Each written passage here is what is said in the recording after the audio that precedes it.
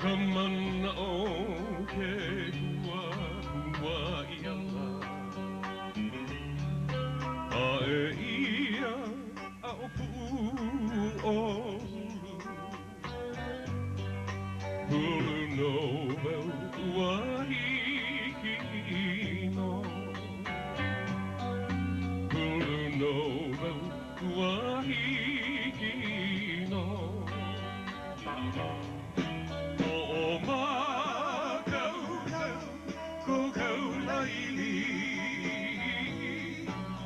Now kabukana kaleo nui Olo hei ke kani o na manu Oh, never mind ke hina pua hiki no Well, ladies and gentlemen, when you fall off your horse, you get up and you ride again. And it's just like life.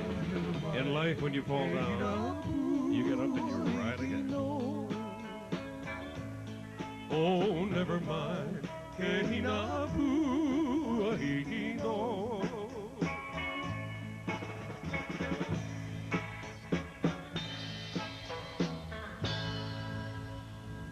Thank you kindly.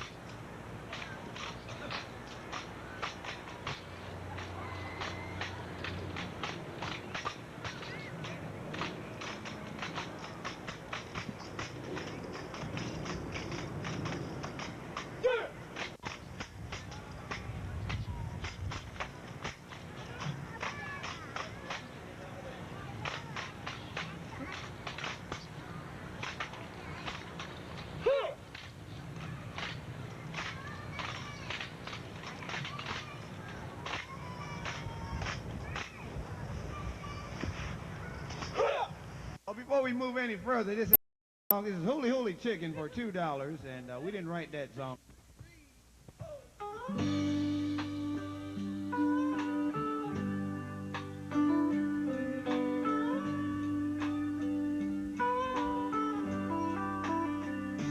I loved you so, but you wouldn't let me close to you. You closed the door. You said my kind of love's not what you're looking for. I tried to tell you, the nights can be so lonely, one by one. I trusted you, I believed you when you smiled, looked into my eyes. You said that there was no one else, oh such sweet lies. But now you're crying. Those lies caught up with you, one by one. One by one, you broke all the rules of love, one by one.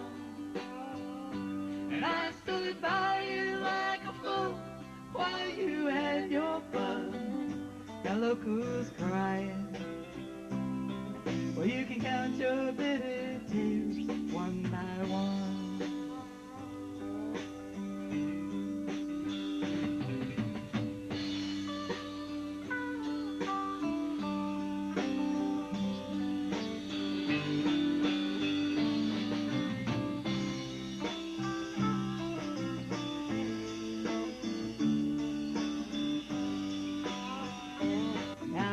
Too late, your new love left you now, you wanna come back home.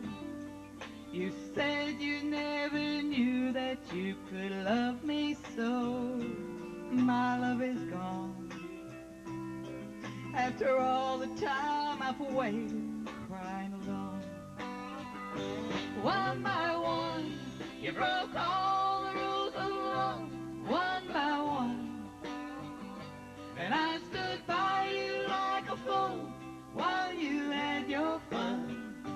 And look who's crying. Well, you can count your bitter tears one by one.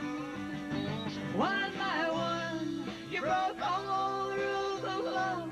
One by one. And I stood by you like a fool while you had your fun. And look who's crying.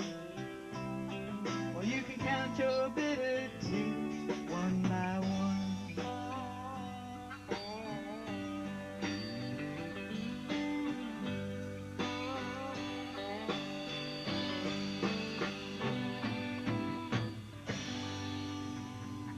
One by one, written my partner here, Gene Howard.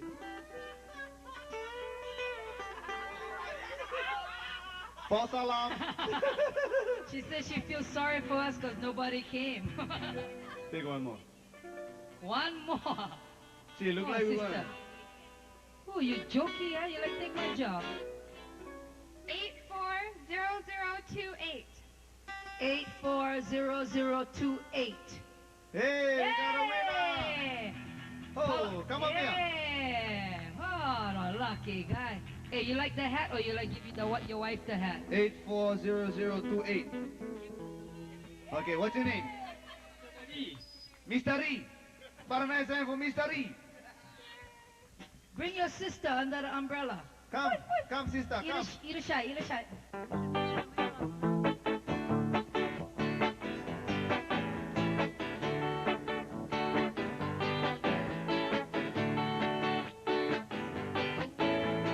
Changes on the land, I need the mountain, I need the sea.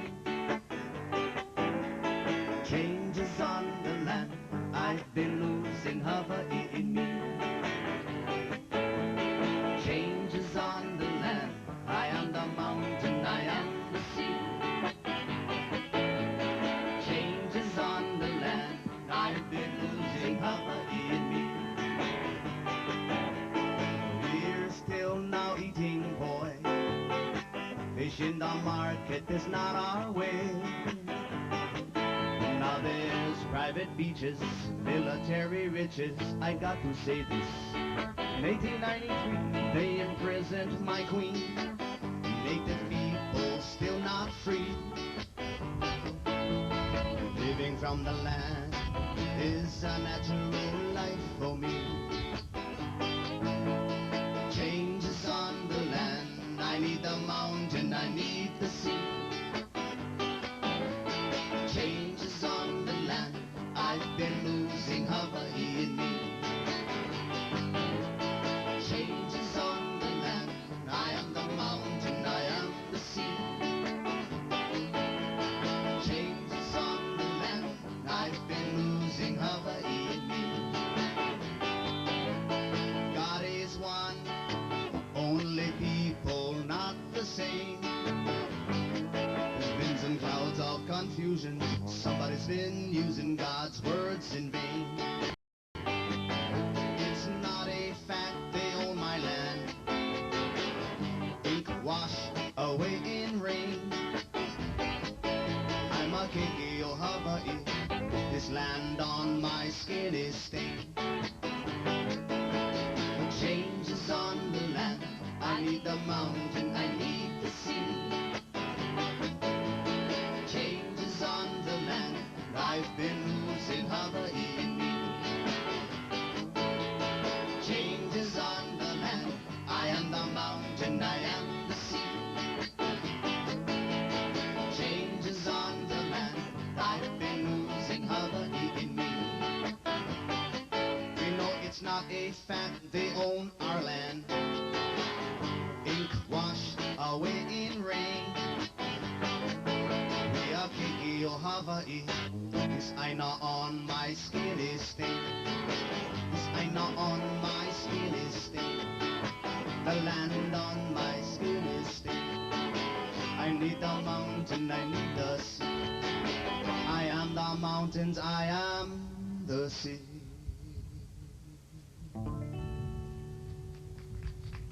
Mahalo, thank you. Changes on the land. Oh, There's the been a lot of day. changes. Yeah. The day is coming to an end. You see the beautiful sun that's out this evening. You're going to get a beautiful sunset. The change is on the land. I need the mountain, I need the sea. Change is on the land. I've been losing Hawaii. Change is on the land. I am the mountain, I am the sea. Change is on the land. I've been losing.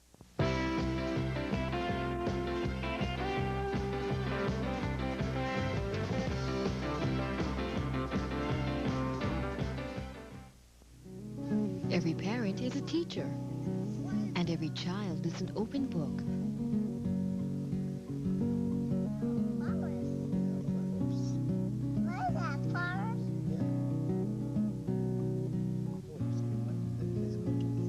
Reading and writing are the keys to your children's future.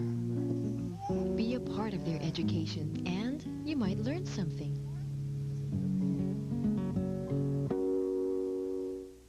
Community programming on Oceanic Cable Channel 20, where Hawaii's people can come together to share, explore, understand, and better appreciate the beauty of our home. Community programming every evening on Oceanic Cable Channel 20, keeping in touch with Hawaii's people. Look, Hawaii. Thank you for watching community programming Oceanic Cable Channel 20. Join us tomorrow evening for more entertaining and informative programs produced by Hawaii's nonprofit community groups. Stay tuned now for C-SPAN.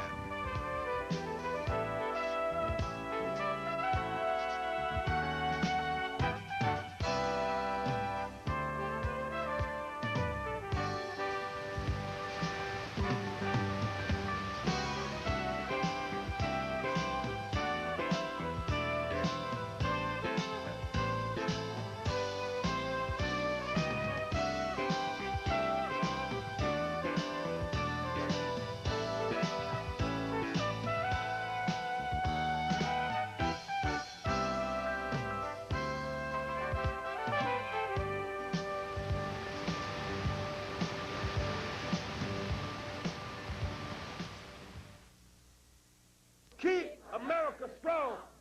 Make America better. Keep America. We only have one senior, so I congratulate my team for being so well. They did exceptionally well. And when asked, will the team be back next year? You can bet you Swede Buns will be back. You're damn right. All in all, the girls' varsity softball team had a season to be proud of. The season had its highs and lows. The experiences they have gained from this season will only help to make them a better team next year. Well, that's a wrap. Stay tuned next month for more exciting stories on, you ready? Imua Kamehameha.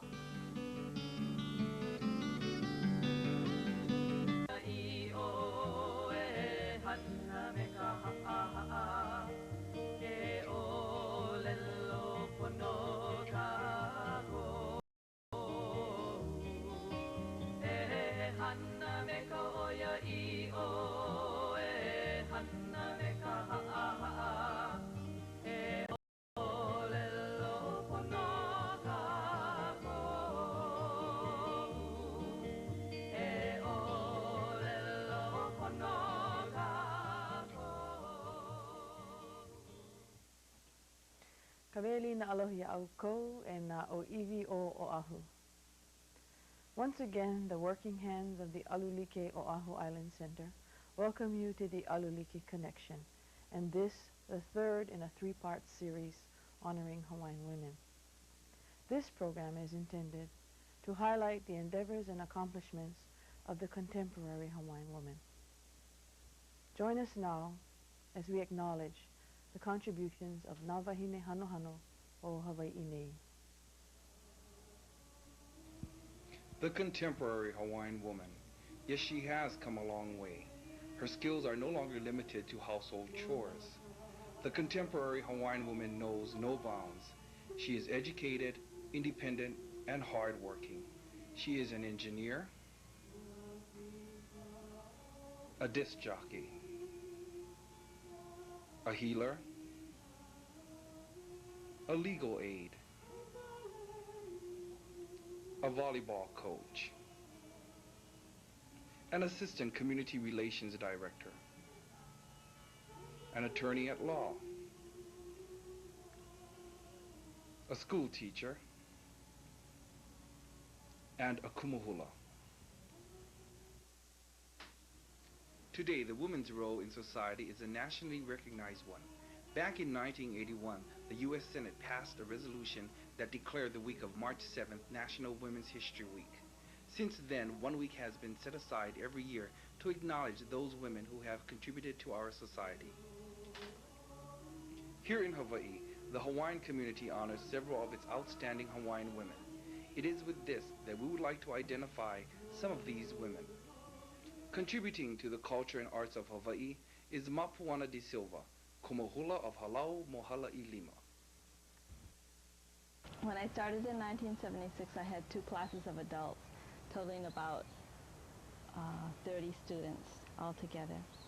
In September of that year, I opened a keiki class of about 15 students. Now the Halau was 100 students, about 30 children and 70 adults. But just this month, I opened 2 new classes, and I have 90 students in the 2 new classes, so we're now up to almost 200 students in Halau Mohalai Lima. I started my formal hula training in 1972 with Auntie Mikey Ayu Lake. I started just taking hula awana for a year. In 1973, I was fortunate to enter a hula kahiko class, which we're training to be kumuhula. In my training, there are several dances that I consider my foundation, my tradition, where I come from. Those dances so far have not been passed on to my students. The dances that I teach my students and that I take to perform out are more, not contemporary, but are not the sacred dances and the foundation of my hula. When I choreograph and put together dances, I use the same feeling and the same steps and the same movements and add a few of my own. I think that in hula, as in everything else, if you're going to do it well, it's going to take up a lot of your time, your personal time, your family time, and a lot of your energy. But everything that I've put into hula, I've gotten back 2 and 3 times more. And I don't feel that it's a burden. I don't feel it is a responsibility to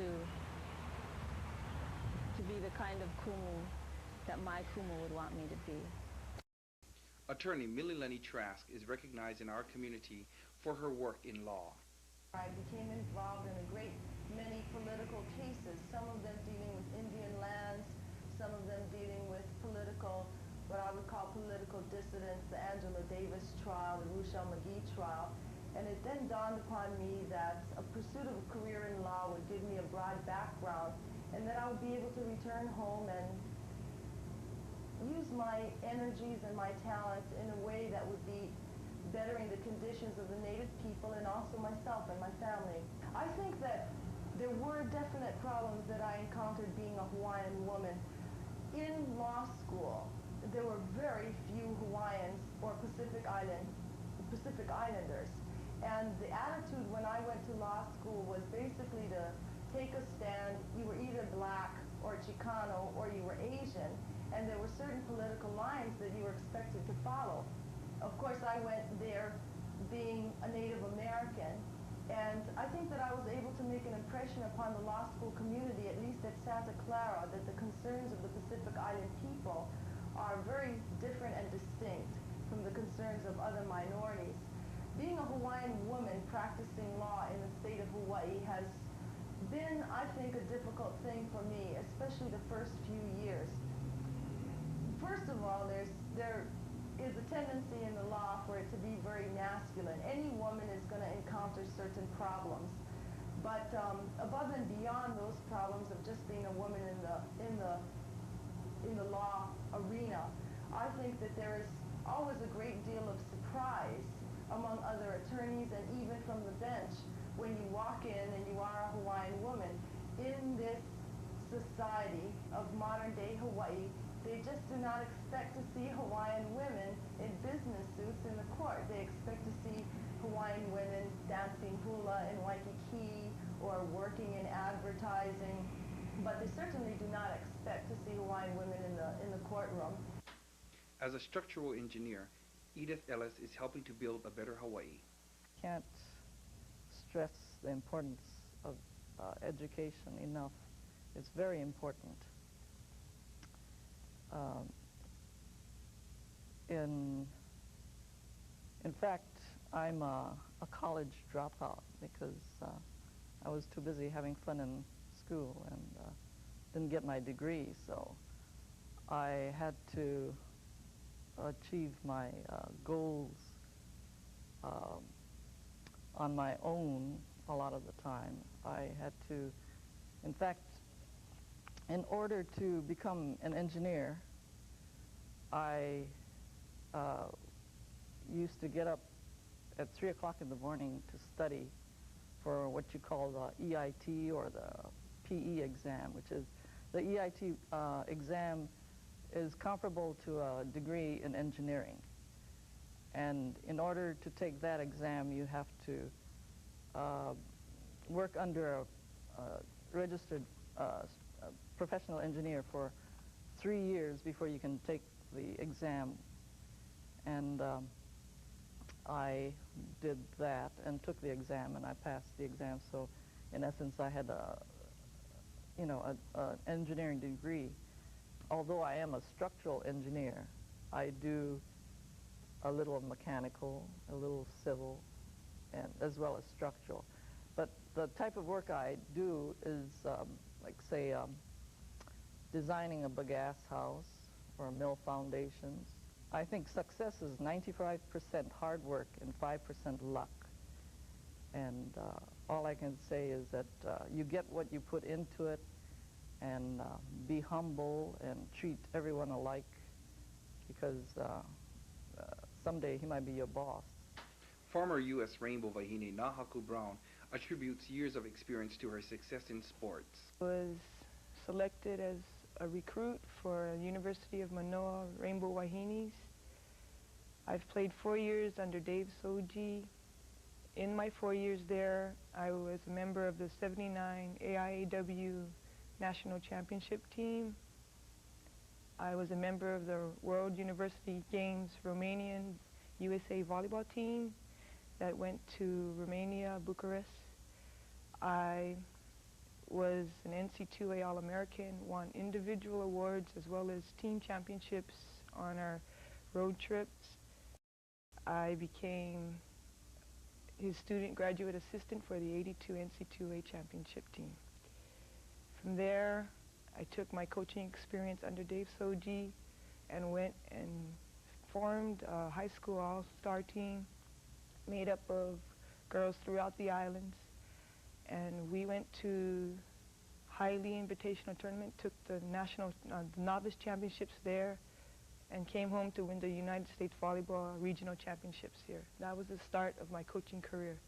Now I'm presently head coach of Chaminade University Women's Volleyball Team. This year will be the first year for the Chaminade Women's Volleyball program, and I'm excited. It's something new, and it's something that I've always wanted to do as far as getting ahead and building a career coaching, because volleyball is a part of my life, and coaching volleyball is a great experience. To be a successful coach is my dream. If we can win the NAIA championship in a year or 2 or 3, that would be one of my dreams. Hopefully in the long run, I'd like to become an NC2A coach and compete in the big divisions, in Division I against UCLA SC. Currently working at one of Hawaii's major banks is Assistant Community Relations Director Kathy Lau. We often have the opportunity to educate people on how to manage their personal finances. And eventually, I would like to get into even the commercial arena of helping small business people. And as a Hawaiian, and looking at the needs in the community, and working with the Department of Hawaiian Homelands, or other Hawaiian organizations like Alulike, when they look at small business assistance programs or Hawaiians getting into small business, sometimes it's a special perspective and a special understanding of the way people work and their ideals that helps. Although when it comes down to business, as we all know, the bottom line is what counts. I really have no complaints. I've always felt that the people that have been my managers have always been supportive. You know, as a Hawaiian, as a woman, and what have you. I don't think they really looked at me any differently. Maybe in some ways it might have served as a positive asset to be part Hawaiian and a woman, especially in the area that I'm dealing with of community relations, because because Hawaii, Bank of Hawaii is local based, we are looking at our community, and from my past experiences and working with various community groups in Hawaii as a student from as far back as I can remember, it served to be a very strong base for me to build on. The network was already set. So as far as being Hawaiian and being a woman in the that knows the community, I'd say it helped me in the position that I'm in right now. Social problems have always been of interest to Mahealani Broadhurst. Her work as an administrative legal assistant enables her to address some of these concerns. In trying to address social concerns, I realized that my special calling must be to work with Hawaiians, since I was Hawaiian, and in Hawaii, Hawaiians are at the top of all of the most terrible social statistics. I developed in working with Hawaiians this notion that a lot of their problems with self-esteem or lack of self-esteem and cultural and social alienation had to do with a special relationship they once had with the land.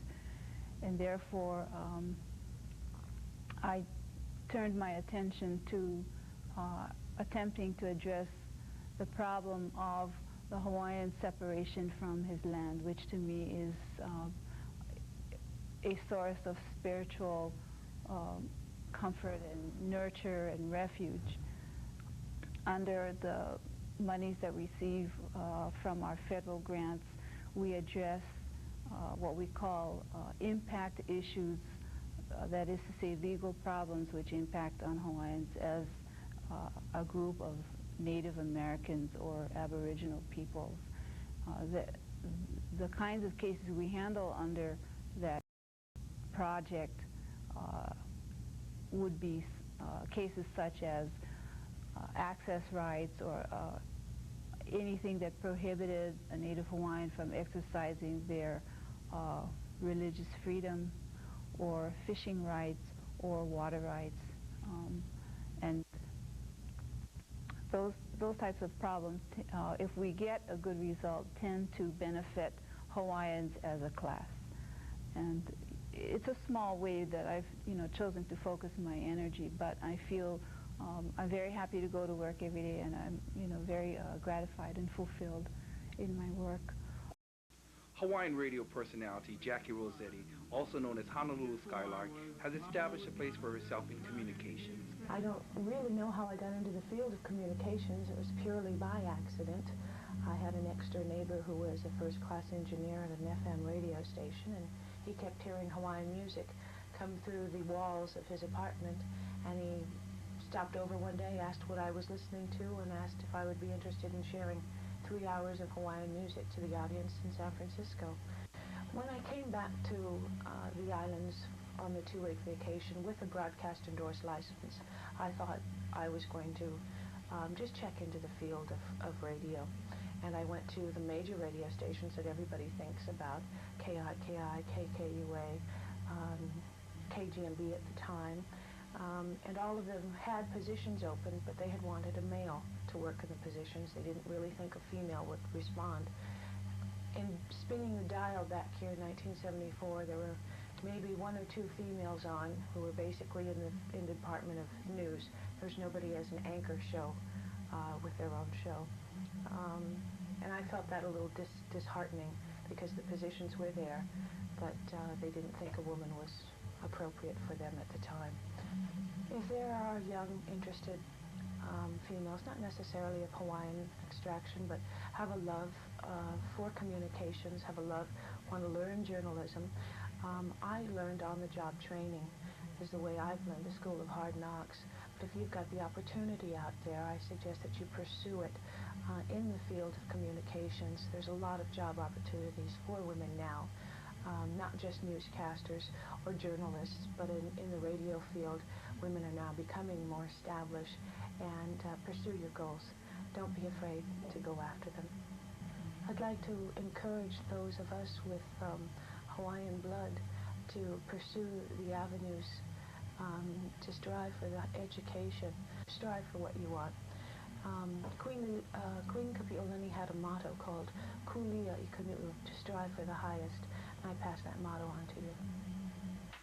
Choral director and music teacher Nola N. Nahulu believes in giving 100% of herself. I started in the high school level, teaching just choral music, grades 9 to 12. And this year I was lucky enough to start with the children, grades 3 to 6. I remember when I started way back in Molokai, it's tiring. You know, you're taking 2 flights a day. It takes half an hour to get there, you rehearse for 3 hours, you come back half an hour, tired.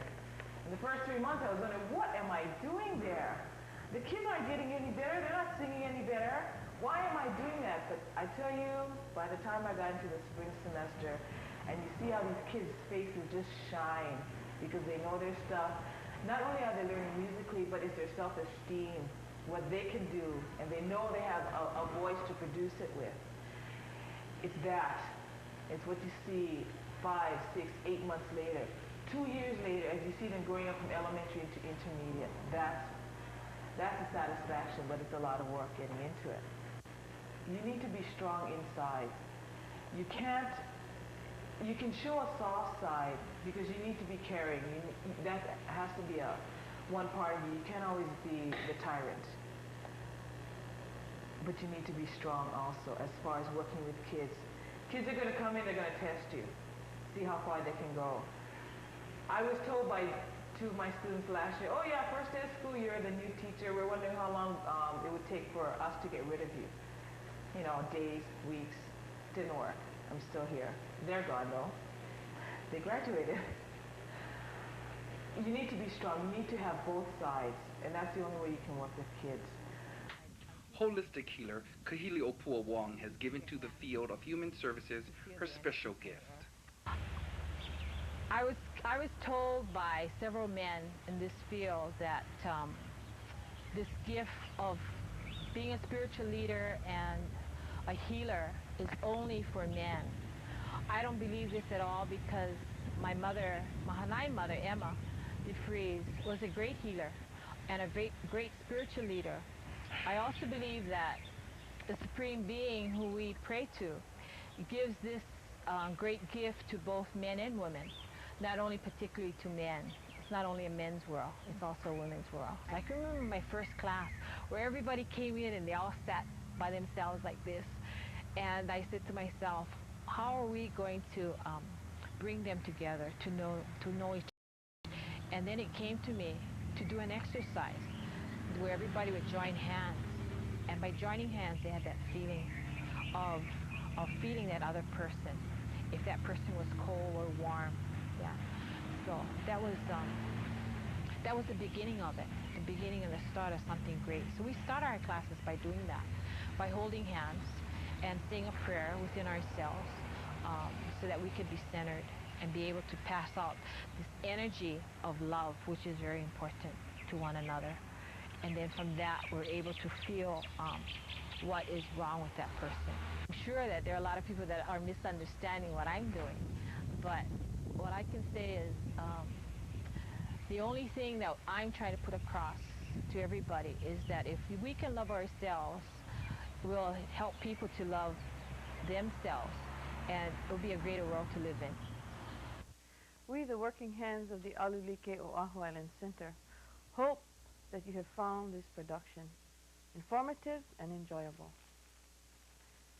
If you have been fortunate enough to have seen the preceding programs produced by our media project here at Alulike Oahu Island Center and have enjoyed them and also found them to be informative, please feel free at any time to call our Island Center at 848-1486 with your comments. We look forward to hearing from you, and we look forward to seeing you on the next Alulike Connection. Until then, e Alulike mai ka kou e na oiwi o Hawaii. Na oiwi o Hawaii na pua mai o le na pua nandi e Alulike mai ka kou e na oiwi o Hawaii na pua mai o le na pua mai o le e na kui ke kumu e ho'olo he mai e ma'a ka waha e hana me ka lima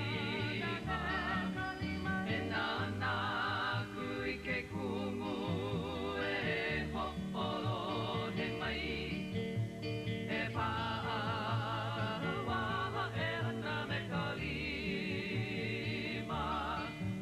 e ma'a ka waha e hana me ka lima. This program was produced through the community programming facilities provided by Oceanic Cable, Honolulu. Look, Hawaii, all the things we are.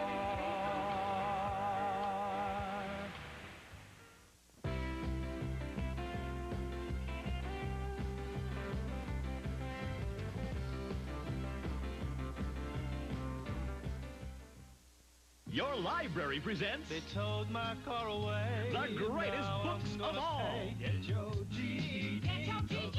These precious books give you knowledge and skills you'll cherish for the rest of your life. Books, Auto mechanics and hula, dating and self-defense. The list goes on and on. Over 1 million books already in circulation.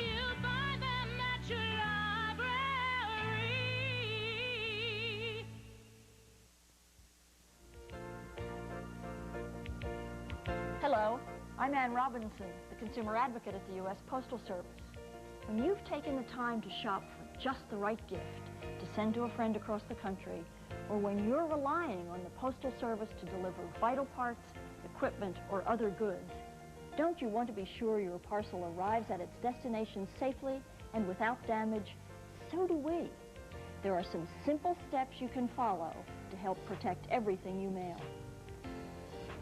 If you've ever shopped by mail, you've probably noticed how well your merchandise was packed and how even fragile and expensive items can be mailed safely, provided they're properly packaged.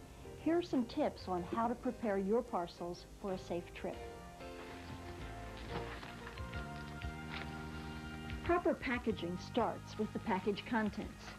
How big is the item you're mailing, and how heavy? Is it breakable? Does it have several separate parts?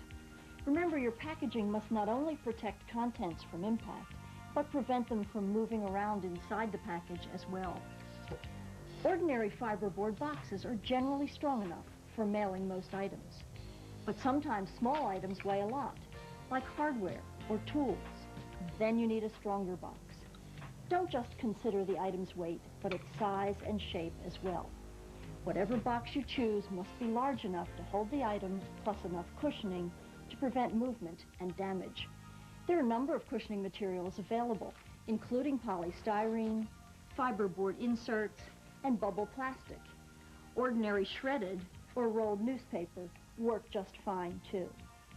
If you're mailing several smaller items in the same box, they should be separated, and the cushioning should protect them from each other, as well as from outside shocks. Mailing a liquid? Pack it in a leak-proof inner container within your outer box. Postal Service is very careful in handling all parcels, but occasionally problems do arise. That's why it's a good idea to put a separate piece of paper with your name and address and the name and address of the person you're mailing to inside the box. Usually, no extra wrapping paper is required. Use filament reinforced tape to close the box, but don't use masking tape or cellophane tape. You don't need twine or cord. It could cause your parcel to be caught in our machinery. Finally, on only one side, write the full mailing address of the person you're sending the package to. Be sure to include the zip code. If you can, use indelible ink. It won't smear if it gets wet. Markings such as fragile or do not bend are helpful, but they're no substitute for correct packaging. When you take the time to plan your packaging, pack it carefully, and address it properly, you help ensure that everything you mail gets to its destination quickly and safely. Isn't that what you really want? So do we.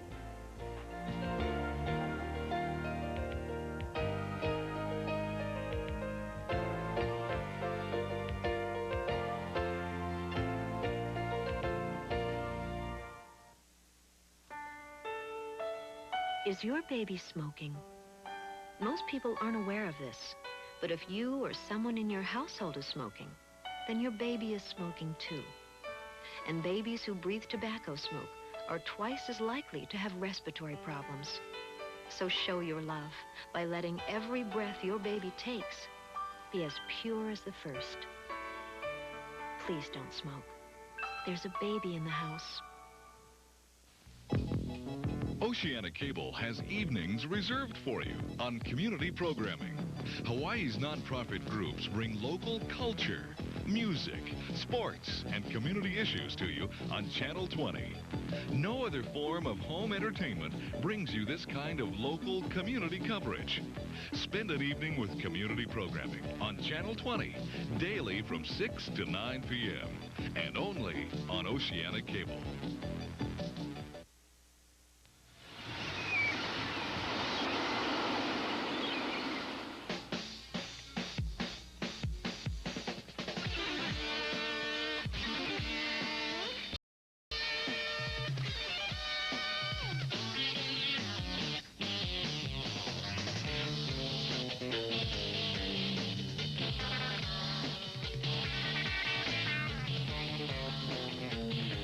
You are watching Wave Watch, California's surfing show. Brought to you by John Bass and hosted by former world champion surfer Peter Townend. We invite you to watch the sport of surfing at its finest. This is Wave Watch.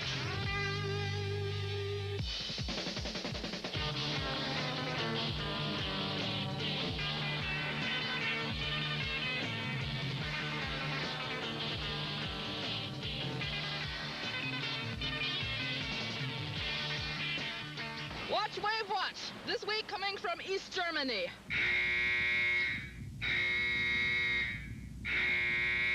Hi, I'm Peter Townend and welcome to Wave Watch. We've got another great show for you today. We've got Hans Heidemann here all the way from Hawaii, the world's premier Hawaiian surfer on the tour for nearly a decade now. We've also got Rich Morrison here. He's going to be talking to us about sunscreen protection. And we've got an exclusive interview with Bruce Brown that executive producer Randy Noit caught up with him, and that's going to be real exciting. We've also got Mark Fu, of course, from Hawaii, and that was yesterday, this time with Jeff Hackman. We've got all that and more, but we're going to check out Hans ripping it up from Wave Warriors.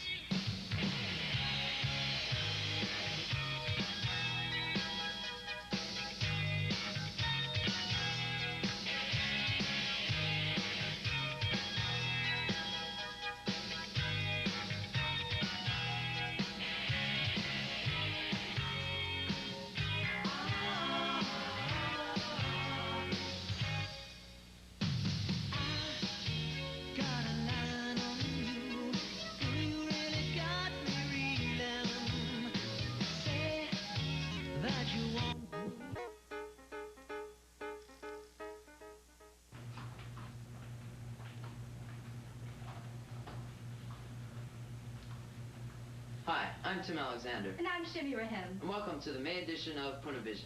We're here in DWS selecting costumes for the Shakespeare Festival. I like this one, Tim. What do you think? Looks great. I think I like this one.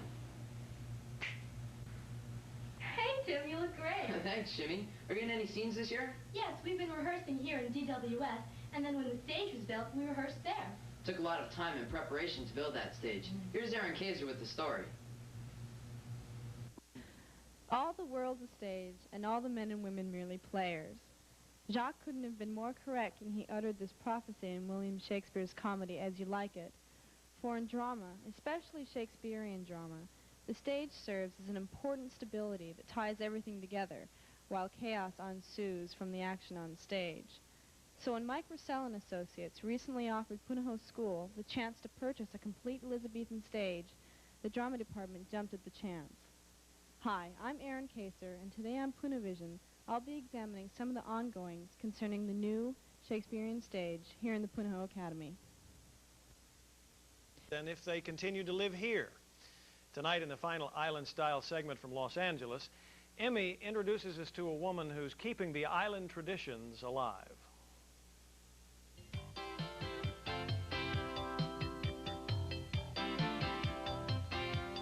When it comes to teaching cultural aspects of Hawaiiana, Auntie Mary Kovich strives for perfection. Here in California, people work harder at the knowledge of the different cultures. And in being Hawaiian, I myself have heard them say there would be criticism from back home if it wasn't done right. 3 times a week, the back room of her southern Los Angeles home turns into a special classroom. They may be learning how to make feather lace, but there are deeper lessons being taught here in Carson, California, lessons which allow these students to reach out and touch home. For some, it takes being away from home to appreciate one's culture. Auntie Mary Kovich's mission is to keep transplanted Hawaiians close to their roots. I'm more Hawaiian because I'm living in California. We all take things for granted back in Hawaii. But here in California, we strive to keep the aloha spirit. Auntie Mary Kovich of Carson, California, an ambassador of the aloha spirit. And to help keep Southern California's 150,000 former Hawaii residents informed, an LA-based tabloid called The Voice of Hawaii keeps them in touch with local issues, activities, and events.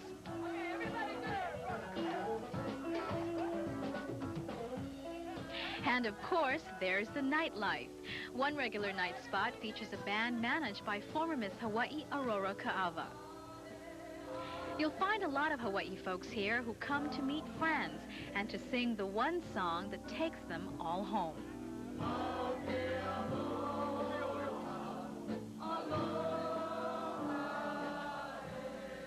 I think it's the Aina, even though that we're not living on the Aina, it's still inside of us. Whether you're Filipino, Hawaiian, Portuguese, you're all Hawaiians back here. I will always be a Hawaiian at heart, no matter where I go, how far or how long I stay away from home. In many ways, island folks who have moved away are all ambassadors of the aloha spirit.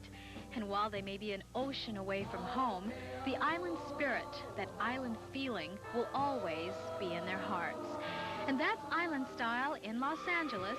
I'm Emmy Tumembong, Channel 2 News. Well, no matter who you cheer for, this year's NFL season is going to be an unforgettable one. Why? Because the General, Les Kiter, is going to go back to the NFL broadcast booth to do play-by-play for some of the nationally televised games on NBC. You may have read about it, a lead item in today's sports section. Les and some other legendary broadcasters like Kurt Gowdy will be filling in for members of the regular broadcast teams who will be covering the Olympic Games in Seoul. And we congratulated him at 6 o'clock, and I think I'm more excited about him going back than he is. It's terrific, General. Thank you, Joe. I'm kind of glad the Olympic Games are coming off in Seoul because the heart's pumping a little faster for the NFL season. And you were telling us earlier that you think you'll be going back to do your first game the second week of the season. Huh? September 18th should be the target date. Game the second week of the season, and possible games the third, fourth, and or fifth week. Terrific. And just, you know, because we had some calls after we announced this at 6 o'clock, you're not leaving us for good. You're just going to go back and do the games, then come back and still do your sports here on good old Channel 2. Strictly temporary assignment, believe me. All right. And what's the big story tonight? Not that little horse race in Kentucky, is it? Oh, you betcha. They're almost at the post. Churchill Downs, Kentucky Derby preview coming up.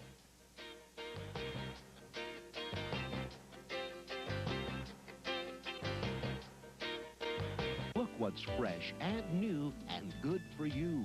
A brand new 24-hour... The show's leading performers.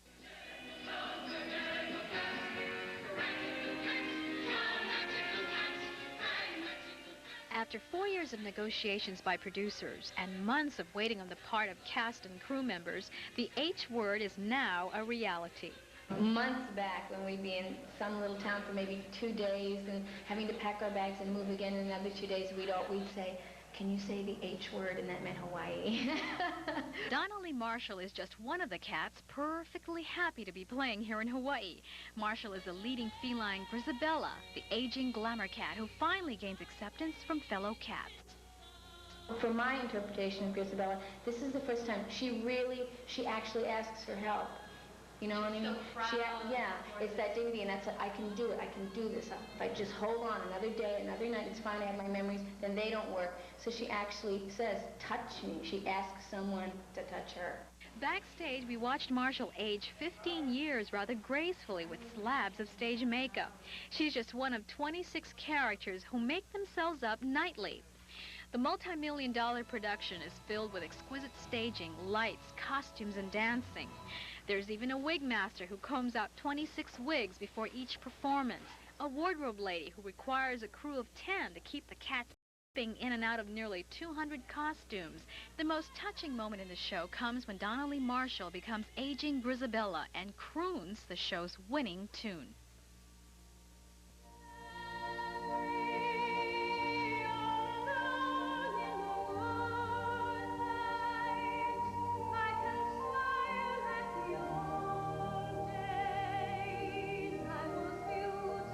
Cats plays through May 22nd at the Blaisdell Arena. And when they're not working, you can be sure you'll see a lot of felines frolicking here by cast members. And that's Island Style. I'm Emmy Timimbong, Channel 2 News. Okay. On set.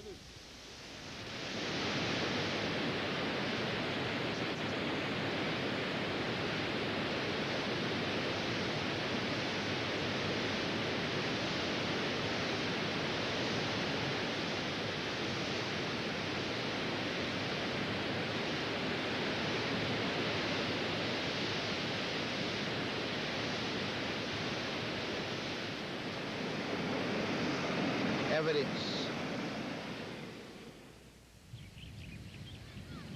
This is the end of Ninole River where we was this morning. This is the mouth. Where we're standing in now is all a fish pond. Right now it would be probably underwater. As you can see, this gravel, I don't know how many hundreds of tons of gravel that's filled in throughout the years. Flooded this fish pond. 935-8252. We get ama crab. Anybody interested, call me. 2 gallons. One kind of ama crab you can make. Australian Shepherd.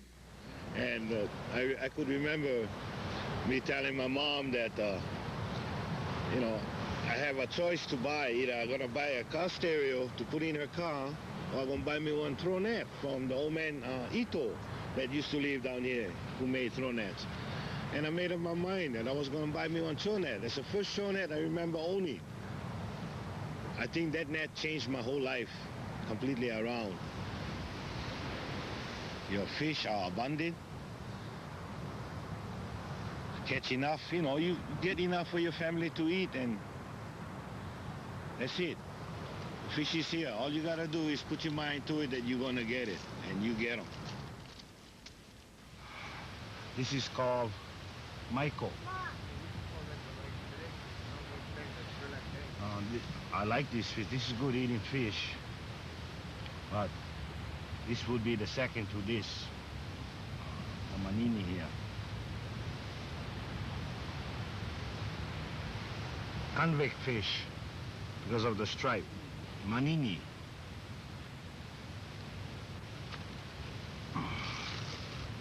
This is called pualu.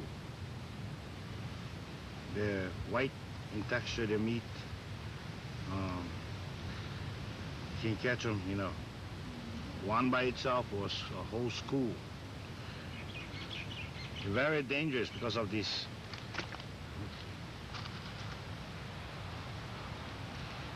Very dangerous because of this knife, if you can see it here. And when they're excited, they'll swim with the knife facing out like this. Two sides of it has a knife. This is called pakuikui. This is called nenui. We fish for it on the high tide. And they usually come in the school, in the night, in the mornings, during the day, whatever time the tide is high, you'll usually find these in the shallower water trying to feed off the seaweed. And if you watch them, you can see as they come up out of the water, and their tails just shake like this as they're feeding. And that sells them out, gives them away when you see this. The fish here, they eat certain kind of limo. We have a lot of fresh water coming from underneath from Mauna Loa, so when it comes to the ocean, it creates different kind of limo and different flavor. So the flavor in the fish can be that way. They prepare the fish some shoreline here. They like some raw, and some they like them dry, fried, make soup, some fish. It's really important to know that's why certain fish prepare different way and taste different way. It's real Hawaiian that you pay attention to everything around you.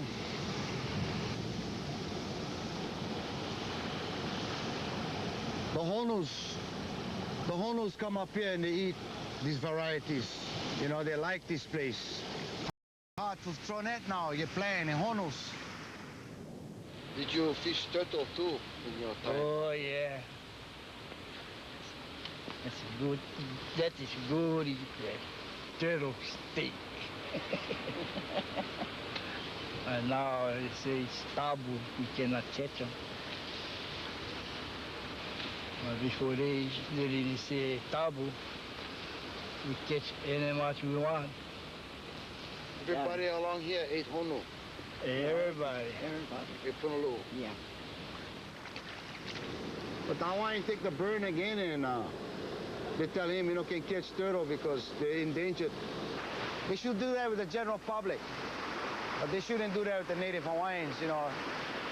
They've been doing that from day one. They understand ecology better than the guys with the books.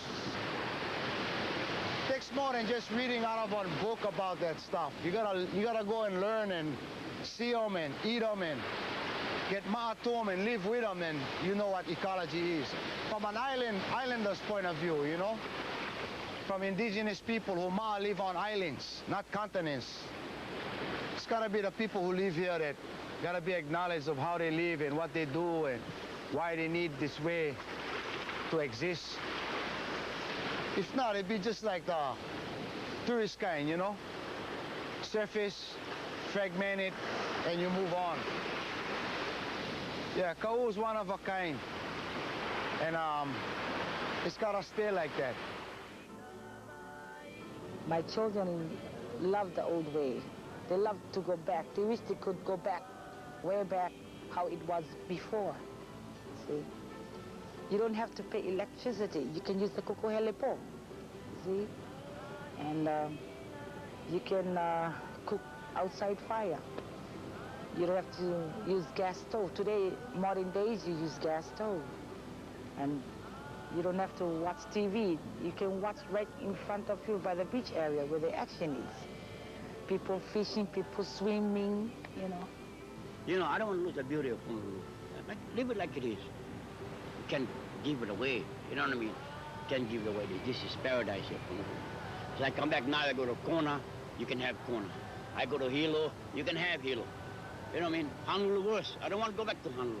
I used to live there. I don't want back Honolulu no more because the place is not like Hawaii anymore. You know, I don't have this kind of culture here. This is what, it's just living here, you know.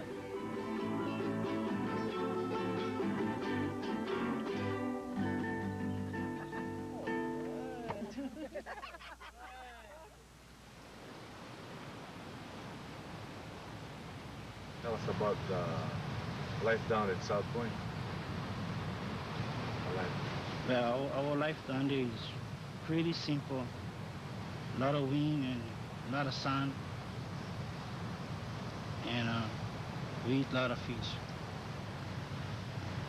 At night, in the evening, the wind blows, you know, and then he stopped later on, say maybe about 9, 10 o'clock at night. And the sky get all cleared out. With your eyes, you can see every star up there. It's so beautiful. It's peaceful, too, at night. It's so quiet. Throughout Ka'u, there are many undisturbed cultural sites of invaluable historical significance. The most famous are those around Kalai or South Point. The sites there document the longest and most complete record of human occupation in the Hawaiian Islands. It is truly a sacred or kapu district. Ka'u residents are seeking official recognition as curators to care for and protect the sites. This is Kalalea Heiau. Archaeologists say they don't know the real significance of this heiau. It's just that it's a heiau and it's fishing. But Kalalea has something to do with voyage, canoes, Lea, our canoe goddess.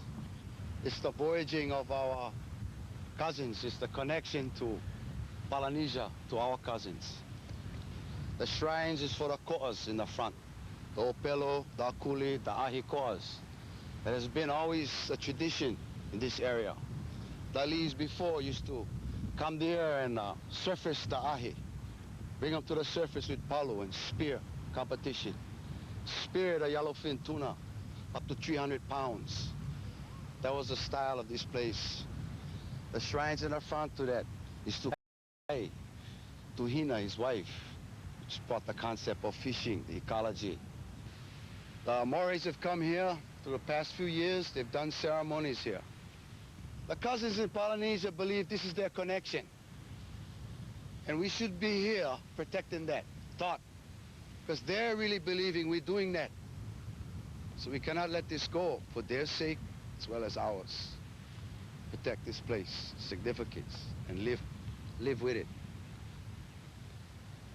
The mooring holes out here is another reason. There's 80 mooring holes along the edges here. There's about half of that destroyed. But that also talks about the canoes and the significance of this heiau. There's mooring holes. This is where there are mooring holes. All along the sides, they tied up their canoes. And the style fishing here was, you tie up your canoe and you'd paddle out. And as the wind come in the morning, you'd pull your rope closer to the cliff. But you'd still be following your ahi and fishing. You just tie up, swim out. And because of the South Point, you just stay in one area, and as the wind blows, you get closer, you pull your rope closer, you get closer, until you're right up against it. Wow.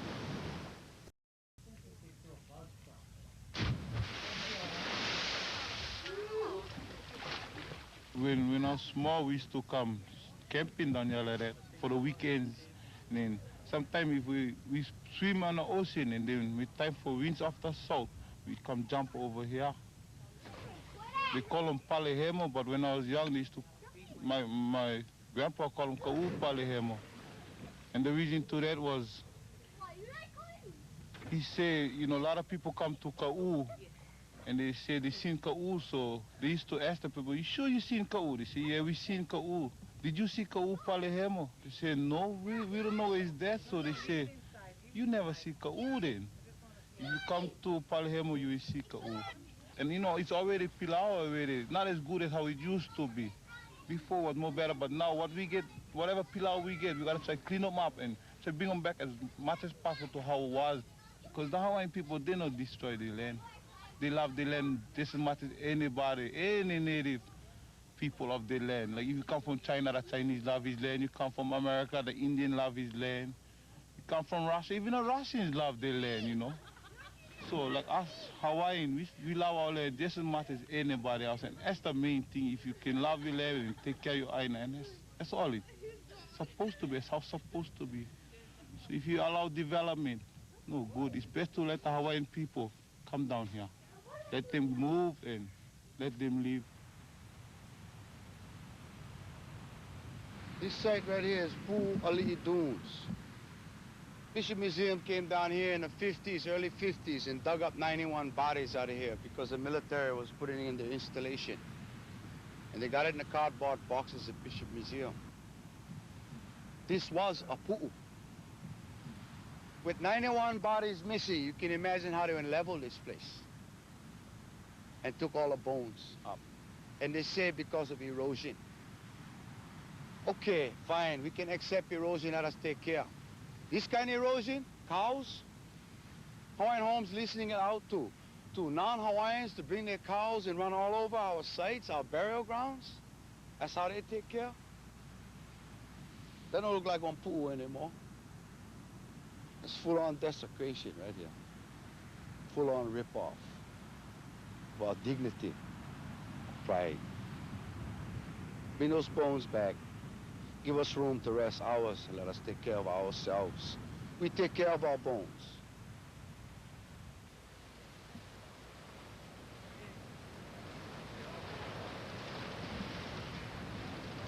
This happens to be our last name. My name is Achi Kalei Ka'awa.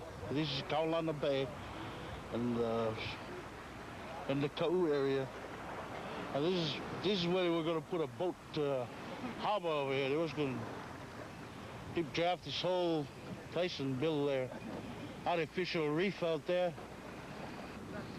Up in the parking lot up here. At times you look down there, there's over 80 boats from outside of the Ka'u area, not considering any native Hawaiians. They're mostly outsiders from Alaska, from California, from all over the world, and they end up fishing here. So right now, they're bringing up tons and tons of fish, which has been shipped off of the island all the way to the mainland, to Japan, and a lot of natural resources and wine resources have been lost. We're just lucky that one of my younger brothers had the opportunity to own one of those boats, and now they're back on the ocean and try to get some of the natural resources that really belongs to the Hawaiians.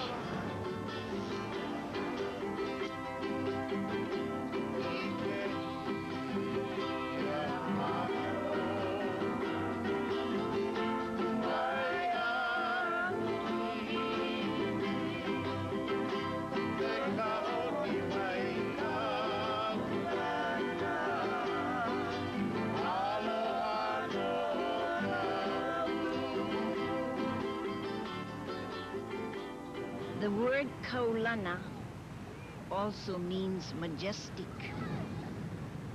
So can't we call this place here majestic? Just looking at what is around us, and with the sea in the background, the Hawaiians, that's part of their life, you know, the ocean. From the ocean, they got their food. From the mountains, Kuahiwi, all around them came their food. Why can't this all be ours? They're supposed to be ours. They should be. But, Hiakapilikia, what's the trouble? Somewhere up there, somewhere, they don't want it for us. But we're going to hang on. But South Point is our place for the Hawaiians. Beneficiaries should have all this land here, all this 11,000 acres. Not one Hawaiian, not one, from 1920 until today. But they listened to the Sea Brewer for many, many years, then Pakarans, now Yamagata. They're not Hawaiians, but they got it. But Hawaiians, they said no, they cannot. Why is it? Visions. Can't you just see fishing villages along the ocean? Melon patches further up. More and more things that we can grow. You'd be surprised what people can do once they're given the chance. Take, for instance, agriculturalists. They can come here and tell us what is the best thing to plant, what is the best to do. Aren't they forever spending so much money, $200,000, to find out if this will be good for the high tech? Well, why can't they even spend half of that amount to show us what we can do? This land here, you can plant potato. I tell you, there's very good watermelon, pumpkin, cucumber, and all that. Good land. But Hawaiian Home say, no, because no more water. There's always a way to get water. When the military was down there, in the 50s to the 70s, they had 1,800 soldiers, 500 million, half-million-gallon water tank, the most sophisticated rocket launching facility in the state through that times, and they had more power down there. They had a bakery. So now today when the Hawaiians say we're like on the land, they say there's nothing. There's no water, there's no power. But in the 50s, that place was the most sophisticated, most energy, because that's where they launched rockets in the 50s to the 70s. And during that time, the Hawaiians applied for the land, but they got put on a waiting list and their applications were lost. I wonder why. If you like the land for missiles, I think you might lose a few applications. So the Hawaiians had to reapply for that land again. And their parents, these are the sons and daughters are reapplying because their parents died on the waiting list, never got the land. I mean, it's full-on abuse. It's a scam. Enough. I don't know what we're going to do after this. No promises, but last humble gesture.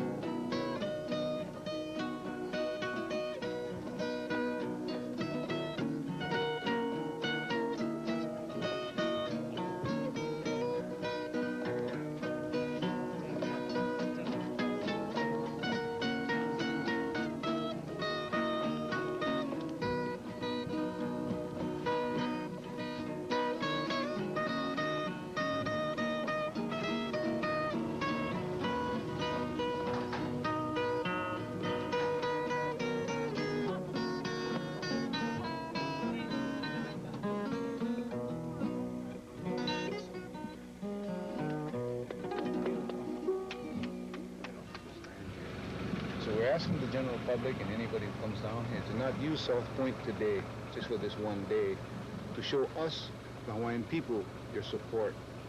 We're still asking, we're still begging, seems like. We go to the courts, we got records this high at the courts for what we're doing, what we're asking to put us back on the land. And then we lose at the courts because we probably didn't have the right attorney. We probably didn't have the right words. We probably didn't have whatever. We still lost. So we still back again asking and asking for this land down here. This is going to be the last time we're going to ask. After this, if they don't come up and they don't sit down with the beneficiaries here in Ka'u, this is it. We're just going to go back on the land. Whoever wants to come over, come. You got the cocoa, come. Come down. I think we have 11,000 acres down here. I think we can share with a lot of our beneficiaries. What do you guys think? Right. 11,000 acres, but that's a lot of land. This kind of roadblock, even if it doesn't make any difference to the administration, it makes difference to ourselves. If we all go home with pride, dignity, that we can do and stand up for our rights with each other.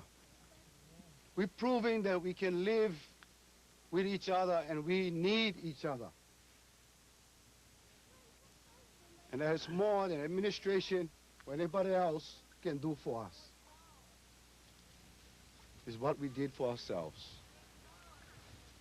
So no matter if they give us the land, no matter if they give us nothing for what we're doing here, we have gained more than them by doing it for ourselves.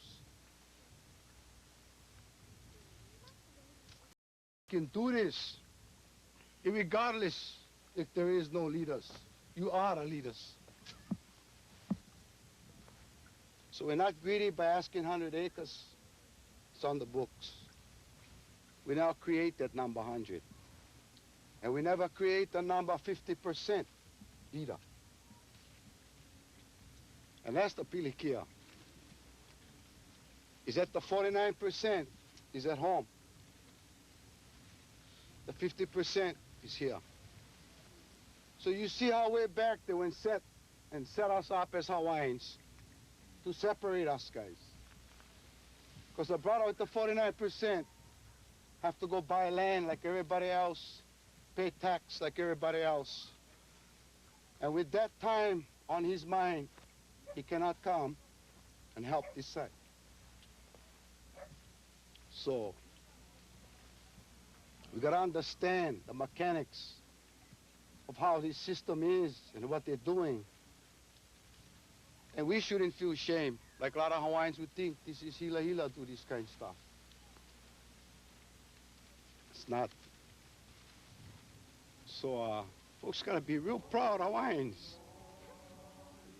Nobody else that keep doing this but us, and it's growing. So Paul, the talk about the Hawaiians only make noise. Because from now on, when we make noise, it's going to be winds. Winds, winds, winds.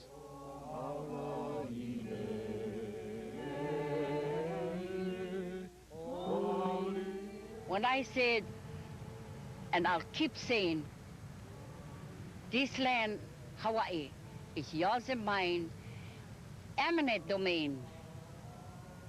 By eminent domain, this is ours. We can share. As a Hawaiian, we can share. No big thing.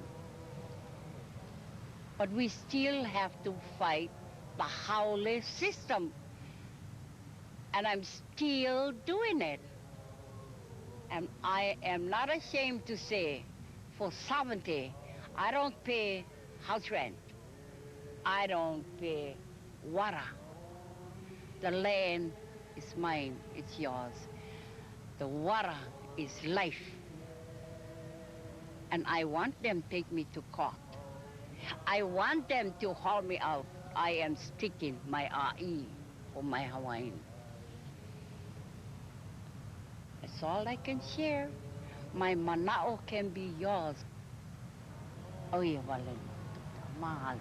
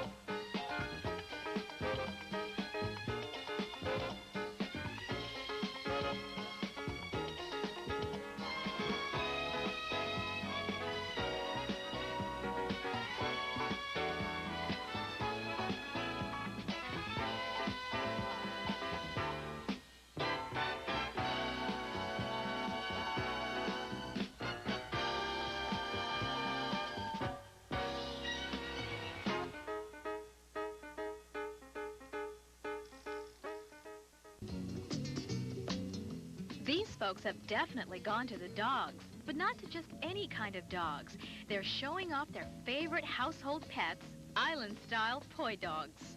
They're kind of the stew pot. They get a little bit of everything, and they don't have too many hang-ups. So they do very well, in fact. They're pretty smart. Kelly showed us how to leap over a fence and fetch, but our cameraman's presence made him lose his concentration. And then there's Iloiki, who likes to imitate Mexican jumping beans. And it's that kind of talent and good looks that could make one of these pooches a champ at the 12th annual Poi Dog Show, the only one of its kind in our state. Ordinarily, Thomas Square is a site of purebred dog shows, but for today's afternoon demonstration, our island-style poi dogs are here to prove that they have just as much smarts as the pedigrees. The man who started this dog show 12 years ago did it to give poi dogs some respect. When I was a small kid, my neighbor told me that my dog was junk and I couldn't take it to the dog show, and somehow in the back of my mind I wanted to give these people another chance for their dog. The Poi Dog Show is this Saturday, 1 o'clock at Washington Intermediate School. You gotta admit, these poi dogs have a beauty all their own. She's the best. She may not be beautiful to everyone else, but she's beautiful to me.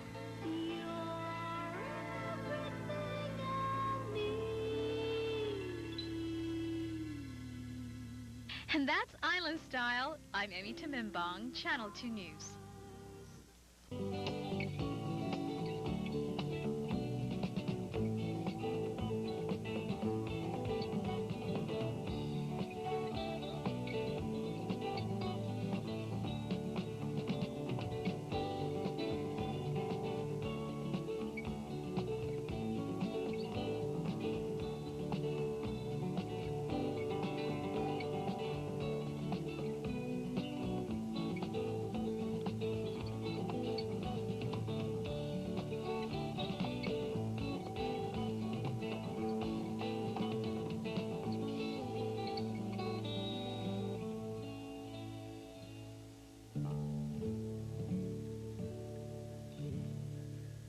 Gateway to Big Island Adventure. A pilot considered one of the best in the business is injured when the Magnum PI chopper plummets into a ditch in Wailua. The dramatic rescue videotaped on the scene is next from News 4. At Safeway's Bakeries. News 4 at 10. This portion of News 4 is sponsored by First Interstate Bank, with more offices in more states than any other banking system. For co-workers who rushed to save the life of helicopter pilot Steve Cooks seconds after his famous helicopter fell from the sky. Good evening. Pilot Cooks was the stunt coordinator for Magnum PI. His helicopter flew through the islands in that long-running television series. But today, he was performing contract work for Hawaiian Electric Company. And once again, a television camera was on hand and captured the spinning helicopter. Images the FAA will use to try to determine what happened. June Grosso reports. Pilot Steve Cooks used to do aerial work for the Magnum PI series, but today his familiar orange and yellow striped chopper was on a routine job for Hawaiian Electric ferrying materials. Vicki Keith was filming for HECO when Cooks radioed he was having electrical problems. And just as we looked up, it came straight down and did a complete, looked like it was going to just crash upside down, but he managed to bring it right side up and fly away, circled around a couple of times. He was about really close to the ground, 6 or 10 feet, and it looked like a perfect landing. And suddenly it just kind of flipped on its side. Two of the pilot's longtime friends, Warren Tiny Amaral and Henry Ahi, over to the water-filled ditch where the chopper had crashed. Well, I got there, his head was on the water, and Tiny jumped in, and I jumped in, and we got his head out of the water, but he was breathing, but he was unconscious, and tried to get him out, but he was stuck.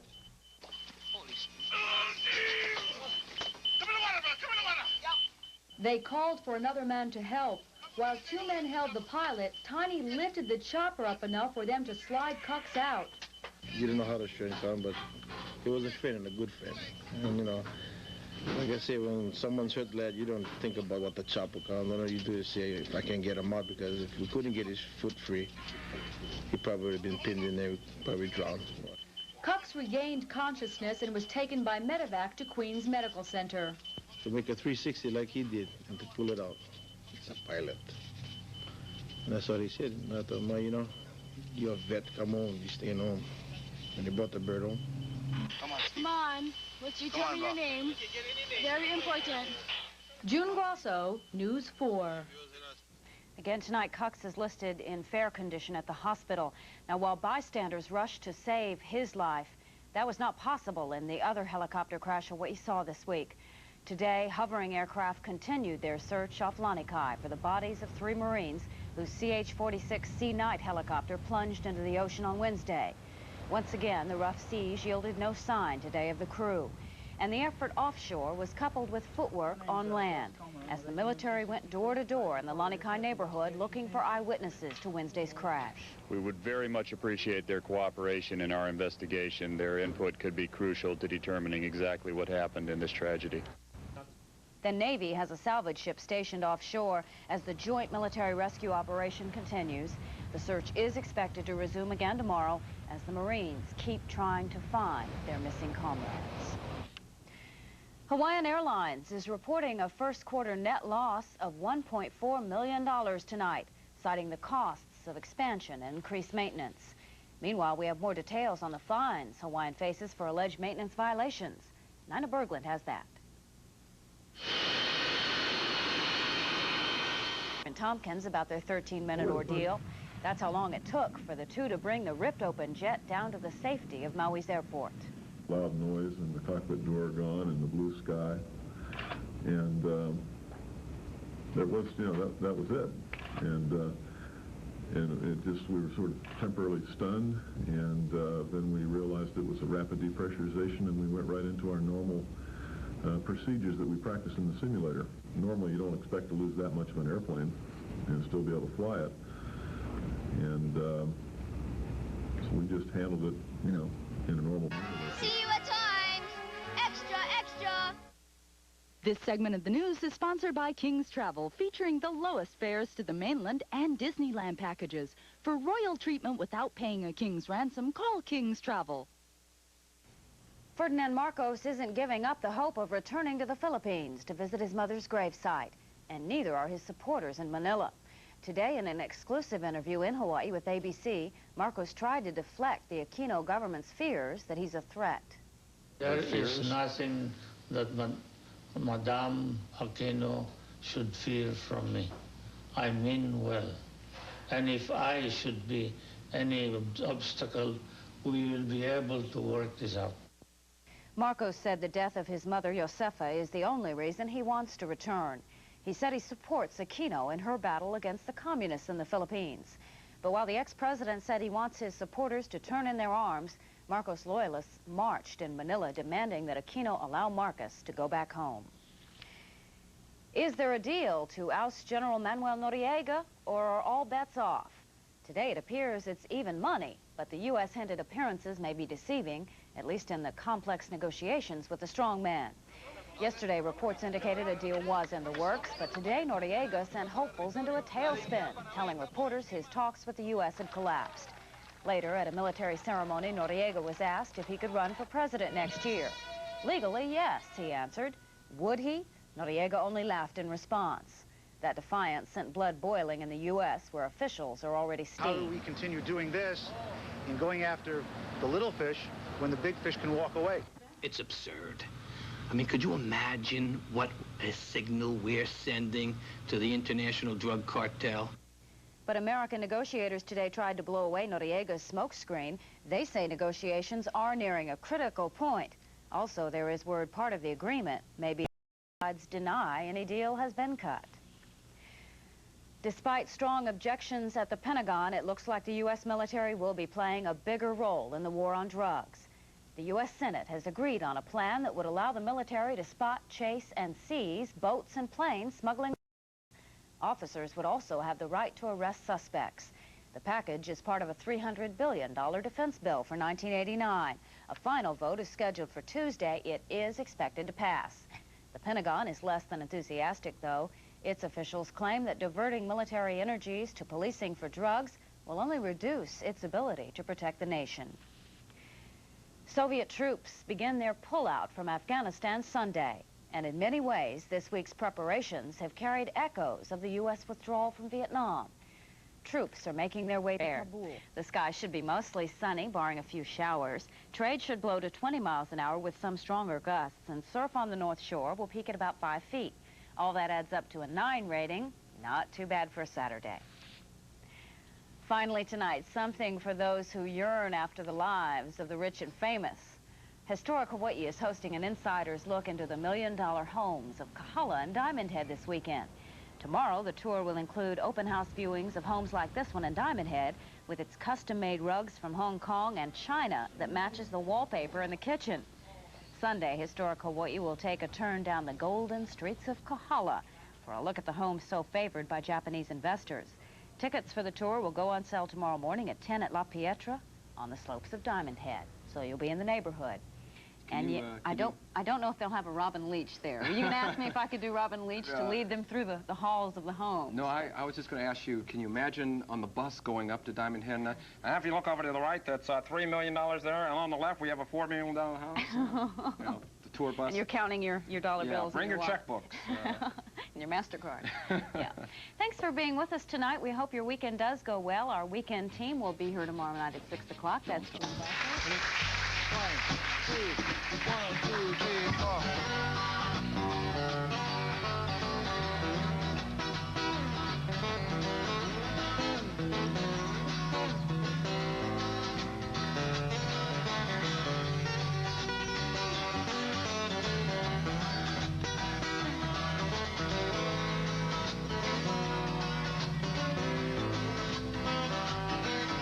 Stand, all you people stand.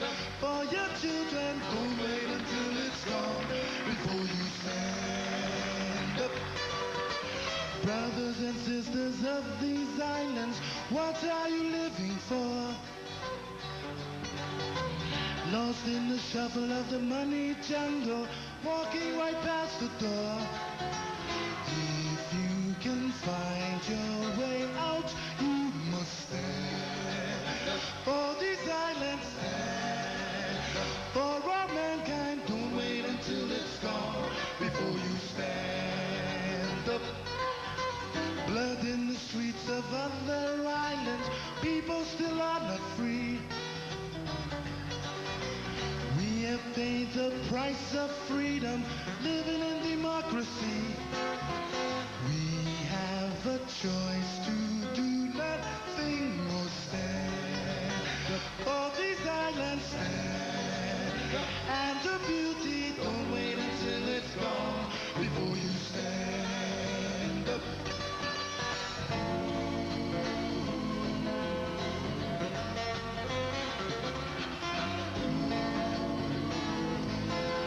Stand up for the man who feeds his children from the depths of the sea. How will he feed them when there are no fish for his family? And no grounds to grow anything to eat. Stand up for the ocean, stand for the island. Don't wait until it's gone before you stand up. Hard to keep a child from danger in this society. Worry about my woman, she's not here with me. But how can one man make a difference? Stand for these islands, stand. And its power, don't wait until it's gone before you stand. Let me tell you to stand. All you people stand. For your children, don't wait until it's gone before you stand up.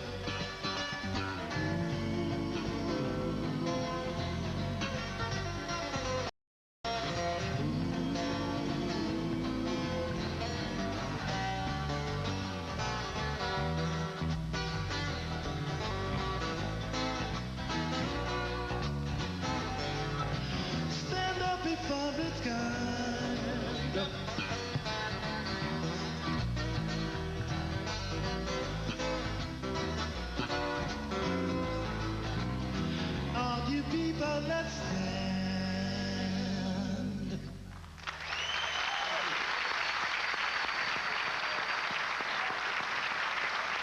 The Peter Moon Band. Our next presenter, we tease him and call him the Menehune of the microphone. Ladies and gentlemen, to present comedy album, Sam Kapoo.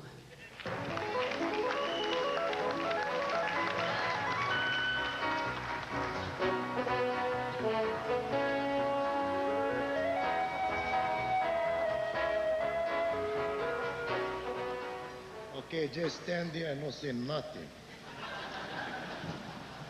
You notice this year, they couldn't find anybody short enough to be my partner. So they gave me Miss Air, 1988. That's her right there. Okay, go sit down. Hey, I'm really happy tonight because finally I get a chance to present a Hoku Award to a crazy person. I love crazy people, and we got them tonight. You know, get plenty crazy people in our business, right? But only 2 had the guts and the talent to put them down on the record this past year. So I figure, only get 2, might as well bring them up here on the stage, let them beef. Oh, baby. The winner get the Hoku, the loser get first aid. How that, huh? Oh, no can see, no.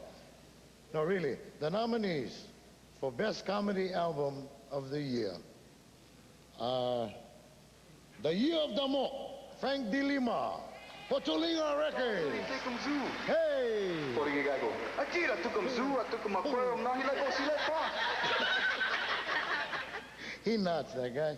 And the other one, not a crazy guy, favorite jokes that everybody knows, Johnny Sweetbread. Hey, Johnny Sweetbread. Get malasares and pandus tonight, what? Sound like one contest at Leonard's, eh? Well, let me find out who they went pick. Open this bugger up. Comedy Album of the Year. Oh, happy Mother's Day, Mrs. De Lima.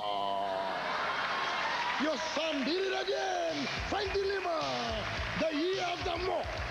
Come on, Frankie boy. Puta.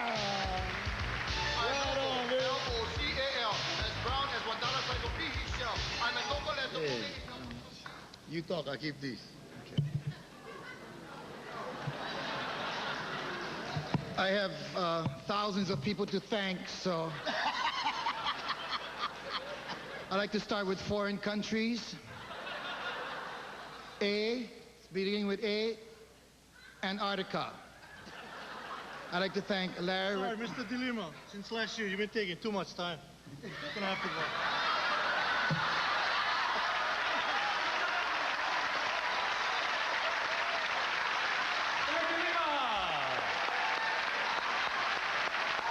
And Sam Kapoo.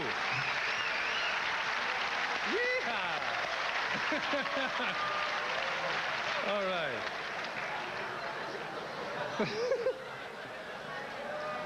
All right, joining us once again, this time to present our second Lifetime Achievement Award, wonderful falsetto voice of his own. Ladies and gentlemen, Kekua Fernandez.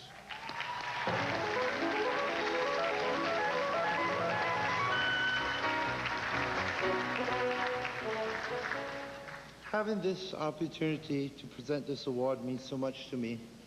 First of all, because I strongly feel that we should always recognize and honor our kupunas because they are the true foundation, the pillars of our music of the islands. Second, because it's not every day that I get to surprise my Auntie Irmgard. Let's take a quick look at her accomplishments in music.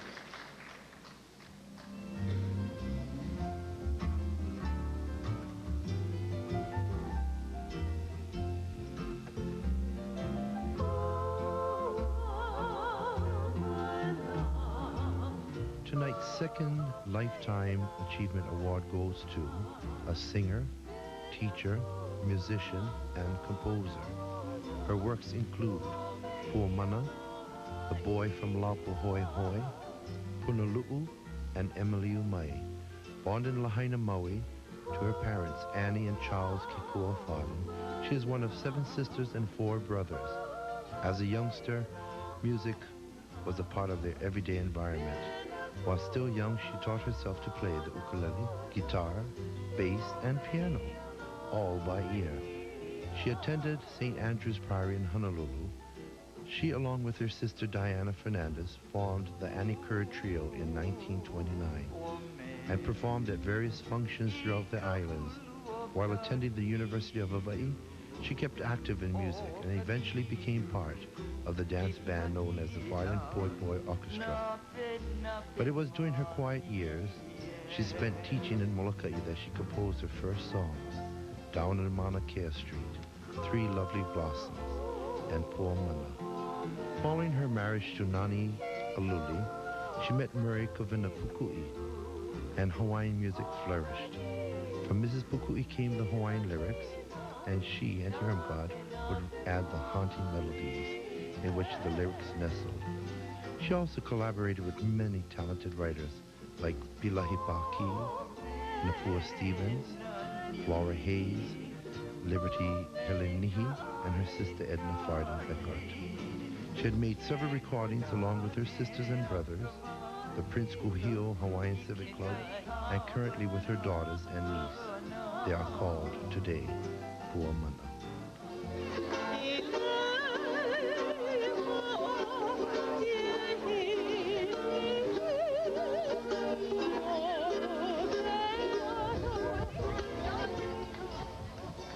It is especially fitting that tonight's Lifetime Achievement Award goes to the woman who has given so selflessly to enrich the music of our islands and of our Hawaii. Tonight, the Hawaii Academy of Recording Arts takes great pleasure in honoring Auntie Irmgard Fadin Aluli.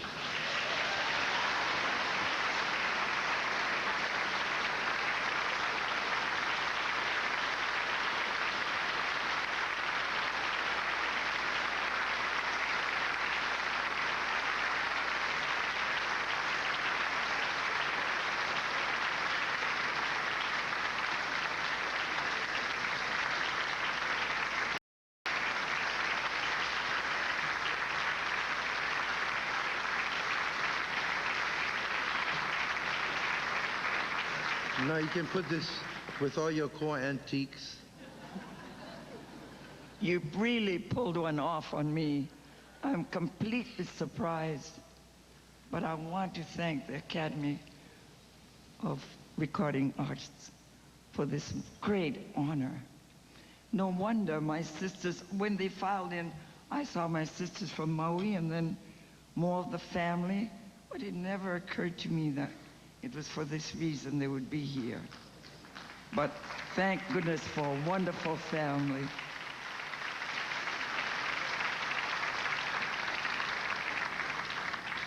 And for all of you here in Hawaii, and ones who even come to visit, for all the love you've shown me, for all the encouragement.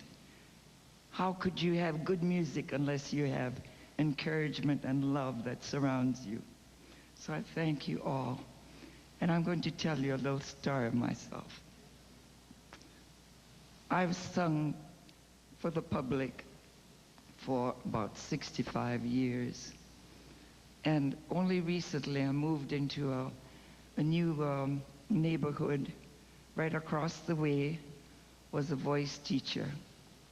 And would you believe it? Only about 3 weeks ago, I started taking voice lessons.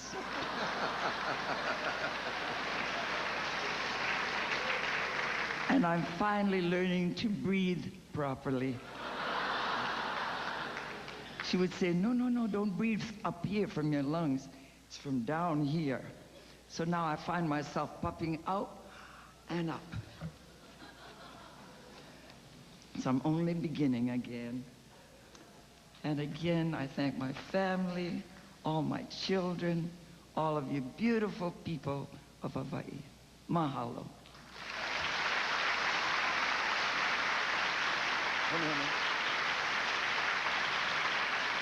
In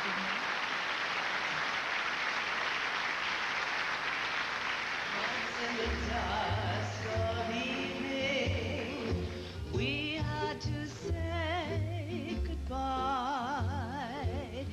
Now, though you're miles away, dear, twilight brings you ever to my heart. I lie awake at night.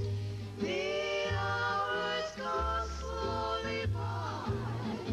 I count the fireflies and dream about your eyes.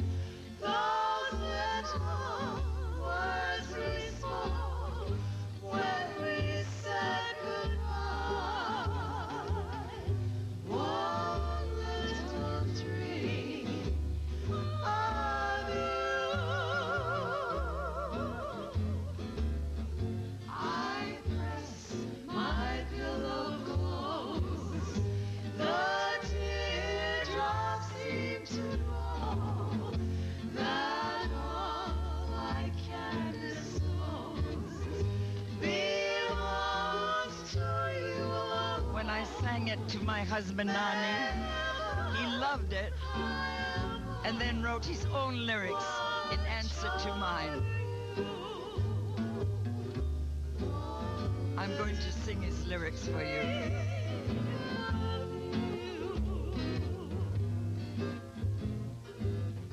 I hug my pillow tight and dream into the night, dreaming of all your charms and that you're in my arms, dreaming these dreams are true and I'm home with you. One little dream of you, my dear. One little dream of you.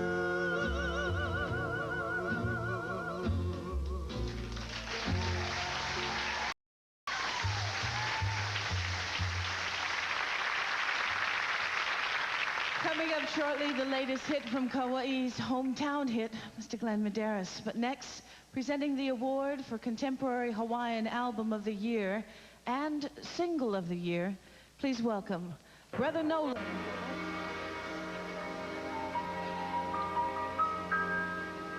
Be my lady, come to me and take my hand, and be my lady.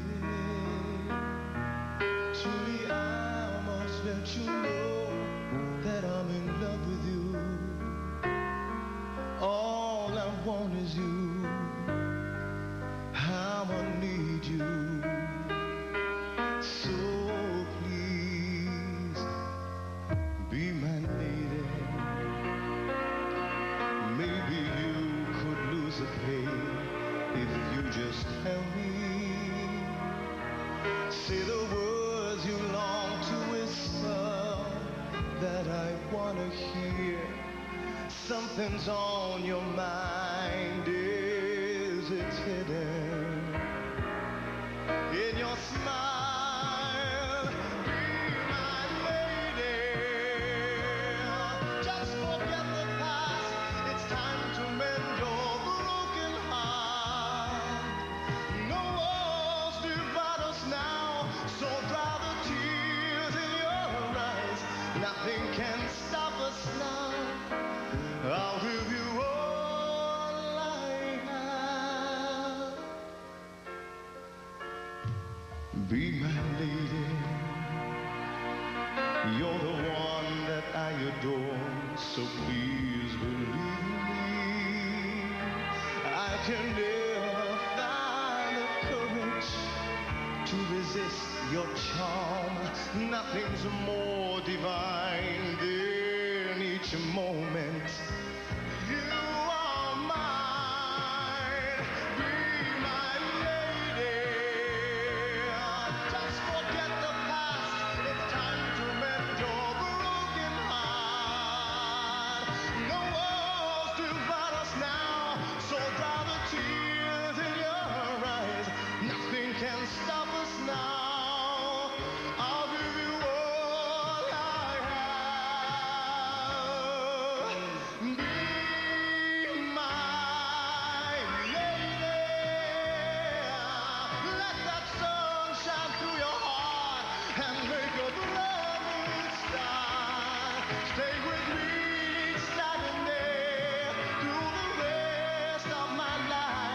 Just like a work of art, my love will last until forever.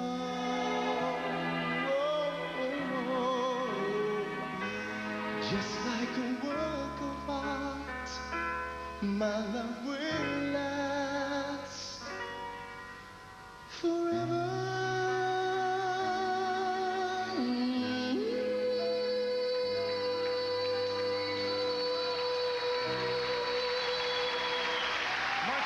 Thank you very much.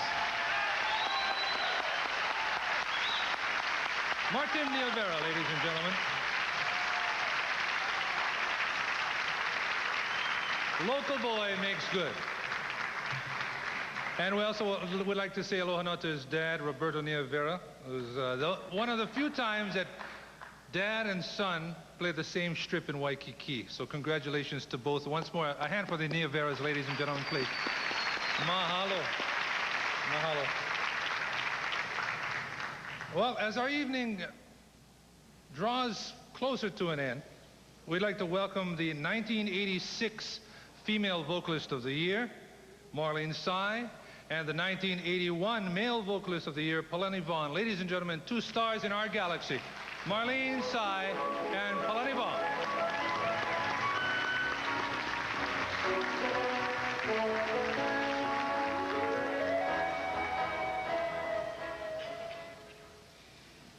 Tonight we have the pleasure of presenting the 1988 Nahoku Hanohano Awards for Male Vocalist of the Year and Female Vocalist of the Year. Having been nominees and winners in the past, both Palani and I know what the nominees are feeling. Sheer terror. They're wondering, will I win? Will I forget my speech? Will I stumble on the way up to the podium? Like I did. Don't worry, you probably will, but it doesn't matter. All that does matter is that you have given the best you have to give and offer to the people of Hawaii.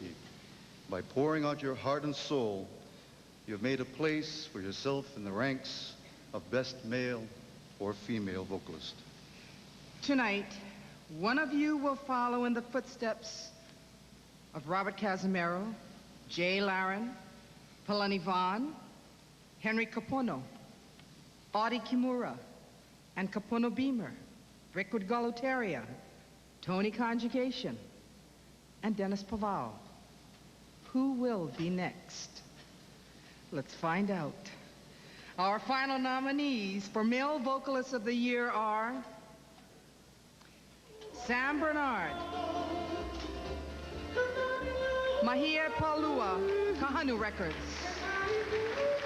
Chucky Boy Chuck, Chucky Boy Chalk Band, Kahanu Records, Tony Conjugation, Lovely Hula Girls, Kahanu Records,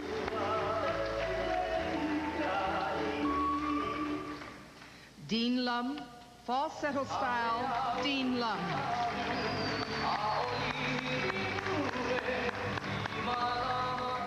Glenn Medeiros, Amherst Records.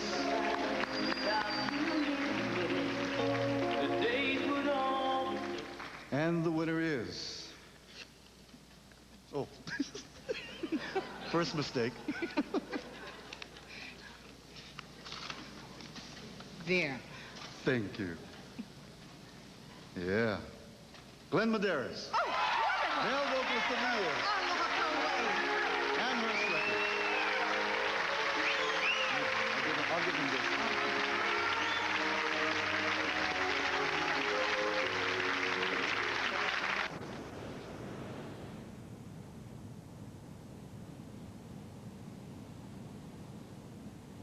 Ka'u is one of the most rugged and challenging areas on the island of Hawaii. The windswept and rugged landscape gave birth to a courageous and fiercely independent people, proud of their cultural traditions and ancestral roots. In contrast to the starkness of the area, Pele, the ancestor of Ka'u people, has nurtured them with fresh water springs from under her expansive lava. Because of these bubbling springs, the area bears the name Ka'u, or the breast. Our life is wara. Pohako is also, lepo is also our life. That's where we echo, kandu our me'ai. That's our lifestyle. You know, the mountain people would share their pipi pa'akai down to the beach. And the beach one would share whatever they get from the kahakai. Limu, ia. This is what I remember from my kupuna. It's the sharing. Do we have that today? Of course we do. When we were brought up in Ka'u, we were free. We just jump in the ocean. We didn't have clothes on until about the age of 7 or 8. We just take our clothes off, or just that way, jump into the ocean in the fresh water first, in a nice pond of Kauwila, and get ourselves cold in the fresh water, then jump into the ocean, which was warm. Wala au no pa o oi ka manao lili, mamakila ko manao lili. Ko wa lili, mako, este, ke ano ko mako no ana o punu une. Keiki kani punene na po e ohana pauloa. Keiki kani, keiki mahine. Ale mako lo a sweethearty pu keila. Keiki kani, keiku nani. Keiki mahine, keiku hine ke ano ko mako no ana. Well, you know, two men guys kept us going, you know. Well, feed the pig, feed the chicken, feed the goat. Tell me about it. Tell me go about outside there and mahi ay. You gotta do this. You gotta. I had the chance of running around. Nope. This weekend, go get burgacao. That's right. See. Gotta go get papaya, mango seed, mango, avocado seed, avocado, squash, all that. That's our duty every weekend. That's right. We don't have too much time We didn't have too much free time. Yeah. Or feeding the pig and all the time. Every day have to feed pig, come home, get the horse. You have to take the horse, give the horse water, change place every day, every morning. I get up before I go to school, got to pick up the horse. Oh, give the horse water, change the place, then go to school, then come back, do the same thing. It's a routine. Yeah, those days everything was tame, you know, everything was there. And then you just take so much what they like, they don't go too far, take plenty and then waste it. So we wasn't starving, you know, everything was there, food. The only thing we had was, of course, electric. We get kuku helepoa. My dad was born and raised up in Kalaiki, up here in Mauka. Spent his younger days as a cowboy and going to the beach a lot. There was a big red house owned by my dad's auntie, Sarah Hopai. And it was a place where everyone got together, no matter what kind of function or occasion or just spend the weekend. It was in that yard. And tourists used to come down and it'd be hot, you know, and they see us in the yard under the coconut shack having a couple beers. They'd come in and ask if we're selling because, you know, they want to drink, they're hot. But we don't know what is the word to sell. We give from our heart. They like leave tip or no, we just give you heart here, drink. We used to go get coconut, pick the coconut. They wanted to taste the coconut water. We picked the coconut and did everything. All they did was just drink the coconut juice, and that was our way of life here. We raise our own crops, our own banana and taro. We pound. I pound poi. We didn't have much candies, but Hawaiian sugar cane, we eat a lot of that because we plant it up in the mountain. And banana, we fix it every way we can. We pound it. We boil the green banana, Hawaiian banana, and pound it with brown sugar. We get it from the mill and make it into ball, and we had that for coffee, with coffee. So that was part of our way of living, too. Well, my grandfather used to be the policeman here for Ka'u. And those days, they didn't have too many policemen, so they had camp police. And my grandfather used to ride the horse, check with the camp police, see how the camps were, if there any fight or whatever, and he kept on going. So I used to ride the horse in the back of him, grandfather. And also our family, the Kaluna family, used to go up and mahi, especially when the water like this rough. And then when the water come nice, the family used to come down and check with the old timer down here at Punaluu. You just cannot just go and make opelu. You got to check with the man down here. And then you check with him. He said, yeah, go ahead. You first can go. So you get your boat ready and then you go opelu. But you still get a truck, kuka, talk story. And that's how we did. So one time we went out fishing. I remember one time we went out fishing in Kaluna. Nobody going out but me, my cousin, John Wailani, and him. So we're going out fishing. There's two experiences we had. Going out fishing with Kaluna, yeah. Going out, water was coming in the canoe. Where's the water coming from? So Kaluna, they got the water. So Kaluna is bailing water, like this, bailing water. And I came looking in the back, and I see the water still coming in. So I turn on and I look, there's a big crack under the canoe. So I said, John, turn the canoe back. So we're out there. So we turn the canoe back, and here and I start bailing out the water. Reach the sand, boom, we swamp right at the sand. Now that's two experiences with Kaluna here. Yeah. He was younger than me, but he went. You remember that Kaluna? Yeah, I remember that. Okay. Every inch. Every inch you remember? Every inch. I remember that. So those days was nice, a lot of fun, you know. You could enjoy the fishing in Kauba.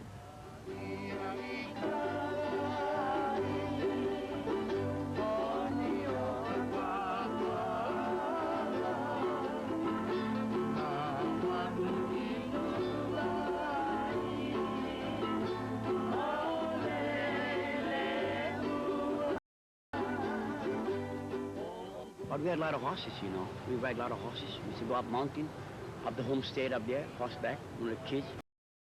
I used to own a horse myself, a white horse that I used to ride all the time. One of the reasons why we had plenty of horses down here those days is because we used to help Kapapala Ranch. When the ranch had their branding every once a year, all the family from here, Ninole, Punaluu, we all used to go up and kokua and help the ranch. When summertime, they had Ho'ohuli Nui. You remember that, Tita? Drive. They drive Kapapala every summer. No matter where you come from, because you have Ohana from Waiohinu, Kamaoa, Kalai, right up to Keuhou. All Ohana, you come back when Ho'ohuli Nui come back to the land and help to brand cattle. But you know what is so unique about this? Each area had their own color. The Hawaiians, they had their own color. Punaluu, they used to come up with the lei, the hala tree. The lei at that time, you remember, brother, at that time, the hala, they put the hala lei around their head and the hala lei around the horse's neck. This is how we identify each other. We miss that today. You know, nowadays everybody on a Jeep. Yeah, everybody ride Jeep, no four-wheelers and all that stuff, you know what I mean? Yeah. They don't walk and hunt like I used to do. They don't go on a horseback and hunting like I used to do, you know what I mean? Now it's all four-wheelers, everything is four-wheeler. We used to walk, walk from here to all that big hunting, all the way to Wailau, walk back, go on a horse and go hunt pig and all that kind of stuff. We never used no truck. Well, I couldn't drive anyway. All in here was homes. Oh yeah, we pick plenty kukui nut for make ilamona. Oh yeah, all kukui grove. Come here, pick nuts, kukui nuts. All I can fall on and dry already the house. Ulu trees. It's all big grounds. It's where we all hunt. Moonlight nights we hunt. I don't know too many places in the islands that hunt at night with the moon. But in Kau we hunt. The cowboys here started it. Now we ride the cane field, the pastures at night. So when you first go holo for the pu'a, you first go to Mauka side? Mauka, you see the Makinia, and Martinson. Over there get plenty wild pu'a, wild pig. So take me, my grandfather, we go up there, go chase pig. But those days, the Hawaiians, they only go strictly. You're going for pig as pig. You just take what, you know, you ask for. You like pig, you go get pig. No, not take one time, you know, pig, goat, sheep, everything you like. Well, you see, you like go get them, but the old man, not one thing at a time. You just take what, you know, you ask for. So my grandfather was strictly, you know, he didn't want to be greedy. One pig is two pig, it's enough. We always can share by quarters with family.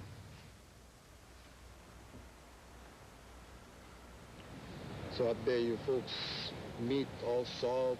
Or do you guys preserve cow up? Yeah, that's how we preserve salt. No, How you make the salt? That's right. Salt or meat to preserve. Fish or dry it. The pork? Pork, same thing. Salt. The paka, you guys buy that? Oh, no. We go get a pakai by Camilo. That's the only place get a pakai, Camilo. Yeah, inside the poho. And we scoop them all out, put them inside the eki, cook and all. And then, you know, bring them home. They come back 4 or 5 bags, 50 bag. 50-pound bag. So we don't worry, you know, we don't have to worry about pakai. We had the salt. Yeah. Oh, but the bags. My father and my mother was hard-working people. My father always loved the beach all over in Ka'u. He loved to go to Kalu'alu. He showed me the he'e hole, the turtle hole, the lobster hole, and also we used to cross net. We set it in the morning and we picked it up the next day. My father said the reason why overnight is when the fish come by. Then we pick up all the nets and whatever we have, we share. Whoever wants food, may I. He also showed me where all the limo kohu, the limo ele, and the limo pepe. And then also told me there's also opihi aama, opihi, but we only pick for whatever we need. The reason why I talk a lot about Kalo'alo was that's where my uncle lived. We call him Kapu. Everybody knows him by Kapu. My uncle taught all my family, from my oldest sister right down to me, how to get me'ai from the sea and how to share. According to my uncle, he said that land is for the Hawaiians to live on. For the Hawaiians to live on, to fish on. And since he loved the beach life, he made his home down there. He even built a shack down there. The houses had some people went down to chase him out. He said, no, he's not going. He's a stubborn person. He said, this is my land. I put my hale over here. And he stayed there till he died. He died at the age, I think he was almost like 82 years old. Nobody chased him out.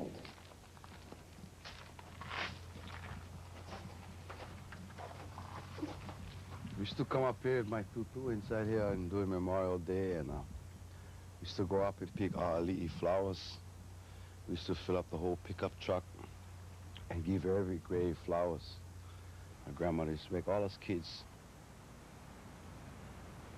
People come back every year looking for their family or traces of their past. A lot of these graves in here are unmarked. They're just graves.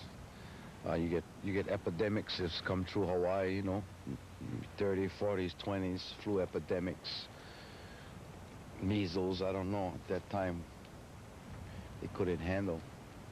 So a lot of birth defects, you know, a lot of death at young age. So a lot of those burials out here was not marked, but everybody knew where they were. You know, so it didn't have to really be marked. It was just a grave, you know.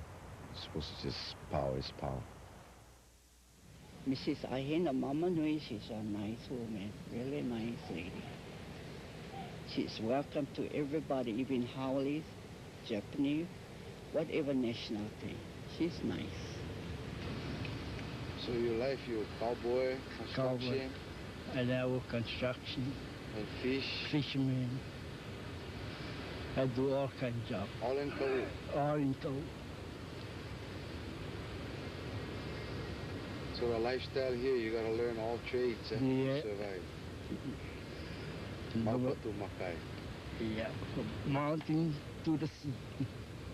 How was Honoapo across? Had houses? Had houses, was beautiful place there. It was really nice.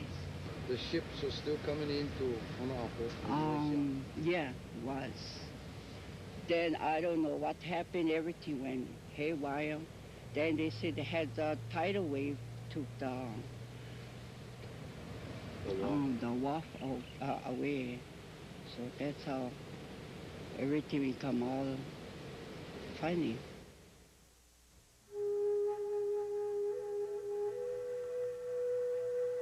In 1868, a series of devastating natural events rocked Kau. An enormous earthquake was followed by a 50-foot tidal wave. Lava from an eruption at Mauna Loa reached the sea in 2 hours. During the earthquake, a landslide, half a mile wide, plunged down the mountain, burying all in its path. In only a matter of minutes, the mudflow covered a distance of 3 miles. Just in front of us, at the foothill, in that location right there, and all the way back this way here, is part of the mud flow that had happened in 1868. And this area that we in is called Kiaiva. And I guess you could see in front of you just about how the mud flow had come down. You could look at the pulley in front of you, and just in your mind you could see that the mud had come down in this area. We probably are right on the mud flow right now.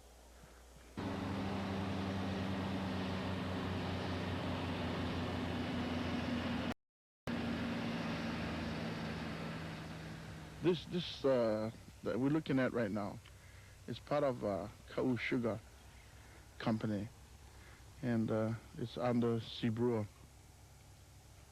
This land was taken over by Bishop Estate. All this land here is Bishop Estate. That's what they claim.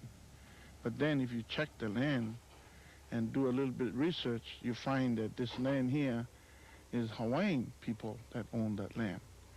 You know, this land here belongs to Kehokalole under the map of the old Hawaiian people. This land is called Pa'awahau. It's all Hawaiian land you see here.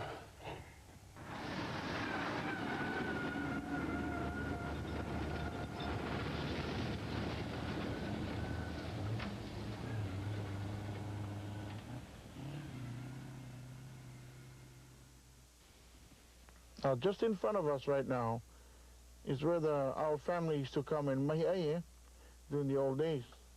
And all the families, Mahi'ai, the taro and bananas, sweet potato, and whatever they could grow up there.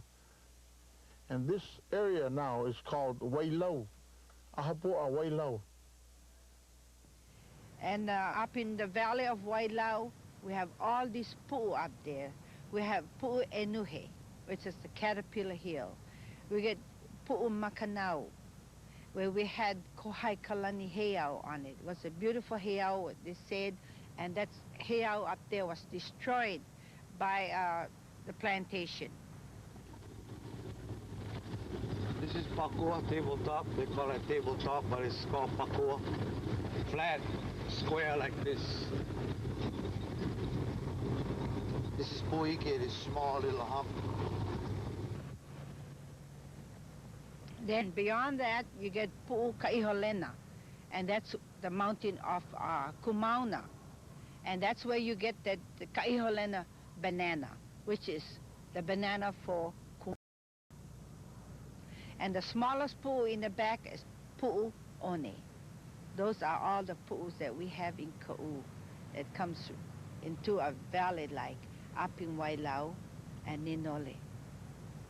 And these pools here are supposed to be the same old as Kohalasai, which are the oldest. And like Manaloa, Manakea came after these pools. They came after these pools. So old these pools are. You talk in Mo'os, you talk Tutupele. With these pools, you're talking long-time people.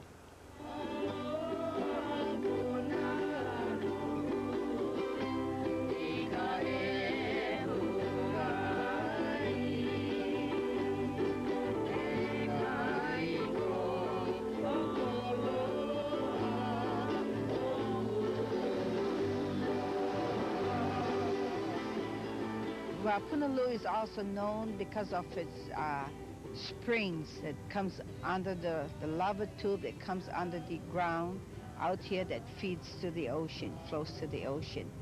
That is why Punaluu is called Punaluu. It's a diving spring. And the water that feeds into Punaluu is way up from Kumauna. And that's the water feeding constantly to Ninole, to Puhau, and to Punaluu. And this is why we have all this fresh water down here. The waves that comes into Punaluu's bay is called Papahe'enalu. It's the waves that you can surf on. So that in Punaluu itself, the waves are called Papahe'enalu. That's the bay of Punaluu Black Sand Beach.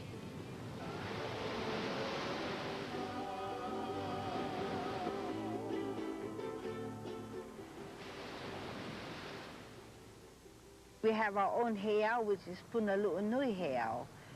And Kahiola, which is the sacrificial rock there, where we, at those days, they used to sacrifice the human and slide it into the ocean. That's why I guess they call that place Kahiolo. You kahe and you hold down.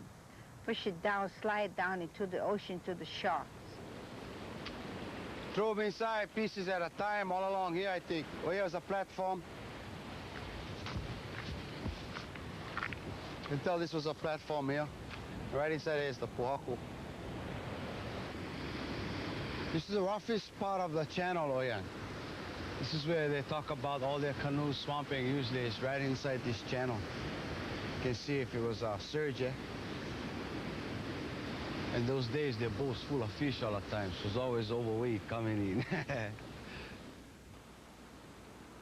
This whole kahakai from Punaluu to Ninole here is all our fishing ground. From my time, my children, my mopuna all dive in here for fish. Throwing net and diving. They go spear fishing, all in this whole area of Punaluu. I guess Punaluu, the only beach that we have that's easily accessible for the community of Ka'u. Seabro wants to develop a resort down here in this area. And I'm just hoping that they don't permit this kind of thing to destroy the beach of Punaluu for high condominiums and hotel resort. Right down here is where they're gonna put the one hotel. You know, there's about 3 units that the hotels they're gonna put up. Right on this pool right here across this pond. And in the back is where that complex is gonna be. One whole complex there. And there's another one underneath. There's coconut trees down there. And the rest is gonna be in front of the pavilion on the bluff. But you can see we're gonna lose our view of Mauka. We cannot see Mauka with this hotel unit sticking up. And right down here is going to be the fairway. You know, you cannot drive down like you see some people driving down in camp. They're going to stop all that. Once it becomes a fairway, you can't drive. They'll just have you walk down. But it's going to be hard on the old folks to come walking down. You cannot camp. You cannot pack nothing. You know, right now we got free roam down to the beach, so there's camping spots all along here. Ka'u hardly any sand beaches, so we have little patches of sand in between all this pahoehoe. So we need access to those little places to camp, you know, little comfortable spot, not much. And we need that access to go to the And not the hotel right there in the fairway. It seems like they're more important than our lifestyle in here in Ka'u.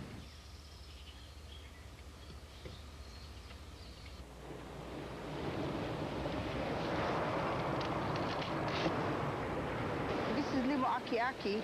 Out here in Ka'u, they grow out here on the lava in the big island. So we call this limo aki-aki, where my mother used to get this by the bags, and we for our pigs to feed the hogs. We used to raise hogs down here. We used the limo. Now the limos are all disappearing. I think it's because the sewage of the golf course, the recycling the sewage and is getting into the water. Something kind of chemical is killing the lemurs. It's all the whole coastline now of Punalu'u to Ninole. The lemurs are disappearing. It's getting less and less. And these things are all eatable. Our limu, our hauki-uki, our opihi.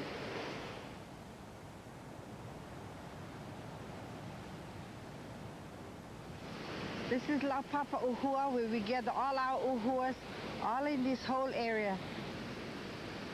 They come transparent, and then they get the sun, then the colors come into them. So that's the reason why we do uhua early in the morning, before the sun comes up. And my mother usually dry them. We have so much, we dry uhua, and we eat that like candy. Then as you go down, you get to Ili Hanau Okoloa. That's another beach there. That's the birth of a pebble. Okay, this is the Ili Hanau Okoloa. This is the pebbles. And the smooth rocks here is the kani. So the ones with all the holes is the wahine. And if you look good, there's a lot of little babies in here. You see? You put the female and the male in the water, a dish of water, and you leave it there. Did you know that the rock just fall off? It does, it fall off. So they do hanau. The Ili area of Koloa is only in this section here. And Seabrewer, in their plan, wants to develop and put this area all with golf course. They want to bring the front 9 or 8 hole down to this area. They'll have to cover this with gravel, cover it again with dirt, and plant their grass. And look what we're going to miss. This is the pond Kauwale. This is one of the mo'o pond.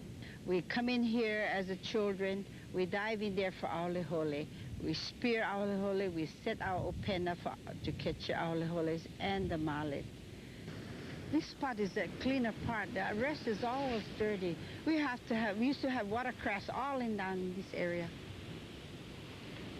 And this is where we get our limu ele. But now, I don't think I want to eat anything from this pond. It's because it's been polluted by the sewage of the golf course coming into this area. So now this pond is polluted. That heiau on the pala down at the far end is called Ka'ia heiau, overlooking the bay. That's Makanui Channel right in front of you, where we're standing, and that's where Kiliapio took the kids from Pakau High School to teach them how to swim into this bay. Into this pond, at one time used to be puhau. Now it's all covered. It's all filled in with gravel from Mauka. There's no pond anymore. It was really nice. Yeah, you walk down here, and that's where you jump inside a pond, big pond.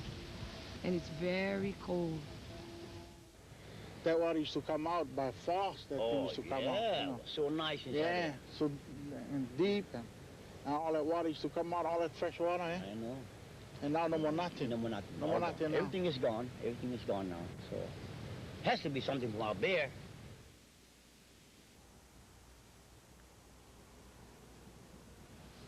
From one end of Ka'u to as far as you see sugar cane from the highway, it's full of these gravel pits on these gravel are on every river.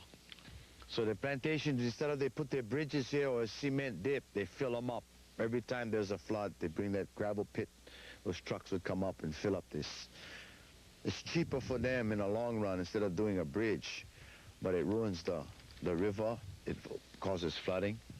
Big floods take these down, this gravel, and keeps piling it up along the way. And then when a heavy flood comes every 10 to 15 years, all the gravel goes down, ends up down at the filled up the pond, right at the mouth of this river.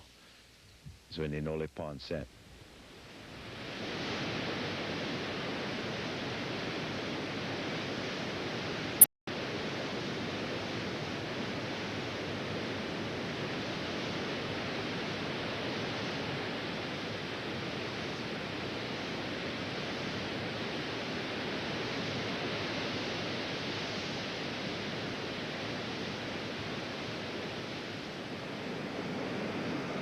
Evidence.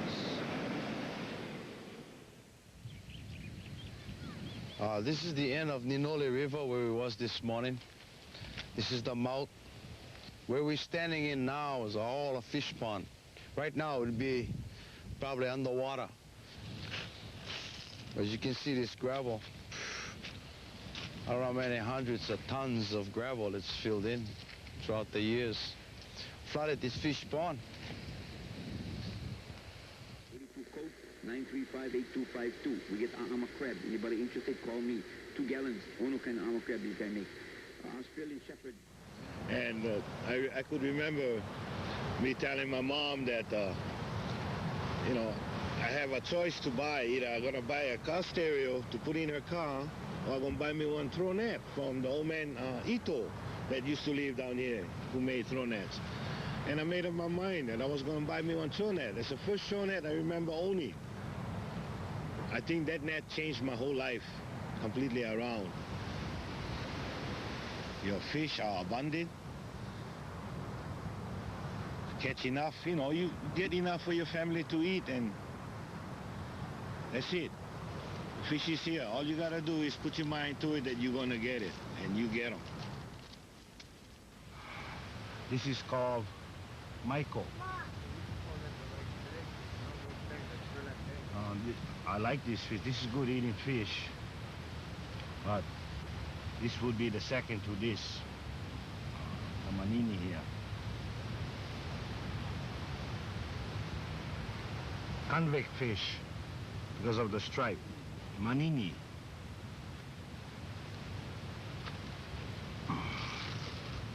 This is called Pualu. They're white in texture, the meat. You can catch them, you know, one by itself or a whole school. They're very dangerous because of this.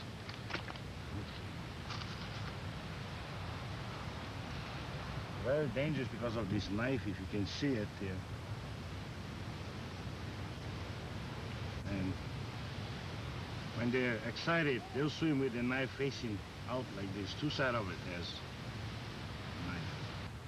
This is called pakuikui. This is called nenui. We fish for it on the high tide. And they usually come in the school, in the night, in the mornings, during the day, whatever time the tide is high, you'll usually find these in shallower water trying to feed off the seaweed. And if you watch them, you can see as they come up out of the water, and their tails just shake like this as they're feeding. And that sells them out, gives them away when you see this. The fish here, they eat certain kind of limo.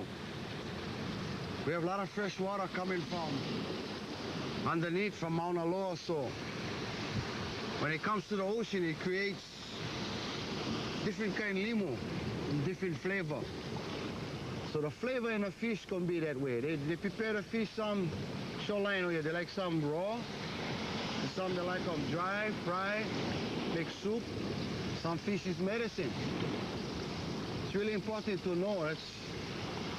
why certain fish prepare different way and taste different way. It's real Hawaiian that you pay attention to everything around you.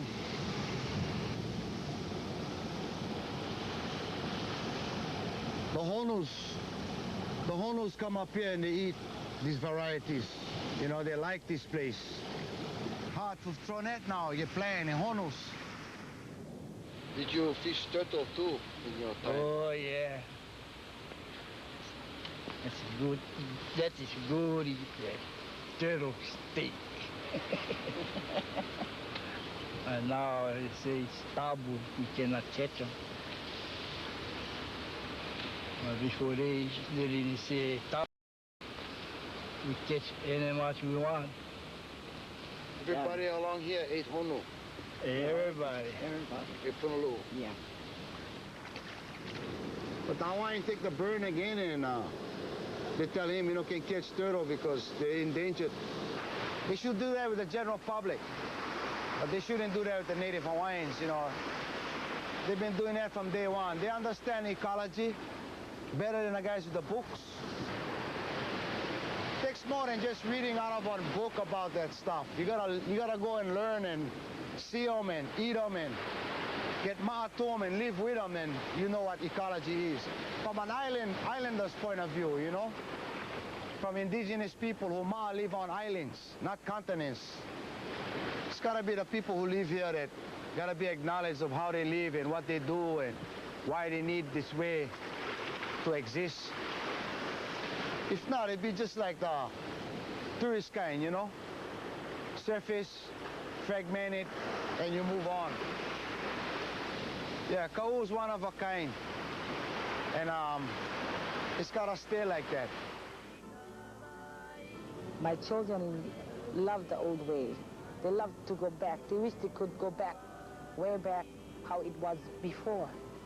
See? You don't have to pay electricity. You can use the kukuhelepo, see? And cook outside fire. You don't have to use gas stove. Today, modern days, you use gas stove. And you don't have to watch TV. You can watch right in front of you by the beach area where the action is.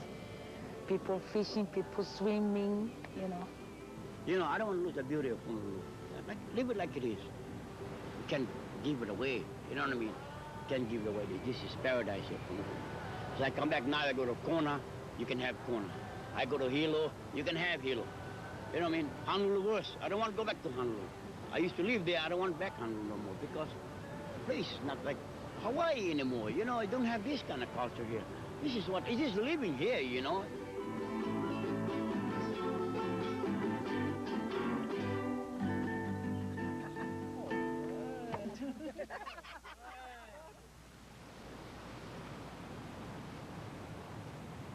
Tell us about life down at South Point. Well, our life down there is pretty simple. A lot of wind and a lot of sun. And we eat a lot of fish. At night, in the evening, the wind blows, you know, and then he stopped later on, say maybe about 9, 10 o'clock at night. And the sky get all cleared out. With your eyes, you can see every star up there. It's so beautiful. It's peaceful, too, at night. It's so quiet. Throughout Ka'u, there are many undisturbed cultural sites of invaluable historical significance. The most famous are those around Kalai or South Point. The sites there document the longest and most complete record of human occupation in the Hawaiian Islands. It is truly a sacred or kapu district. Ka'u residents are seeking official recognition as curators to care for and protect the sites. This is Kalalea Heiau. Archaeologists say they don't know the real significance of this heiau. It's just that it's a heiau and it's fishing. But Kalalea has something to do with voyage, canoes, Lea, our canoe goddess. It's the voyaging of our cousins. It's the connection to Polynesia, to our cousins. The shrines is for the ko'as in the front. the opelo, the akuli, the ahi koas. It has been always a tradition in this area. Dalis before used to come there and surface the ahi, bring them to the surface with palu and spear competition. Spear the yellowfin tuna up to 300 pounds. That was the style of this place. The shrines in the front to that is to Kuulakai, to Hina, his wife, which brought the concept of fishing, the ecology. The Maoris have come here for the past few years. They've done ceremonies here. The cousins in Polynesia believe this is their connection. And we should be here protecting that thought, because they're really believing we're doing that. So we cannot let this go for their sake as well as ours. Protect this place, significance, and live with it. The mooring holes out here is another reason. There's 80 mooring holes along the edges here. There's about half of that destroyed. But that also talks about the canoes and the significance of this area, those mooring holes. This is where there are mooring holes. All along the sides, they tied up their canoes. And the style of fishing here was, you tie up your canoe and you paddle out. And as the wind comes in the morning, you'd pull your rope closer to the cliff. But you'd still be following your ahi and fishing. You just tie up, swim out. Because of the south point, you just stay in one area, and as the wind blows, you get closer, you pull your rope closer, you get closer, until you're right up against it. Wow.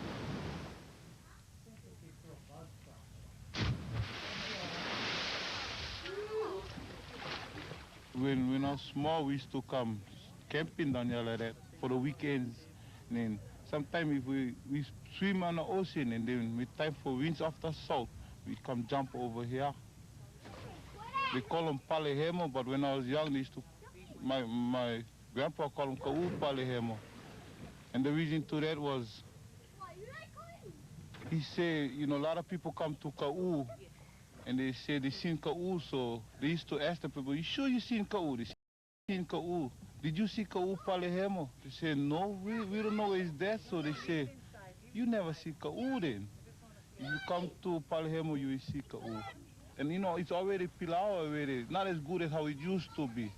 Before was more better, but now what we get, whatever pilau we get, we gotta try clean them up and try bring them back as much as possible to how it was. Because the Hawaiian people, they don't destroy the land.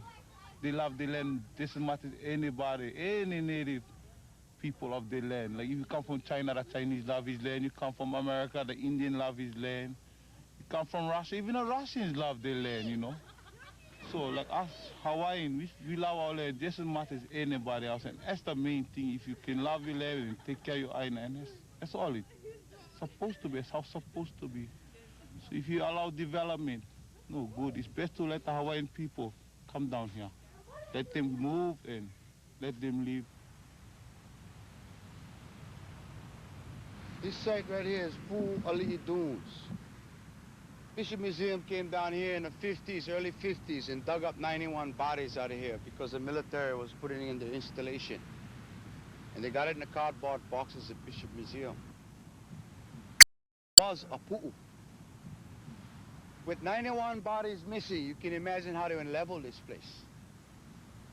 And took all the bones up. And they say because of erosion. Okay, fine, we can accept erosion, let us take care. This kind of erosion, cows, Hawaiian Homes listening it out to non-Hawaiians to bring their cows and run all over our sites, our burial grounds. That's how they take care. They don't look like one pu'u anymore. It's full-on desecration right here. Full-on rip-off of our dignity, pride. Bring those bones back. Give us room to rest ours and let us take care of ourselves. We take care of our bones.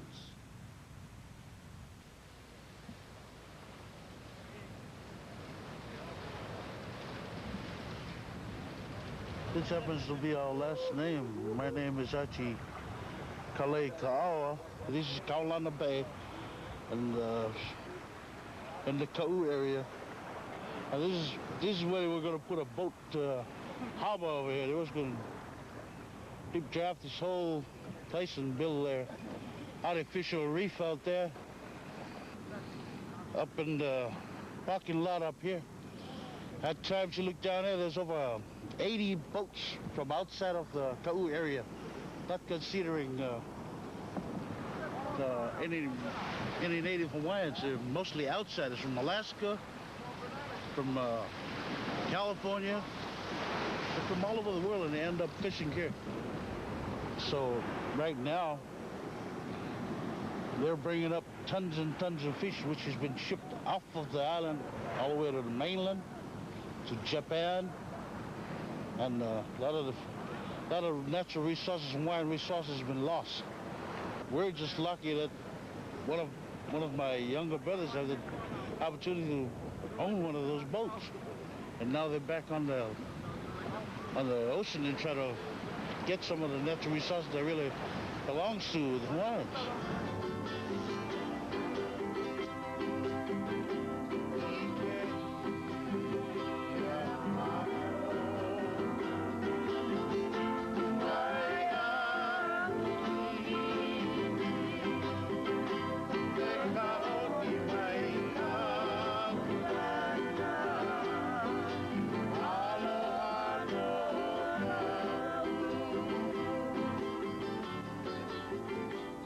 The word kaulana also means majestic. So can't we call this place here majestic? Just looking at what is around us, and with the sea in the background. The Hawaiians, that's part of their life, you know, the ocean. From the ocean, they got their food. From the mountains, Kuahiwi, all around them came their food. Why can't this all be ours? They're supposed to be ours. They should be. But, Hiakapilikia, what's the trouble? Somewhere up there, somewhere, they don't want it for us, but we're going to hang on. But South Point is our place for the Hawaiians. Beneficiaries should have all this land here, all these 11,000 acres. Not one Hawaiian, not one, from 1920 until today. But they listened to the Sea Brewer for many, many years, then Pakarans, now Yamagata. They're not Hawaiians, but they got it. But the Hawaiians, they said no, they cannot. Why is it? Visions. Can't you just see fishing villages along the ocean? Melon patches further up. More and more things that we can grow. You'd be surprised what people can do once they're given the chance. Take, for instance, agriculturalists. They can come here and tell us what is the best thing to plant, what is the best to do. Aren't they forever spending so much money, $100,000, to find out if this will be good for the high tech? Well, why can't they even spend half of that amount to show us what we can do? This land here, you can plant potato, I tell you, there's very good watermelon, pumpkin, cucumber, and all that. Good land. But Hawaiian Home say, no, because no more water. There's always a way to get water. When the military was down there, in the 50s to the 70s, they had 1,800 soldiers, 500 million, half-million gallon water tank, the most sophisticated rocket launching facility in the state through that times, and they had more power down there. They had a bakery. So now today when the Hawaiians say, we're like on the land, they say there's nothing. There's no water, there's no power. But in the 50s, that place was the most sophisticated, most energy, because that's where they launched rockets in the 50s to the 70s. And during that time, the Hawaiians applied for the land, but they got put on a waiting list and their applications were lost. I wonder why. If you like the land for missiles, I think you might lose a few applications. So the Hawaiians had to reapply for that land again. And the parents, these are the sons and daughters are reapplying because their parents died on the waiting list and never got the land. I mean, it's full-on abuse. It's a scam. Enough. I don't know what we're going to do after this. No promises, but last humble gesture.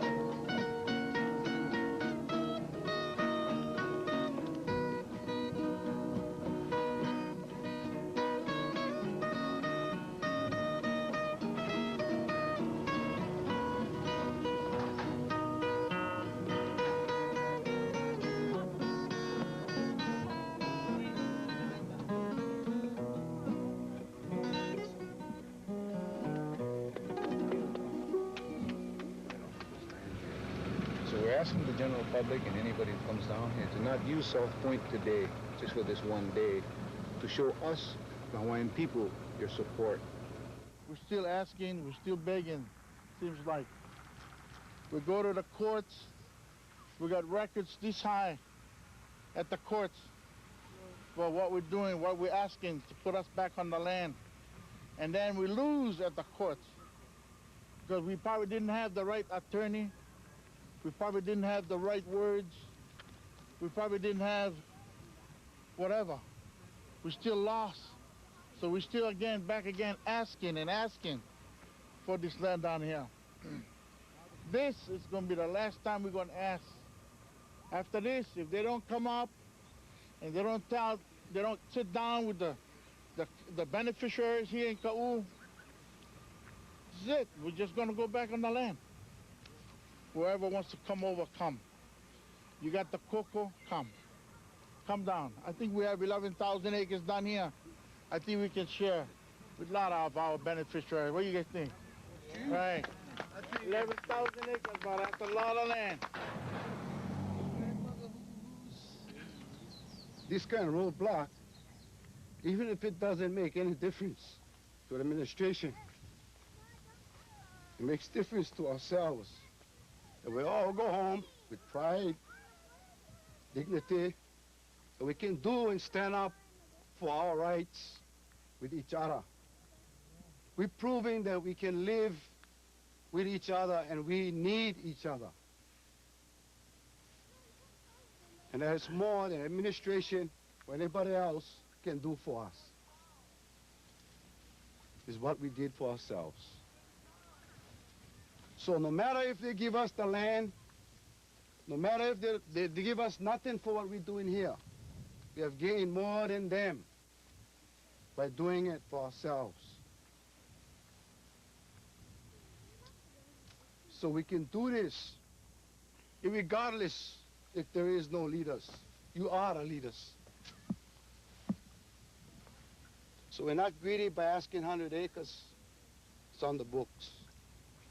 We now create that number 100. And we never create the number 50% either. And that's the pilikia. Is that the 49% is at home. The 50% is here. So you see how way back they went set us up as Hawaiians to separate us guys. Because the brother with the 49% have to go buy land like everybody else, pay tax like everybody else. And with that time on his mind, he cannot come and help this side. So, we gotta understand the mechanics of how this system is and what they do. And we shouldn't feel shame, like a lot of Hawaiians would think this is hila-hila do this kind of stuff. It's not. So, folks gotta be real proud Hawaiians. Nobody else that keep doing this but us, and it's growing. So proud to talk about the Hawaiians when they make noise. Because from now on when we make noise, it's going to be wins. Wins, wins, wins.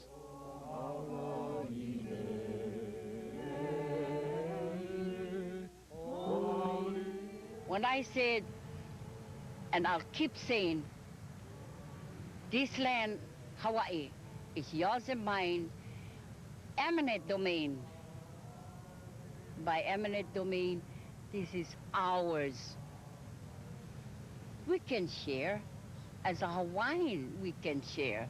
No big thing. But we still have to fight the Haole system. And I'm still doing it. And I am not ashamed to say, for sovereignty, I don't pay house rent. I don't pay water. The land is mine, it's yours. The water is life. And I want them to take me to court.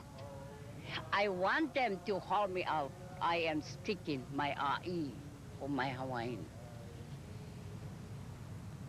That's all I can share. My manao can be yours. Oye, Valen. Mahalo.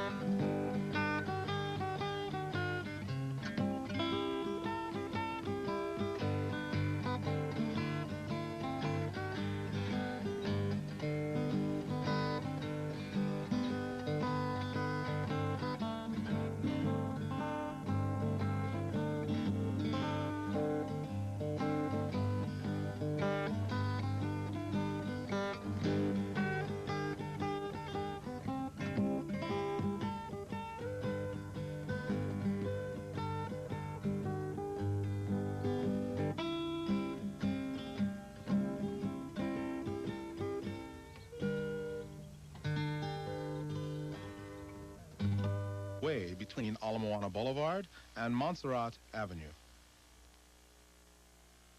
Please note that all this week on the H1 east and westbound, lighting, guardrails, and pavement markings are taking place between Middle Street and Inakoa Avenue. Left lane of the highway is for passing. Slower traffic, move to the right to keep a smoother flow.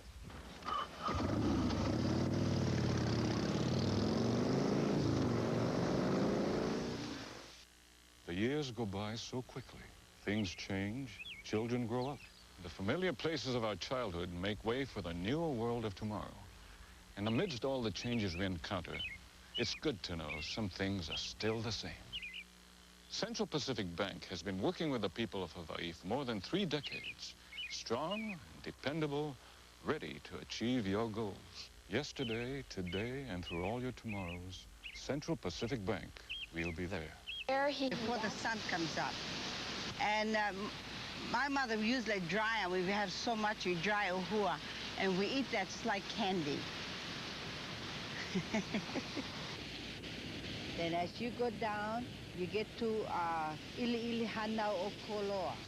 That's another beach there. That's the birth of a pebble. The opponents of Lend-Lease here also wondered whether perhaps Britain wasn't trying to make use of America, take it for a ride. Join host David Dimbleby for the untold story of America's entry into World War II. 2 nations, allies and rivals, close, yet 3,000 miles and an ocean apart. Examine the movement to keep the U.S. out of World War II, Monday at 9. The year is 1938, a hot summer in the middle of the Depression. William Hootkins, Why can't I make a living? I'm falling apart by inches.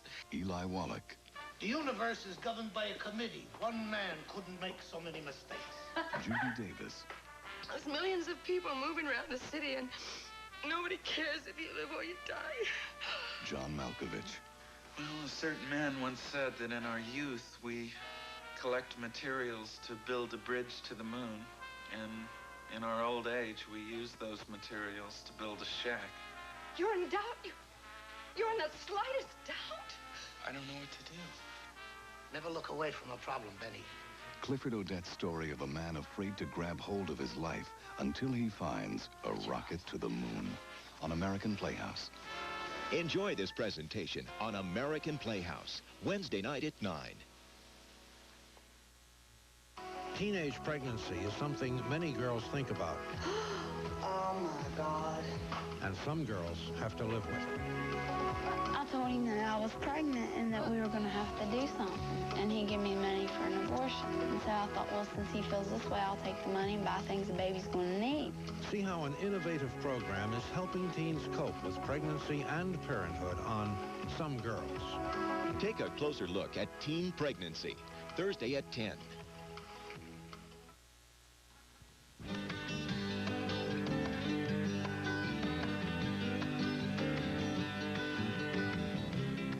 This is Hawaii Public Television, KHET, Channel 11 Honolulu, and KMEB, Channel 10 Wailuku.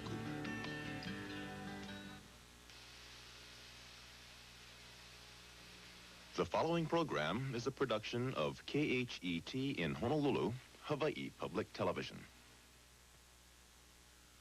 The following program has been funded in part by grants from the Hawaii State Foundation on Culture and the Arts and the people of Chevron in Hawaii.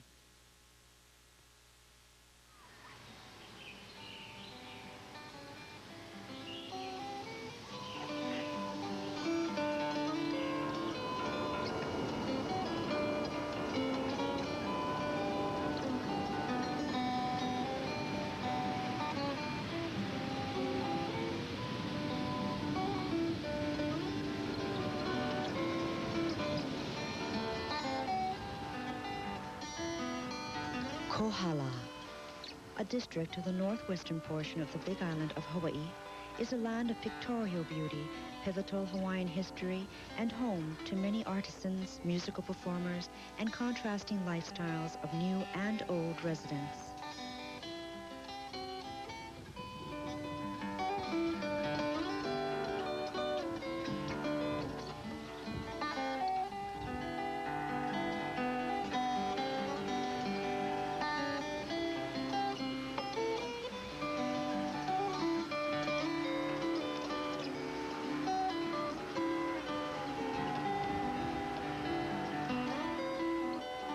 Unifier of the islands and king of Hawaiian kings, Kamehameha was born in North Kohala, where the original bronze statue, cast in his honor and once lost at sea, now resides.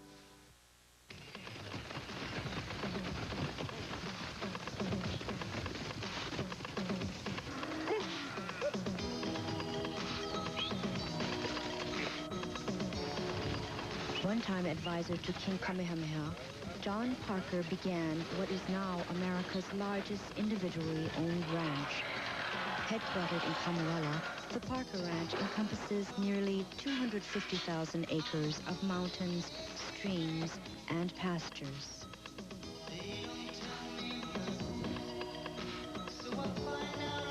Richard Smart, owner of the massive Parker Ranch, maintains a luxurious estate outside Kamuela. His interests, apart from ranch operations, include the New York stage. I was born in Honolulu. I didn't happen to be born here on the ranch. Most people think I was, but no, I was born in Manoa Valley. Many, many years ago, nearly 73 as a matter of fact. But I was educated in California, mostly, around San Francisco. And then went to Stanford University for a year, and then had this awful hankering to tread the boards, go on the stage, so I ended up at the Pasadena Community Playhouse School of the Theater, and that was way back in the early 30s. From there, I went on to the stage, you might say. During the summers, when I went to school in California, I always came back here to the ranch for the summer vacations. I spent 3 months on the ranch, which was wonderful because I got to know the ranch. I wasn't forced into any jobs, but I just kind of absorbed the ranch itself, the workings of it, I say by osmosis, maybe, or just being there. And for a kid, it was great. You know, I loved to ride horseback, and it was a fabulous summer vacation for me always. I enjoy working with the ranch and seeing that it's traveling in the right direction, or as near possible as I may think it's in the right direction. The whole operation goes into a trust upon my death, and therefore the ranch can continue in its entity. If it hadn't been that, if I'd left it to my family, they would have had to have sold it off to pay for the inheritance taxes, unfortunately. And I preferred to have the ranch continue. I think mainly because of the employees and their families who are third and fourth generation now on the ranch. And they deserve some lengthy thing. So with a group of trustees and the ranch being entrusted can go on indefinitely. Because of my interest in the theater, when I retired from the professional theater in 1959, it had always been my dream, maybe one of these days, to have a theater here in Kamuela and bring theater and its different presentations and productions right here to the people that I knew and the people that I enjoyed and loved and my hometown, you might say. Richard Smart is probably the most fantastic person I've ever worked for. I guess this is for a variety of reasons. Richard himself is a very warm, understanding human being, but he is also someone that understands theater, understands all the problems that are involved with it, which makes my job so much easier. If something doesn't work, Richard understands. He's been in the business for many years, so he has great sympathy with when you say you've done everything possible to promote X event and somehow it didn't work. That's show business. Now, most people don't understand that when you're working for a board of 25 people, as I have on the mainland. They don't understand that because they are working in their profit-making businesses, and if you do everything right, you're supposed to make a profit or it's supposed to be successful. That's not the way it works in show business. Everything you do is a gamble. And to have someone, to work for someone like Richard that understands all this, it makes my job heaven. My mother's name was Kahilu, you see. Kahilu Onapu Api'ilani was the whole thing, but they always called her Kahilu, and that's why I named the theater after her, because she loved the theater. She used to go to the theater as a young girl in San Francisco, and then they made a trip to New York and London, and she saw a lot of theater. I mean, this was at a very young age. She was about 19 and 20 at that time. But the theater was one of her interests, and it's always had been mine ever since I was that high. It just fascinated me, that's all, I guess.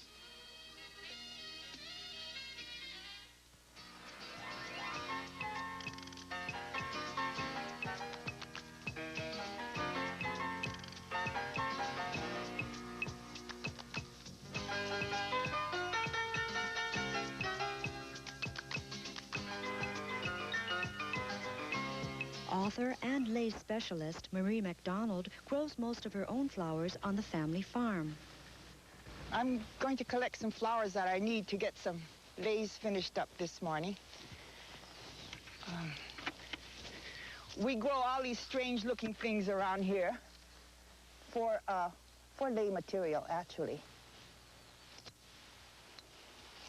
A lot of the farmers think I'm crazy because I grow these strange materials.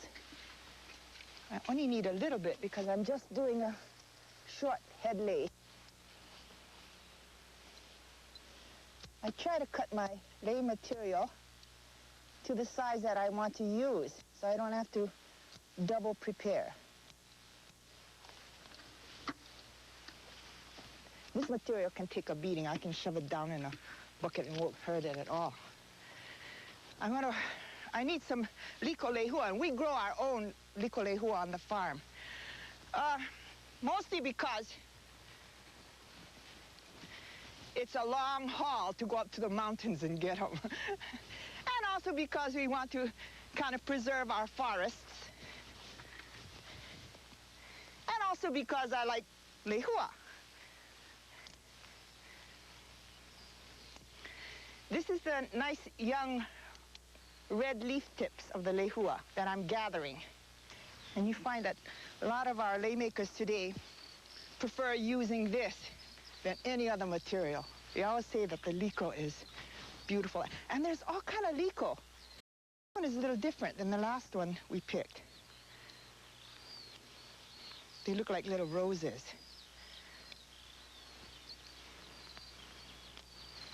And they're all very beautiful. If you mix them all up, you get a terrific lei. The farm started because it's an outgrowth of my lei making experience and my association with the lei. And pretty soon it expanded to cut flowers. But first, because of lei making. And so we grow a lot of stuff. Baby's breath, and this Australian tea, carnations in the greenhouse, and other flowers in the greenhouse too, other small type materials, pansies, akulikuli, the typical things that grow up here in Waimea. We pick about 2,000 carnation heads every other day, and they're sold to lei makers right here in Waimea. In the old days, they used to grow these outside, used to grow carnations outdoors. They still do on Maui. But here in Waimea, we have to greenhouse them to protect them from the wind and extra rain.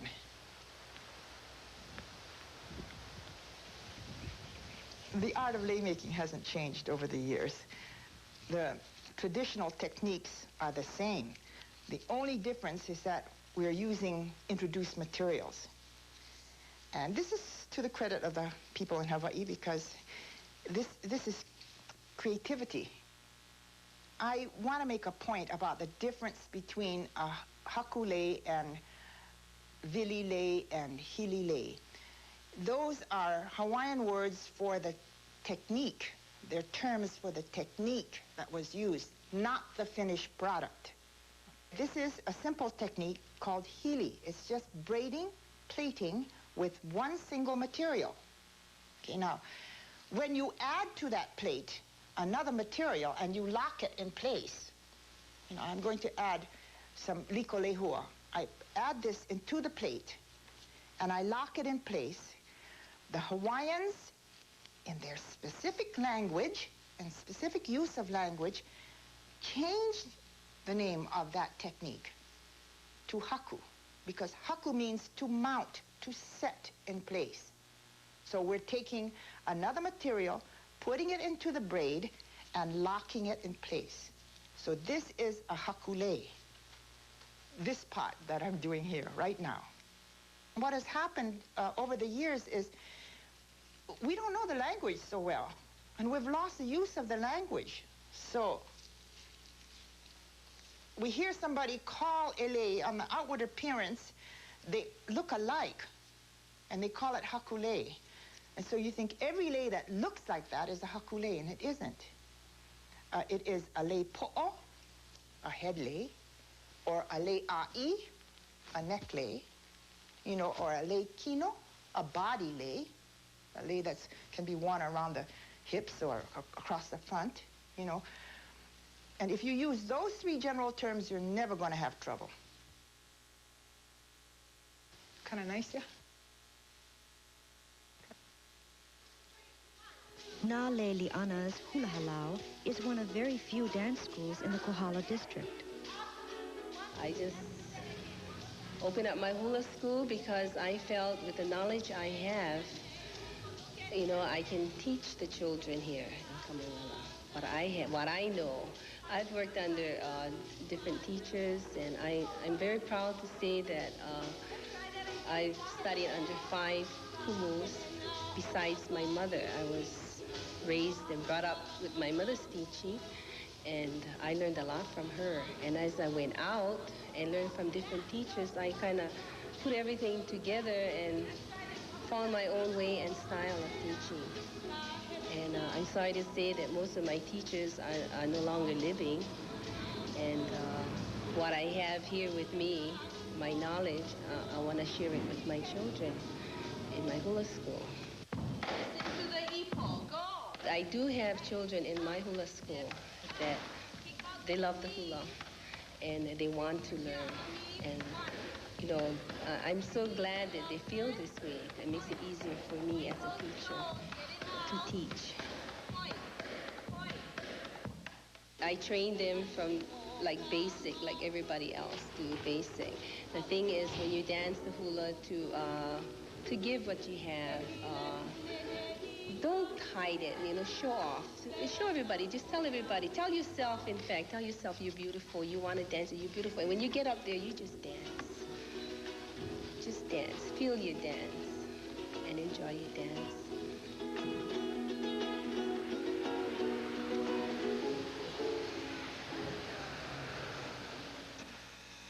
Young, promising, pen and ink artist Tom May Howe sketches whenever farm chores allow him some free time.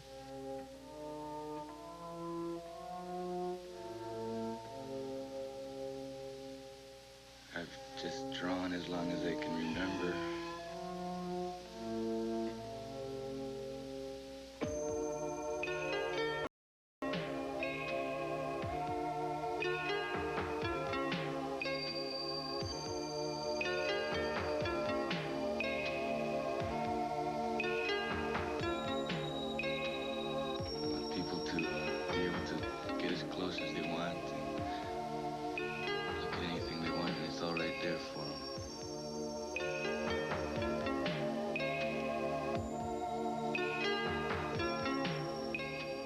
Till this point, strictly for myself, I've never shown anything in public or sold anything.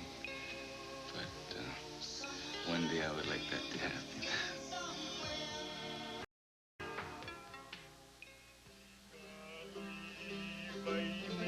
Island resident since 1936, Margaret Fleming Waldron's paintings are found in private collections throughout Hawaii and the mainland. First started painting, outdoor sketching, and it's my favorite because I love nature and being outdoors, and it's to get the essence of a subject without too much unnecessary detail. In other words, if you can get the effect with a few strokes, why put in a lot of messy detail? Because that gets into the photographic category of which artists do not claim to be in. That's another art itself. Feather lei making is not only artistic, but therapeutic as well. My name is Sugi Kaiama. I've started making feather lace for over 40 years now. Since I first started. The reason why I went into feather lei was I became very ill and was confined in the hospital for several months.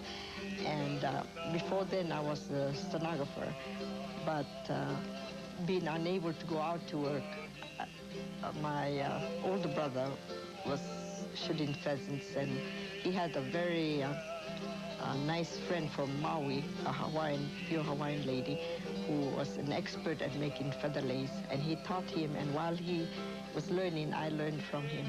And since then, I have been making feather lace all these many years. Many hunters bring me skins, but I like to get them the whole bird because I like to get all the fat off the skin and treat the skin. This way, I have feathers that last for 30, 40 years, and the sheen does not disappear, and the bugs don't get at the skin of the bird. When we have the skins in a full skin like this, it's easier to match to make a nice solid lay. Because a lot of people pluck feathers, but it's like finding a needle in a haystack. It's almost impossible to match the colors and the shapes and sizes.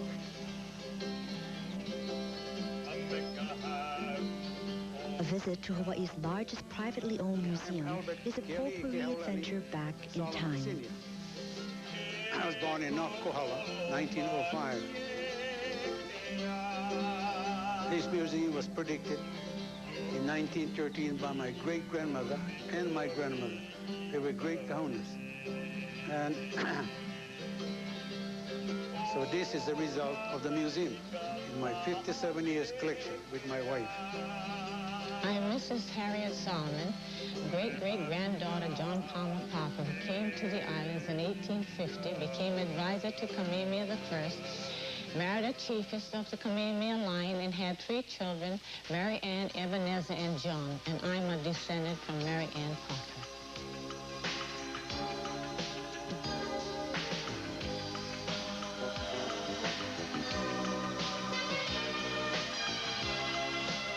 The Kohala Mountain Road bridges the north and south districts through a passage of color, beauty, and time.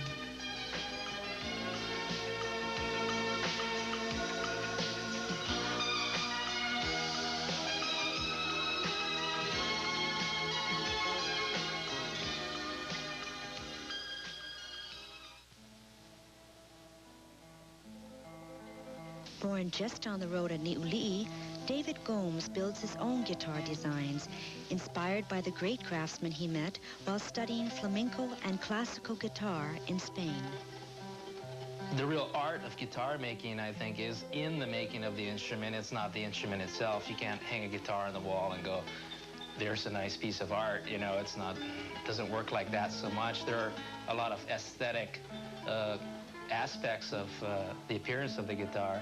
But I think the real art lies in the making of it, and it seems like when you're choosing the wood, putting the guitar together, you're always making these little tiny micro decisions about is the grain running in this piece of wood. Can you visualize the three-dimensional aspect of how the grain runs in the wood? Would it be better flipped around or on its side in order to get the best cut out of the wood? And you're always making these decisions, and it seems like after 10 years, they're almost unconscious. It's one thing to be able to build a guitar that's great, sounds great, and will last a long time. But it's another thing to be a success, or to be able to just survive at doing it over any extended period of time. And it just boils down to being able to reduce your expenses without hurting quality at all. And I prefer to, instead of buying pre-made parts or pre-machined wood or milled wood, the more raw the material for me is a better way to go. Like, for instance, abalone shell inlay. I just use the shell itself and work it down with a metal cutting blade on the bandsaw, and end up with the small pieces for inlay around the edge or the sound hole. It's probably 1/20th of the cost of buying the actual pieces from a guitar supply wholesaler. Well, like the humble old peehee hanging on a rock. When somebody comes along and touches it, that little guy just sucks down on the rock harder. He probably doesn't even know why he does it, and I think I'm the same way, you know. If I could never really leave Kohala, I'm kind of stuck here. And I plan to be building guitars for a long time. It's not the kind of thing like construction where you kind of wear out your back when you're 40, you know. You can do guitar making until you're 80 probably, and probably be doing your best stuff at that time.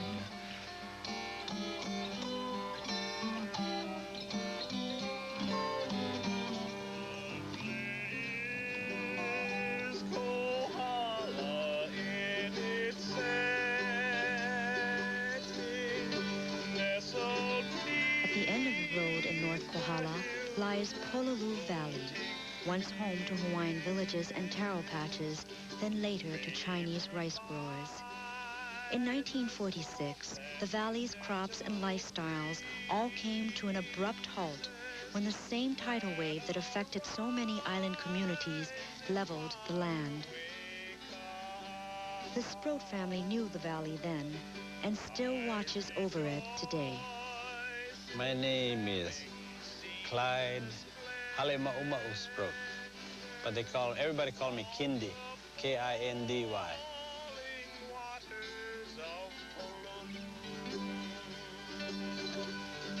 The first years of my life was down back in the third valley, Honokani'iki. And I think my first remembrance of any kind of life was in Honokani'iki, down in the valley.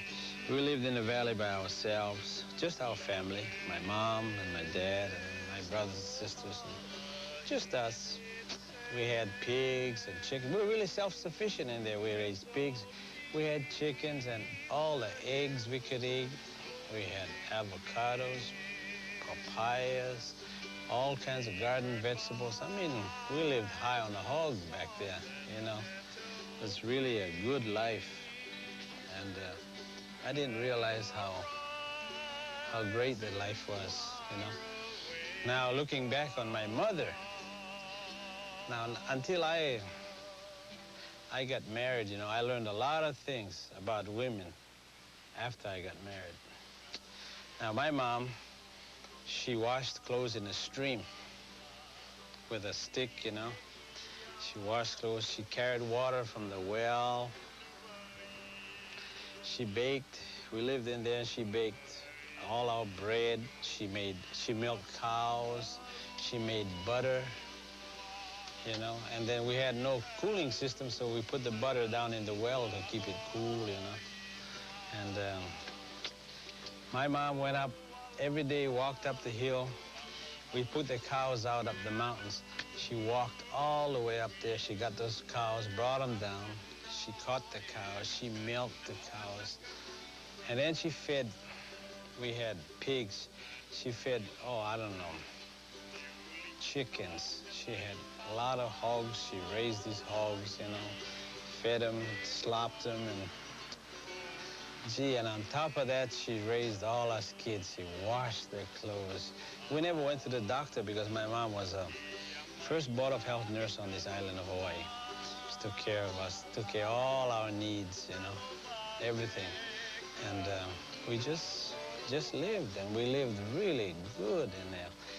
We'd take a bath, you know, in the evening after we took a bath and we had supper. My mom did all the dishes and everything. And she came and sat on the porch. And she sat on the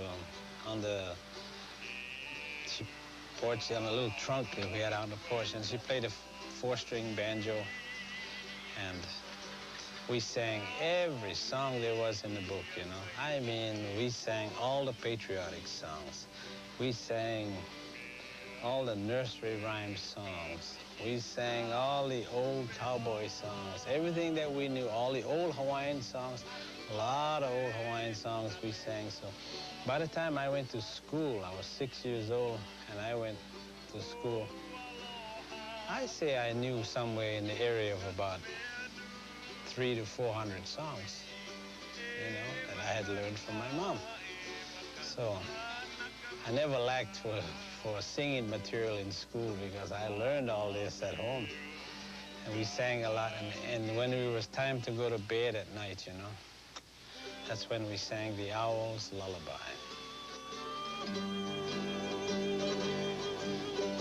Our way of life is changing, you know.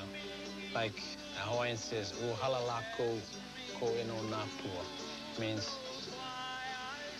I will never, in my eyes, I will never see the things that my father have seen, or my grandfather have seen. And my kids, my grandkids, will never see this time that I saw, because this time has changed. All the time that I saw, it's changed. It's no longer here. Probably when my grandkids grow up and live around here, there'll probably be tenement houses around, and somebody say, "Hey, boy, you know, this used to be country." Well, it used to be a great country, you know. But I can see it coming, and I just hope I'm dead and gone and buried by then. Talk to me now. Is the same world that I see. Reach out your hand. I hear your hand. Lend a hand, and I can show you how to sing words in the air. You can share my world of silence. God gave us a dream to share. I'm reaching out to you.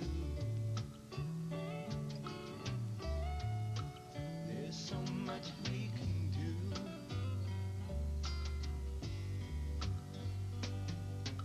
They call me deaf, but I can see birds singing and breezes in the trees and children laugh.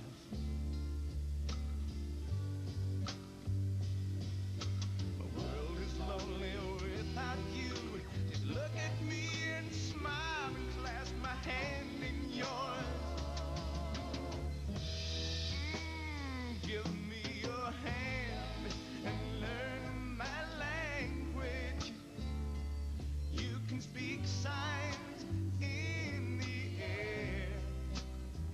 We can reach for the stars above us. So much I want to share. I'll share my life with you. God can make dreams come true.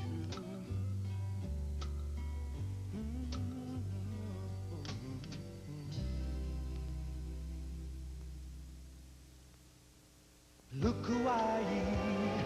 The preceding program was produced through facilities provided by Oceanic Cable Community Programming, Honolulu.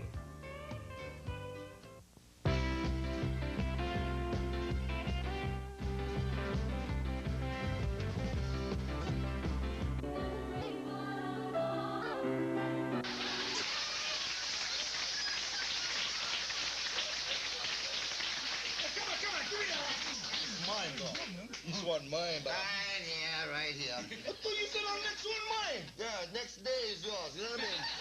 I'll go back to that camp. I'll see you guys later. Come on, bro. It's supposed to be mine next one. Gee, no more inside. God, funny. Shit, let me be chief already. I'll make my own cake. I'm a chief. I always make a good chief, too. I could make my own chief. Everybody would say, hail to the chief if I was the chief. And then, yeah, David, everybody. David, what happened? David! Oh, God, mocking. Shit must be the... This bugger must be poison. Shit, I better warn the chief, right? Hey, Chief! Eat up, Barbara!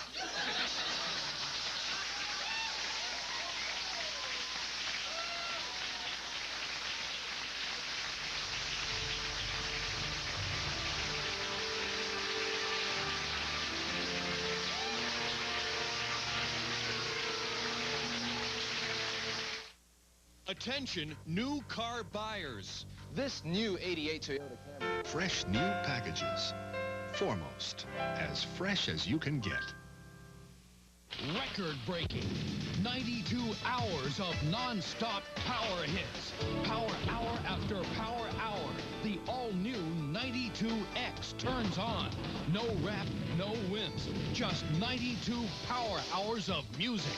Non-stop.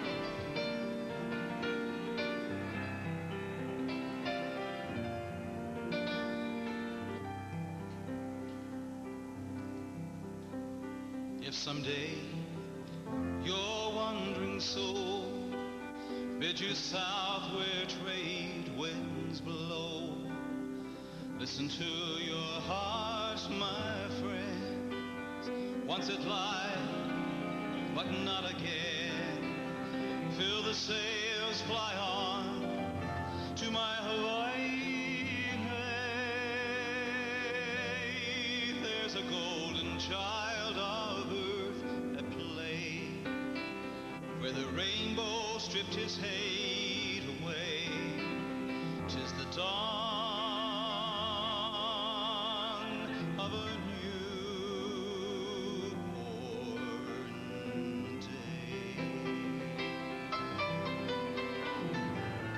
From the rugged canyons of Waimea to the slopes of mighty Mauna Kea, you can climb the cliffs of the Ko'olau's and gaze at the endless sea. And there in the veil of morning mist, that miracle unwinds for thee.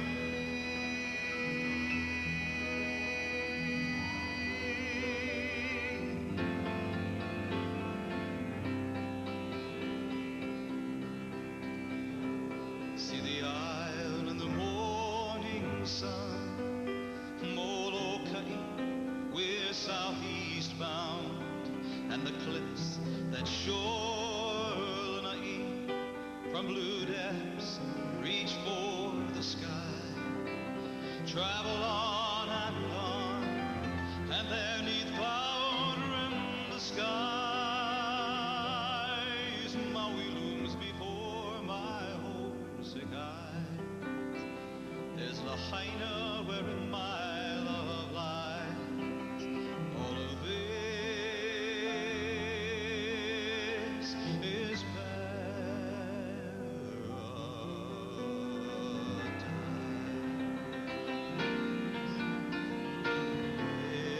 This is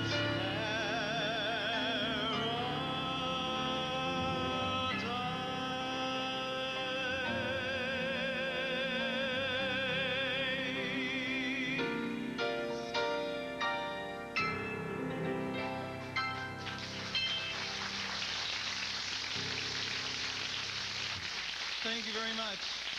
Thank you. And one of those golden children of earth at play is here with us. Dinner for two, courtesy of Pioneer Federal. Rock Childs. When you invest $10,000 or more in a Pioneer Federal Savings Certificate. Southeast Village. Dine at your choice among 6 of Hawaii's great restaurants. Tahitian Lanai. And earn big interest as you do. Lahaina Broiler. At Pioneer Federal. Bon appetit. We'll talk about. We've got class, we've got style. Today at the Yum Yum Tree, we're featuring a super new combination dinner special. Teriyaki steak, mahi-mahi, and Oriental barbecue chicken. What a combination, and only $9.95. The Yum Yum Tree. We've made all your favorites just for you. Thank you very much. Well, tonight, in this very last section of the show, I would like all of you to think of those times that you've had those magical moments out there when the world seems to stand still just for you.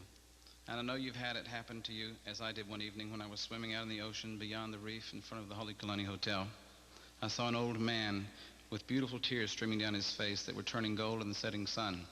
And with that song, I would like to share with you another song that I wrote about the mountains just next to the Waianaes that you see out there in the sunset skies of Waikiki. And you'll feel that sometimes somebody's watching you, and I can tell you, somebody is.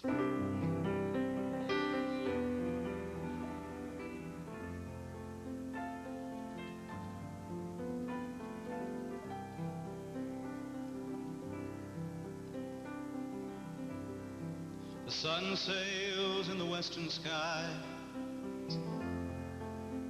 The evening comes so fast.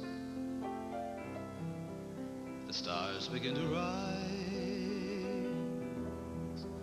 and the heavens shine at last. So far beyond the mountains, the clouds drift slowly by, where the waters of the ocean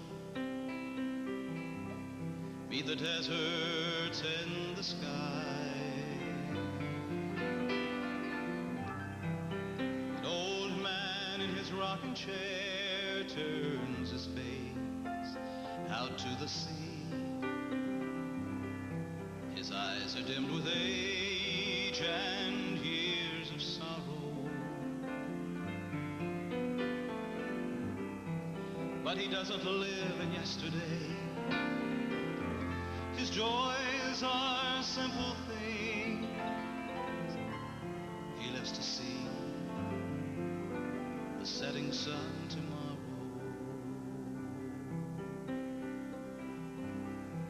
Alone there with his memories,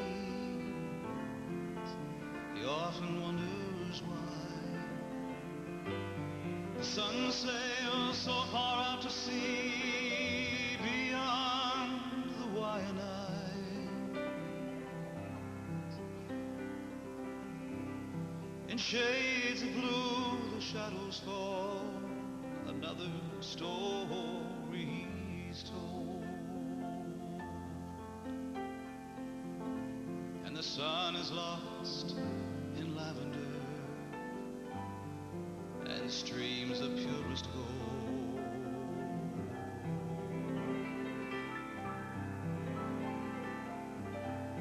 The rains up in the valley are singing some old song. An island girl is longing for a time that's come and gone. Oh, she's lonesome for a boy who said goodbye, and the towering, slumbering coal owls are sleeping in the sky. The coal owls are sleeping now.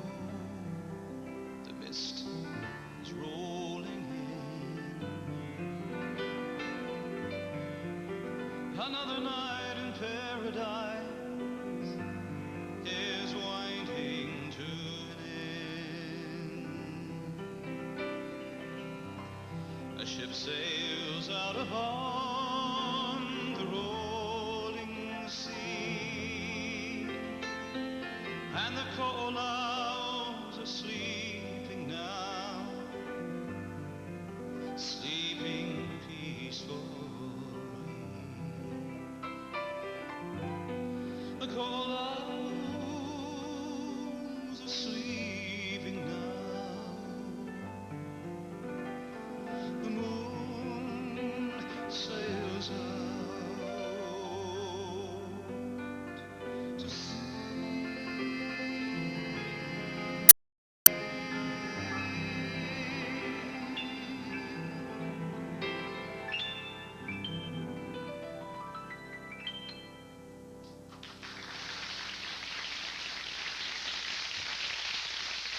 Thank you.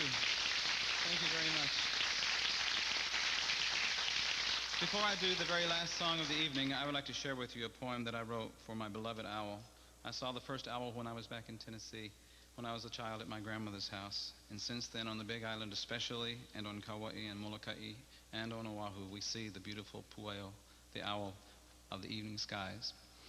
Tonight, to dance the song that I'm going to do for you about the snows of Mauna Kea, we have a lovely young lady who is from the island of Hawaii, from Kohala, from Kapa'au, and she will be dancing the snows with her heart and with her little keiki. And you can try to figure out what that means, and we're very honored that she came tonight. Before we do that, I have so many people I would like to thank, especially the Honolulu Skylark, Teresa Bright, Jerry Santos, and of course, Pumihana Featherin, who will be dancing. And of course, we have so many people who have helped us put this show together. Of all the producers I've ever worked with, Tim Savage is one of the absolute best. And to my good friend Lillian at HVB and all the people at the Hawaii Visitors Bureau, thank you so much for your help with the slides. And I'd like to thank each and every one of the staff here at KGMB for really making this one of the most magical evenings that anybody could ever want. Most of all, Hawaii. We love you, and we love the people who love these islands, and we hope and pray that the people who come here will understand that, and we'll share our aloha with them as we want to feel this magic that we hear in this wind, and we feel in the waters, and the sound in the forest. And so I would like to take you to the forest of the Big Island right now and leave you with our songs about the mountains.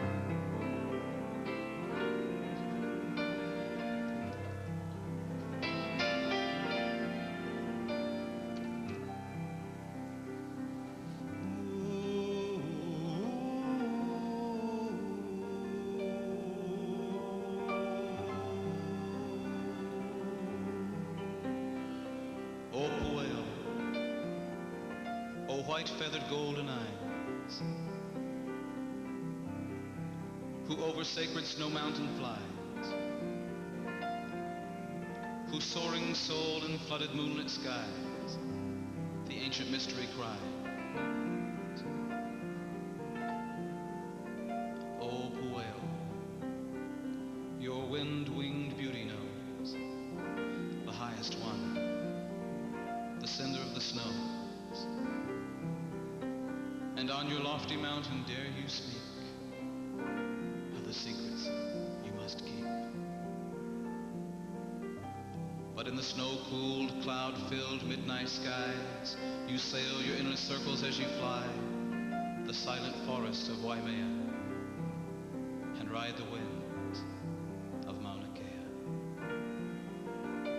O my white-winged wanderer of the winds, how I long to see you again in the mists of Pu'uhuluhulu on the great nights of the moon.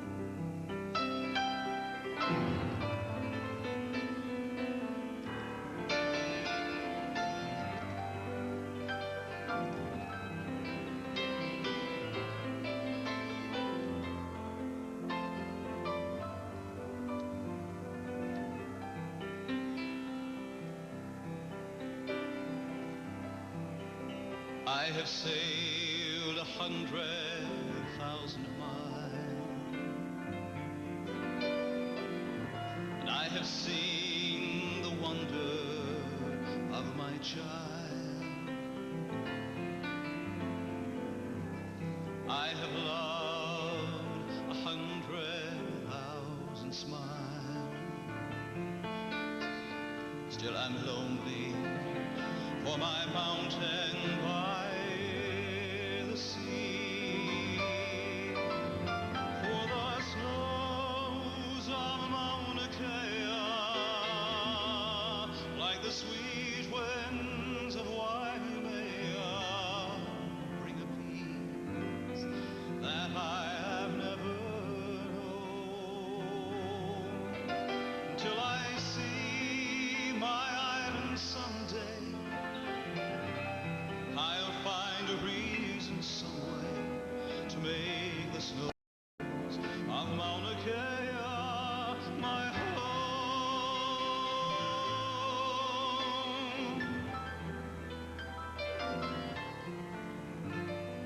For when you see her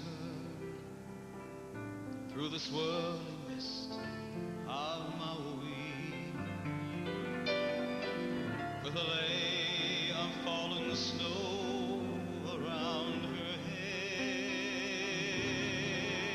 and when you see those shimmering snows in silver moonlight, then you'll believe all the legends that you read. Oh,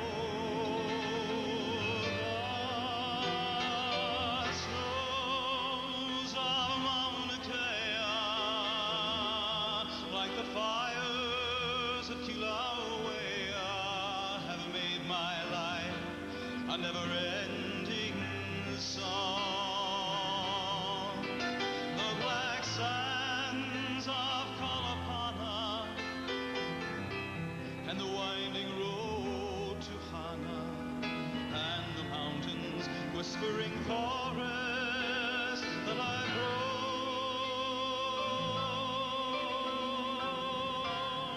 or the snows of Mauna Kea.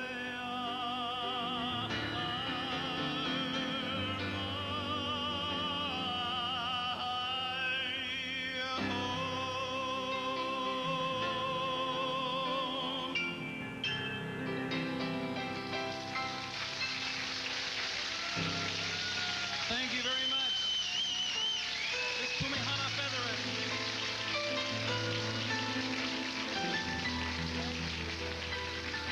Island Music Island Hearts has been sponsored in part by Pioneer Feathers, the bank where you belong, and Steinlager, New Zealand's finest beer.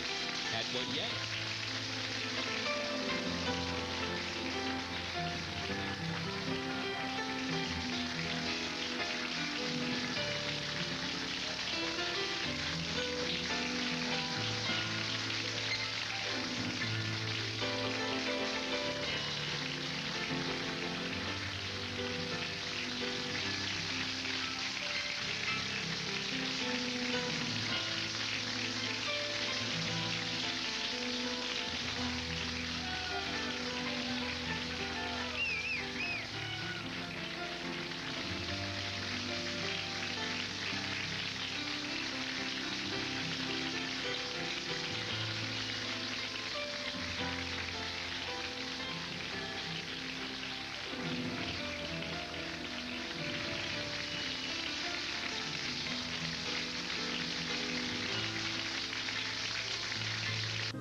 Time after time. At Citibank, we really try to see things from your point of view and give you the best terms on the money you need for whatever you need it for. Citibank, we're your kind of people, and we're happy to help. Citibank, happy to help. Event? Then head for BJ this Saturday for a one-day 12-hour price riot. From 10 a.m. till 10 p.m., you can save on every item in every BJ. The new Hawaiian Airlines Honolulu Inter-Island Terminal. Welcome to our new home. Slip away this summer. A summer getaway. 3 days, 2 nights, just $175 per lover at the Hyatt Regency Maui. You're watching KITV, Channel 4, transmitting from atop the Ala Moana Hotel, home of Nicholas, the restaurant featuring nightly dining and dancing. $100. If you call through tonight, here's what we're going to do. We used to sell this for $79. Last few of them go tonight, $59. A genuine anniversary clock in the Imperial design. This featuring, incidentally, chimes with this as well.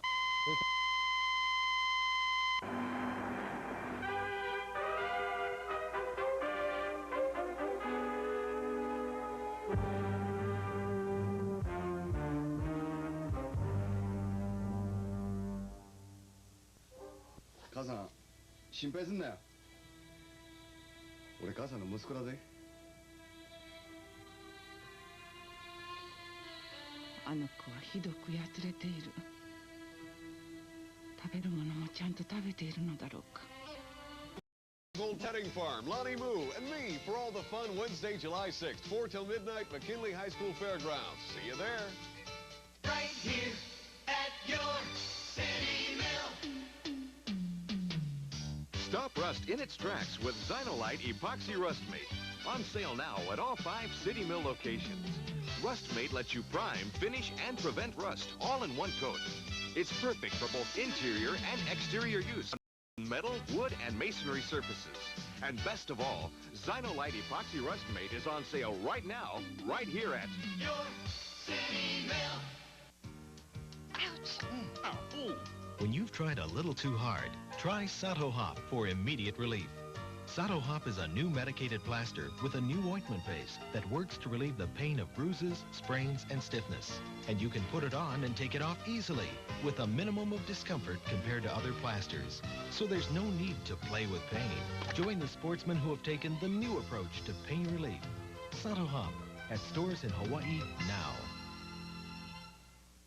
You know how damaging ultraviolet rays can be to your skin.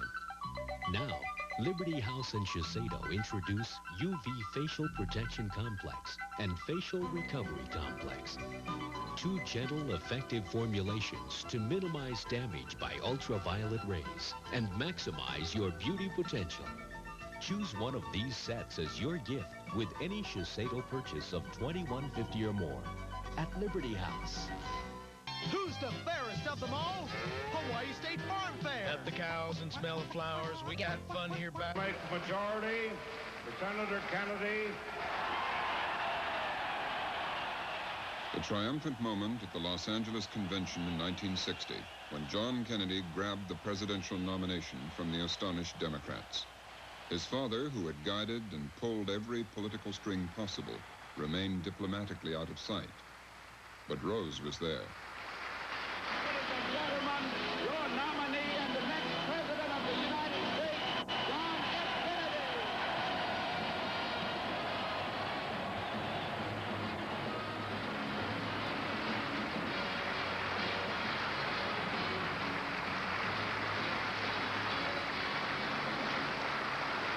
This is an important election.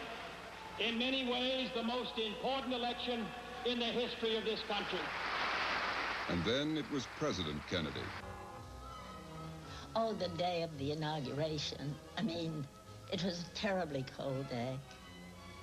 And then, of course, that day we heard him make the inaugural speech, and his voice was so wonderful, and his speech was so great. My fellow citizens of the world, ask not what America will do for you, but what together we can do for the freedom of man. And he didn't have his coat on. It was a cold day, but he stood out there with his voice so strong and firm. And everybody was so excited and delighted. And as I said, of all the millions of women in the world, to think I was the one, that I was the mother, was just overwhelming. He couldn't have given his father more joy if he'd been elected Pope. He was not only president, but his youth, his charm, his wit, and the Kennedy name became symbols of an era.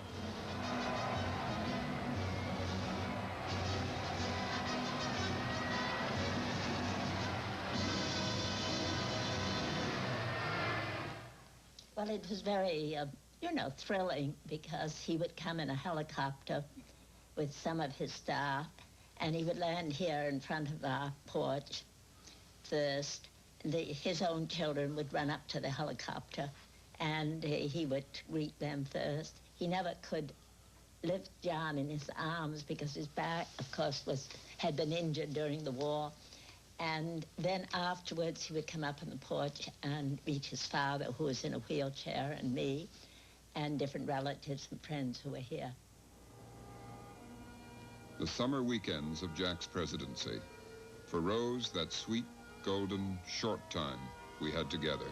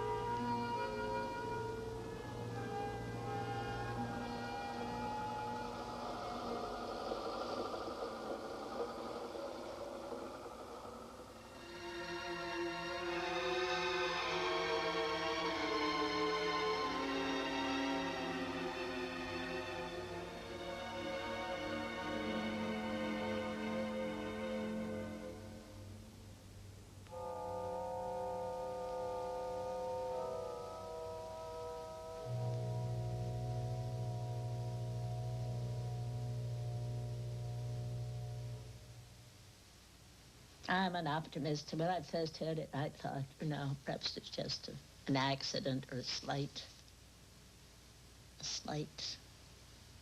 sort of thing. But then Bobby telephoned, of course, said it was serious. And then events moved very quickly.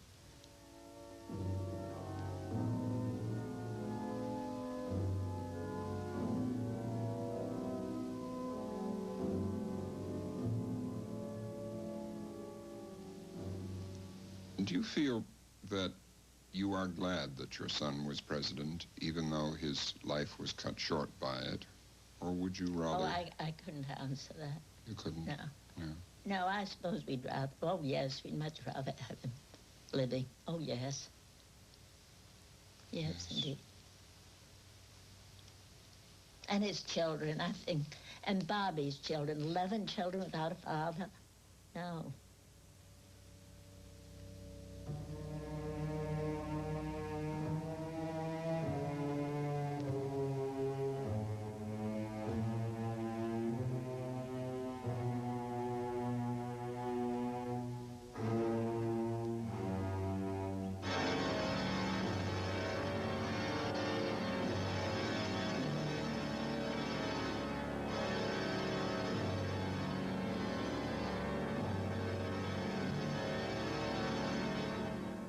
At that time of year on Cape Cod, Rose says, there is a special quality to the light.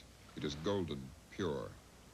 As that afternoon wore on, I spent much time on our beach and walked and walked and walked and prayed and prayed and prayed and wondered why it had happened to Jack.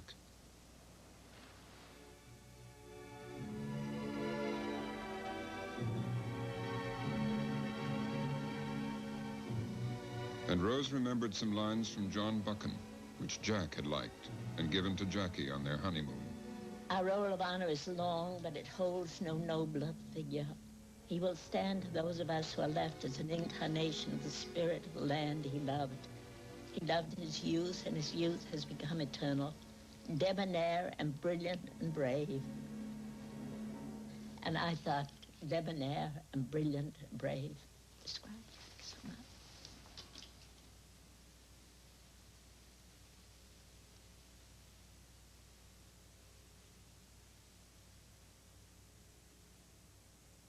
Some people enjoy a life that's sort of normal and mediocre, and other people respond to challenges and adventure and attainment. That's what we are. And then in 1964, his turn, running for senator from New York, exciting the same following.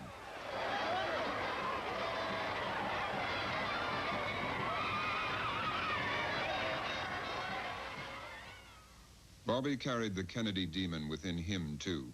Smaller than his older brothers, not much interested in academic or literary pursuits, the seventh child had to strive even harder than they, and he did.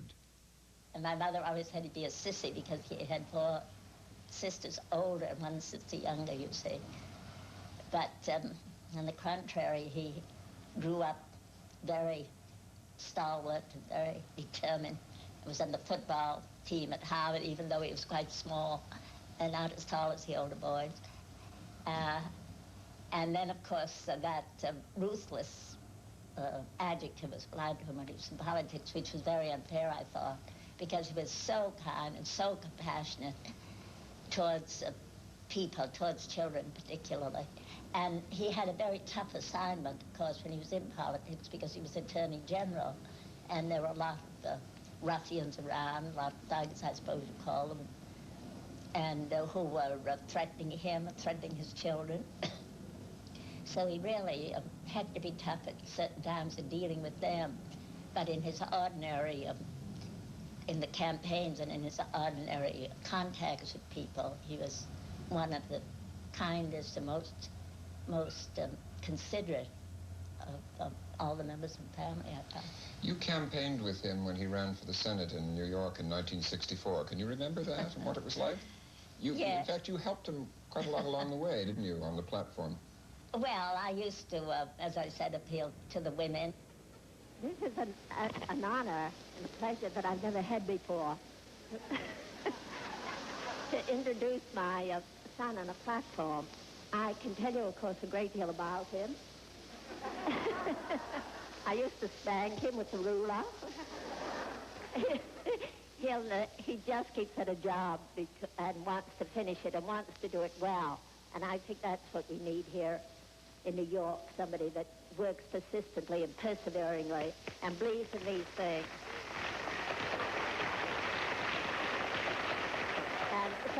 gives me great pleasure to introduce my seventh child, Robert Francis Kennedy. I want to thank my mother for the kind introduction. That's what we've gotten down to this campaign. After some of these polls came out that we were not doing too well, we took Mother.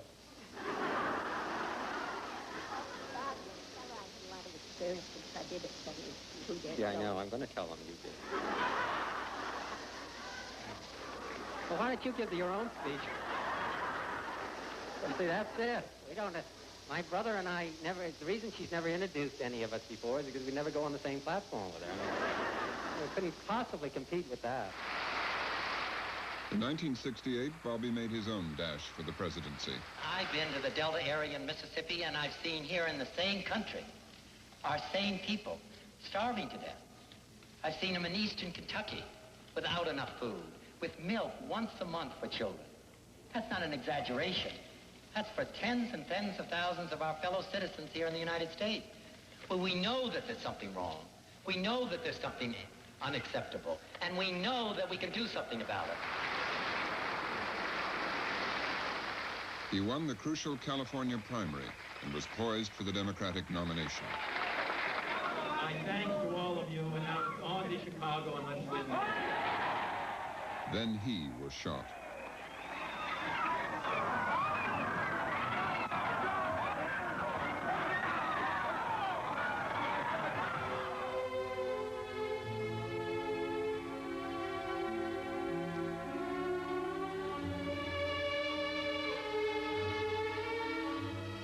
It seemed impossible, she writes, that the same kind of disaster could befall our family twice in 5 years. In fiction, I would have put it aside as incredible.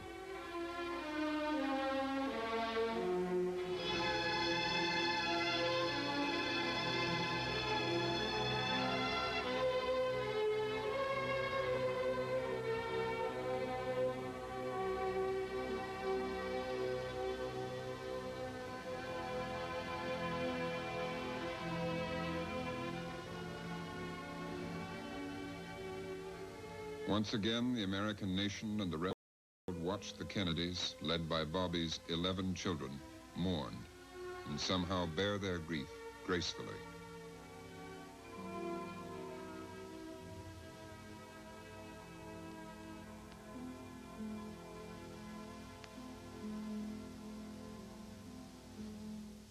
They never knew exactly how Joseph Kennedy felt. He was paralyzed and speechless from a stroke in 1961. And they never again saw the full vigor of the famous toothy smile he transmitted to all the children. He strove for years to recover some speech and movement, and the family included him in everything, aware that he understood, even if he could not comment. But they also protected him from further shock. When the president was assassinated, they unplugged the TV sets and waited a day before telling him. After Bobby's death, he declined and died a few months later, with Rose kneeling at his bedside, holding his hand. That left one surviving male. It's a great pleasure for me now to present an old friend from back home in Massachusetts, Senator Ted Kennedy.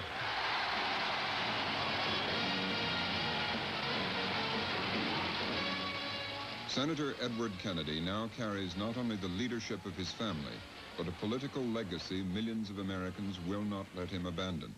Rose says, "They told me I was crazy to have a 9th child, but if I'd not, I would have no son now."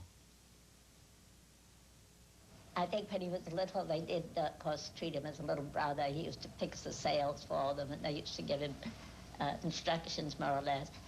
And I can remember him, I can remember his oldest brother, Joe, teaching him and encouraging him to dive from a big cliff down at Eden Rock. I was there quite by accident that afternoon, and my heart really beat when I saw this little youngster at the top of a rock and his brother below in the water saying, "Dive, Teddy." And of course, Teddy dove because he knew Joe was there to save him if he sank. But the child had so much confidence in his older brother that he did, follow his instructions. Rose Kennedy Remembers will continue in a moment.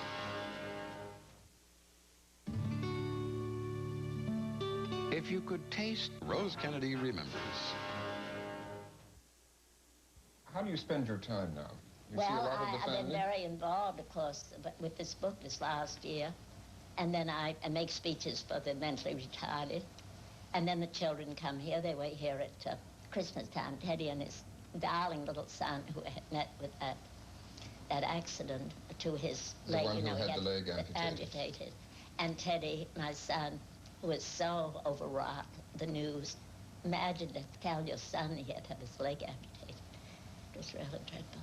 But the boy himself was very, very brave, had a wonderful resilience, and very unselfish, talking to his father, saying, don't worry and don't concern yourself, or don't stay here. I'm perfectly all right. And then he made the most astounding statement. He said, what are they going to do with my leg, Daddy? And his father was rather flabbergasted at the idea. He said, I hope they give it to a hospital or a doctor so that he can find out what happened to me, and then another little boy won't have to go through this. And he swam, and he rode a three-wheel bike. So he saw that he could do practically most everything the others could do. And now they have so many opportunities for these children to participate in sport. And he always had a smile. So it was a great relief to his father, because his father during the last 10 years has had more tragedies than anyone, I think, in the world, starting with the loss of his brother in 1963. Up to 73, Teddy, my son, has had these tremendous, tremendous crosses on every side. The principal cross Teddy and his wife Joan have had to bear is Chappaquiddick, the incident in 1969 when the senator drove off a bridge, drowning Mary Jo Kopechne, a secretary. He apologized for bad judgment, but denied any impropriety. For Rose, the incident is closed. Life goes on. My daughter Pat is coming down in a couple of weeks, and her children have their vacation.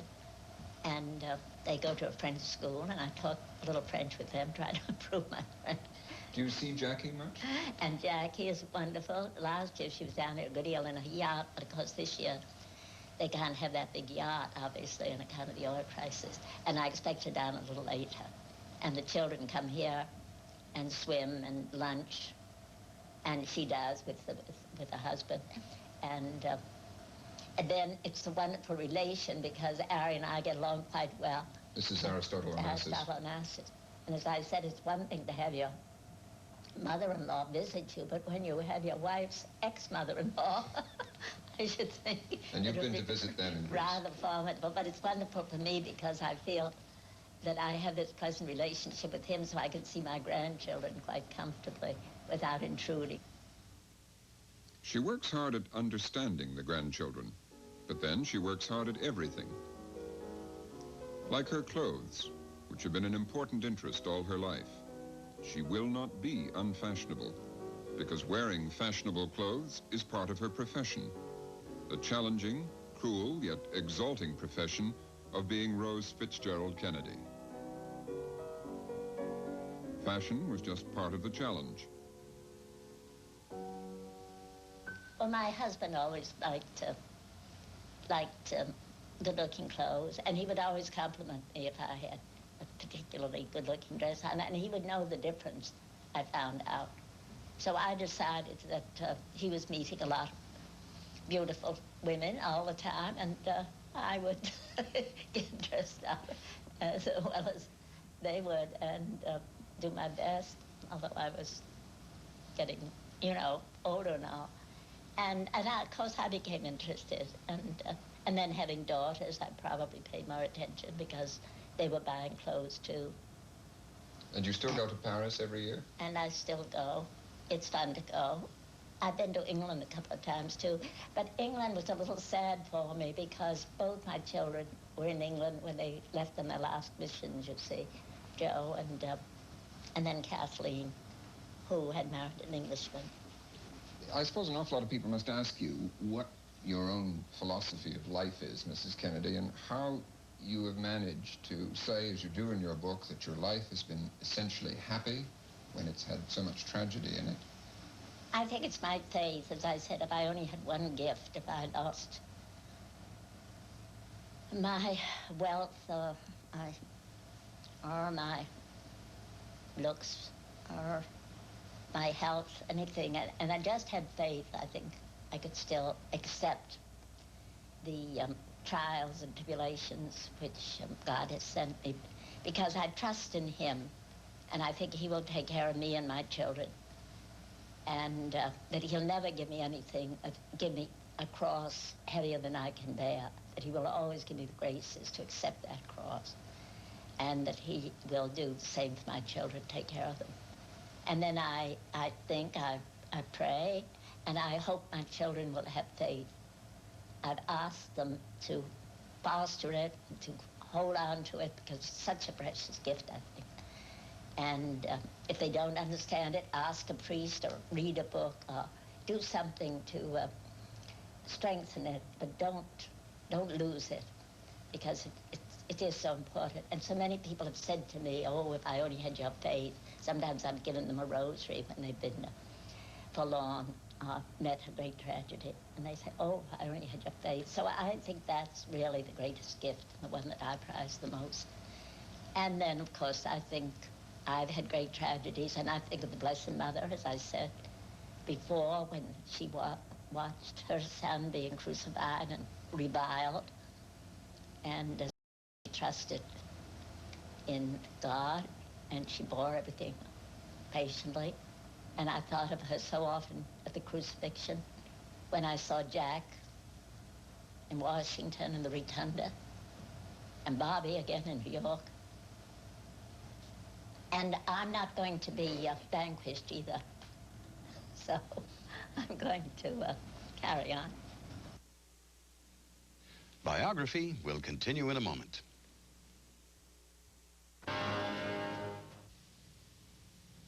Ten years have passed since Robert McNeil's visit with Rose Kennedy. She's now almost a century old.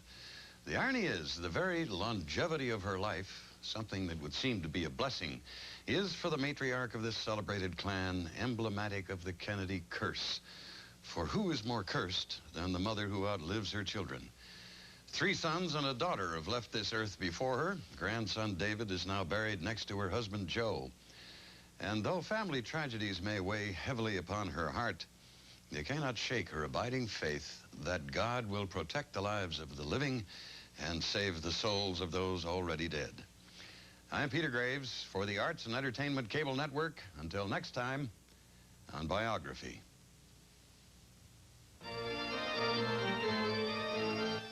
Next on A&E, Ian Richardson and Anthony Hopkins co-star in the true story of an English blue blood who betrayed his country. Blunt, the Fourth Man. A story of nobility and espionage tonight on The Screening Room.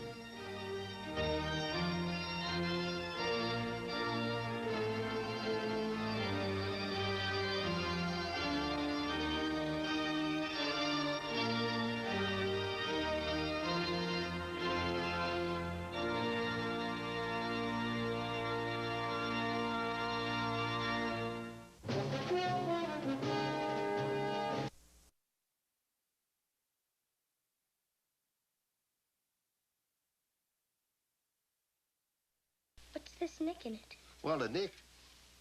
Oh, nothing. All this stuff is so fantastic, Grandpa. Do you think this would do for Grandfather's show and tell? My teacher, Miss Carr, she'll probably faint. Bring everything, especially the flag with blood on it. Well, I'll think about it, okay? Okay. You don't think this is too gory, do you? It's perfect. Charlie, don't forget your box.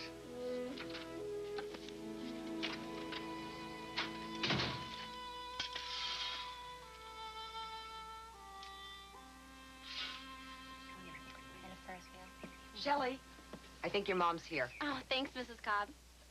See you later, Zoe.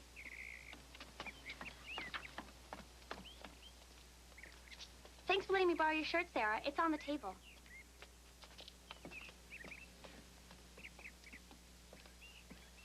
Sarah, I'm gonna make some bread. I'll be down in a minute. Oh, can I help too? I love to make bread. It's so basic. Besides, contributing to my room and board.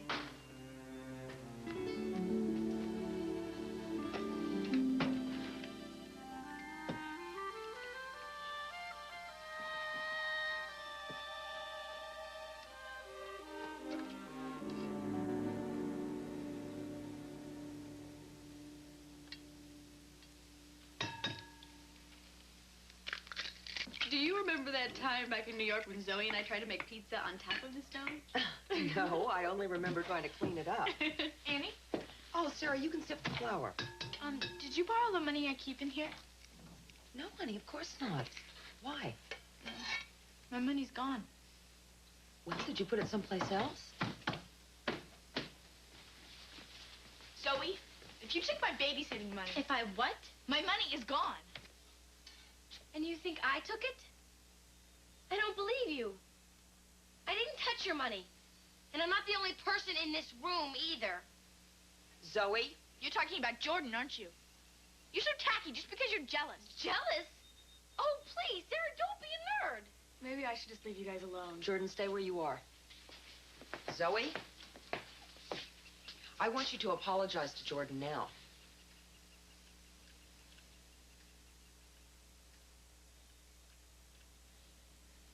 Sorry.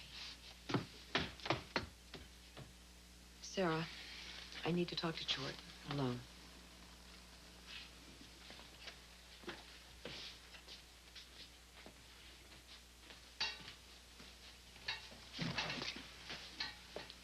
Jordan. I'm sorry, too. I don't know what's gotten into Zoe. I didn't take Sarah's money, Annie. Maybe I shouldn't say anything, but... You know Zoe's friend, Shelley? I saw her coming out of Sarah's room today. And she looked kind of... What? Well, nothing. It just seemed a little odd, that's all. Oh, thank you for telling me.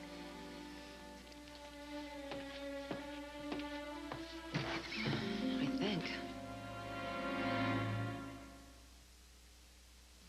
It was a mismatch from the opening.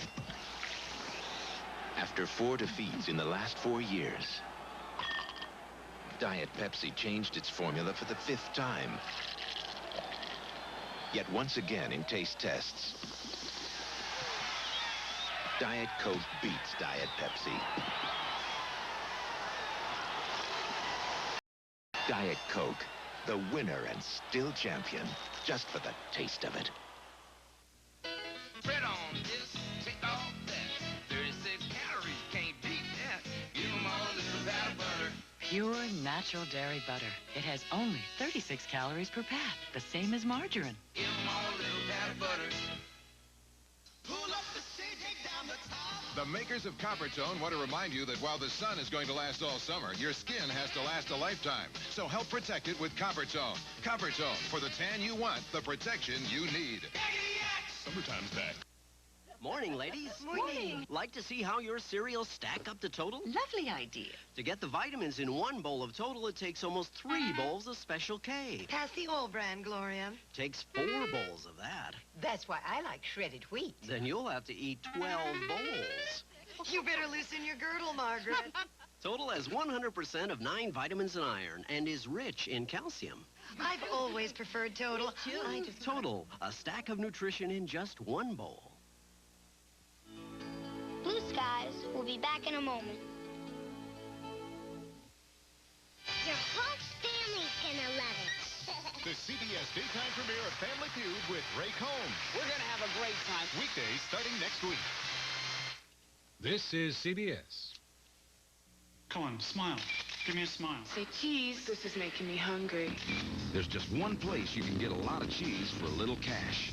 Taco Bell introduces Mexi Melt. Real cheddar, Monterey Jack, ground beef and zesty pico sauce. Together, melted in a warm flour tortilla. The new Mexi Melt. Go for it. Taco Bell has your order. Make a run for the border.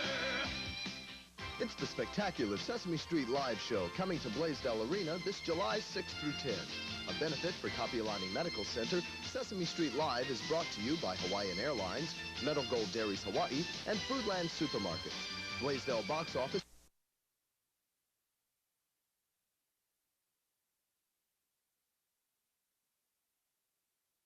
Their needs at the time, but which laid the foundations of a complex and potent nuclear relationship which has lasted to the present day.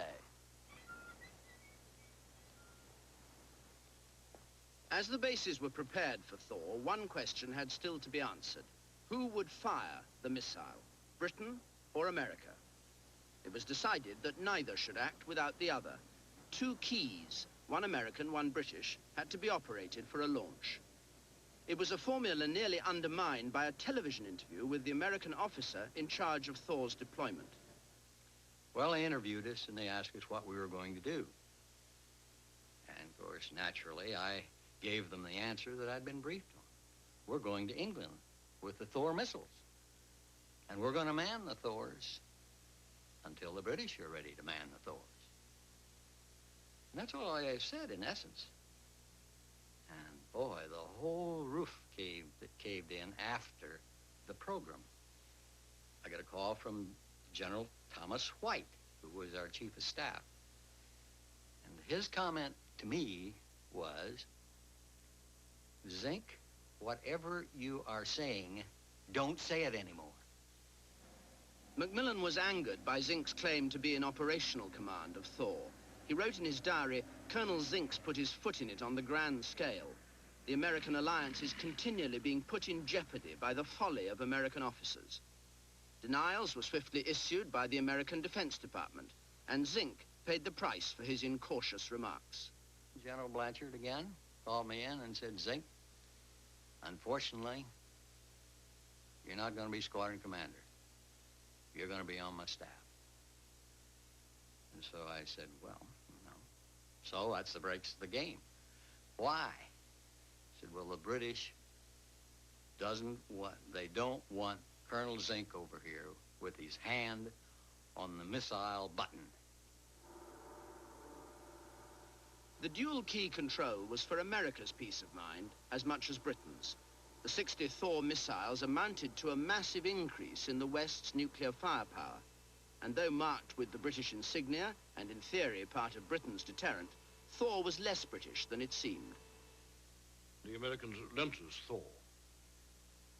But when I say lent the RAF Thor, and Thor was under RAF control, manned by RAF crews, and installed in East Anglia. I went and saw the Thor missiles several times. Their only anxiety was that we might use them without their permission. And that's where the dual key came in. That there was an small American team at each Thor base. So we couldn't activate the system without their consent. So there was no mutual trust. Well, not absolute trust. Not absolute trust, no. I mean, here was an extremely dangerous weapon which could hit Moscow. And the Americans were beginning to be frightened. Once the Russians had got their own thermonuclear weapons, that we might start a war when Europe was threatened, which they didn't want to get involved in. The arrival of Thor was the start of a major new build-up of nuclear systems in Britain. Critics complained the country was becoming an offshore base for America, with nuclear submarine depots, early warning stations, and communications posts. And when de Gaulle expelled the American nuclear bomber force from France, they too were redeployed to East Anglia.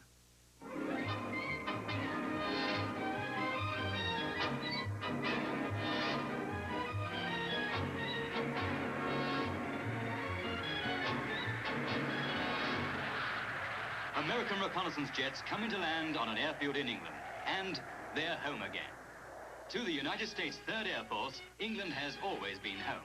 They were formed here in 1948, and the force has had its headquarters in Britain ever since.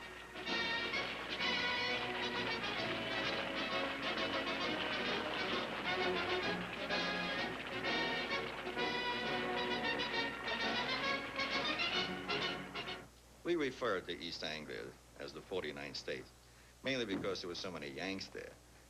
And primarily the Yanks had been there before in World War II. There were brand new Yanks coming. We were taking over flight operations from the RAF. There were so many of them there, and so many English people who had been related to girls who married GIs, that you could go into a pub and have ice in your drink, which you couldn't get anywhere else in England at the time. And it got to a point it was a suburb of New York or Chicago or wherever you came from, because there would be somebody in the town closest to you were stationed, had been there or had a daughter, marry a Yank and went back there. From the late 1950s.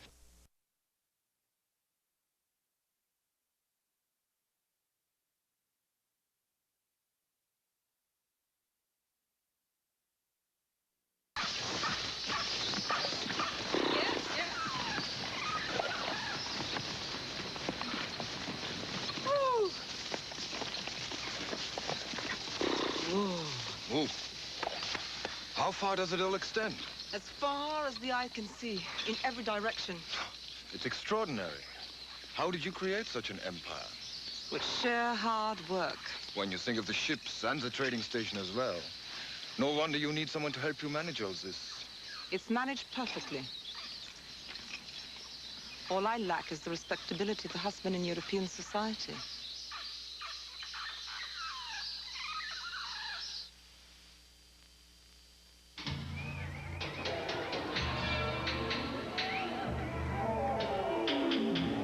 Unclear images could turn out to be downright dangerous. Seeing what's coming is a damn sight better. I can see that. The Faulkner Institute for Eye Care and Surgery. 25 years of cataract surgery, restoring sight for Hawaii's people. It's that time of year again. Time for the Honolulu JC's 50th State Fair. 4 big weekends at Aloha Stadium. Enjoy everybody's favorite, the E.K. Fernandez Midway of rides and games. We've got world-famous camel rides, an exotic animal petting zoo, mud wrestling, big races, beer garden, entertainment, and much, much more. There's great food, plenty of parking, and excitement for the whole family. 4 big weekends at Aloha Stadium. The one and only Honolulu JC's 50th State Fair. Hey, hi, gang. You know, with fishing, sometimes you get lucky. And, sometimes you don't. But when it comes to rice, I don't leave anything to chance. I reach for Diamond G Carol's rice because it's U.S. #1 extra fancy grade. And now Diamond G comes in a 20-pound bag with a handle and an easy-to-open pull tab. Wow, Uncle Harry, so many fish. Well, Joy, sometimes I just get lucky. Diamond G Carol's rice is quite a catch. The screen explodes with non-stop action in the best and most famous martial arts film of them all. The one that made Bruce Lee a legend. That's it. Out of the beauty. Let me think. Don't think. Feel. Bruce Lee is challenged in the now classic fight-to-the-death mirror maze scene. Enter the Dragon. Wednesday at 8:05 on KHNL Channel 13. We now return to tonight's special presentation of Emma, Queen of the South Seas. Your supper goes over there. This one on the table behind the band.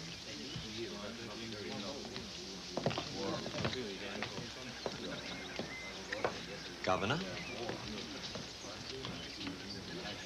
So, from now, Queen Emma will become the Kaiser's most prominent subject in the Pacific. His Majesty is looking forward to receiving her in Berlin. I hope the end is worth the means. Lieutenant Colby is a fine Prussian officer. That's what worries me. I know. They will have a wonderful honeymoon in Germany.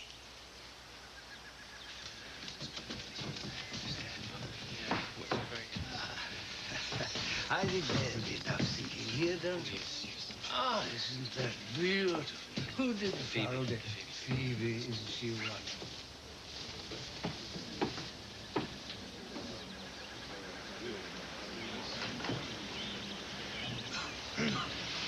This place needs to be more efficient. In 6 months, I'll have everything organized like an elite German corps. Don't expect Frau Kolbe to like that. She's a tough one. There are ways to make them all see reason. Frau Kolbe will do as her husband says.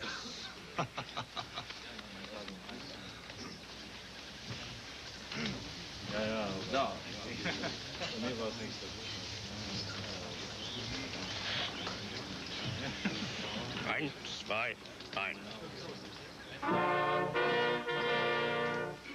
Can you change your mind?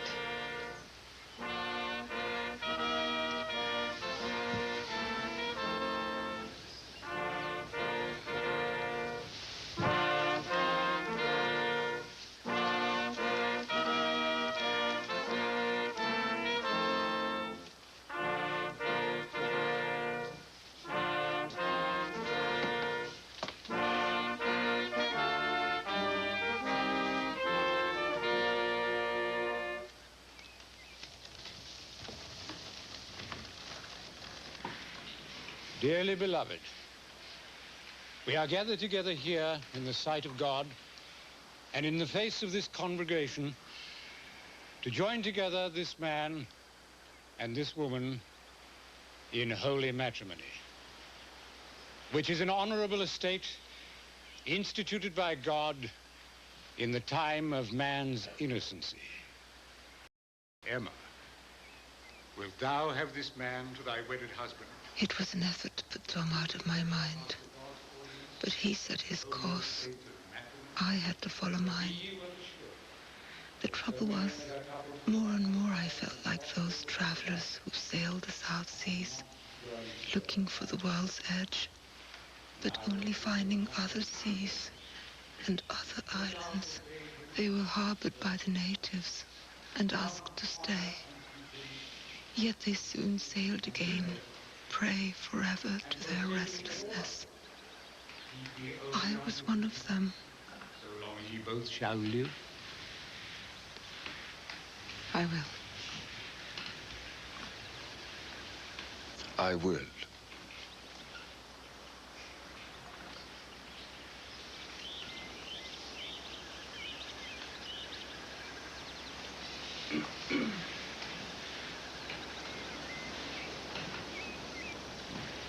I now pronounce you man and wife.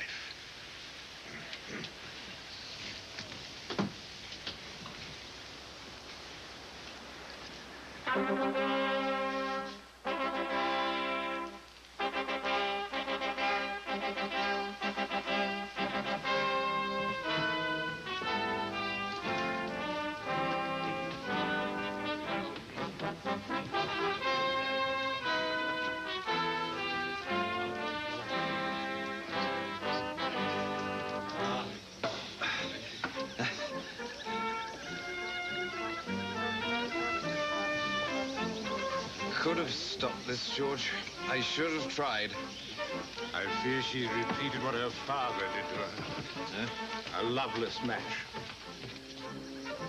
I see no reason why we should buy more islands. I make those decisions, Paul. I'm happy she found someone. Yes. I only wish he was the right one. Mother's been lonely for a long time, Aunt Phoebe.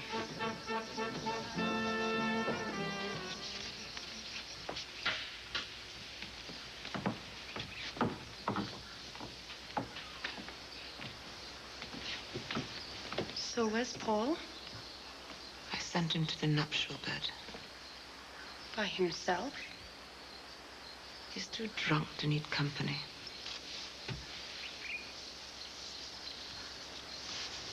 When are you leaving? In a week.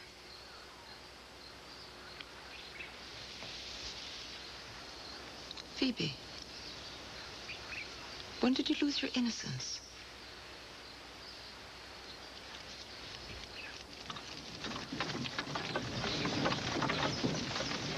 I can't get rid of the feeling that this is wrong. Nor can I. Tom Fowler's the only man she ever really loved. My two dearest friends. I tried to keep them together.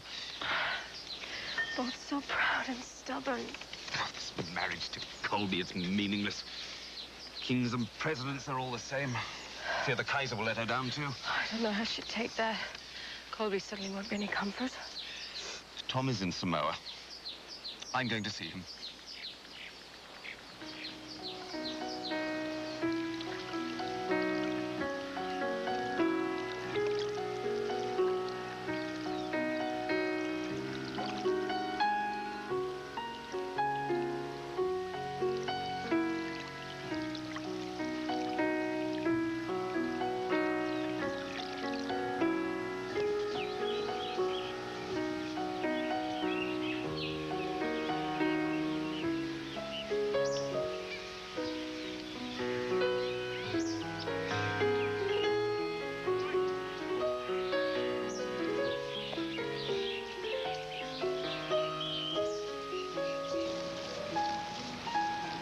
Tell you, Tom, it was the saddest wedding. She picked him out just like a new hat. Maybe that's all she wanted. Rubbish. She wanted you and you know it. Willie, it might be difficult for you to understand everything between Emma and me. Very possibly so, sir. I may not be the man that you purport to be, but if you permit this travesty, you're not even half the man that I am. Don't talk to you like that, are you, Captain?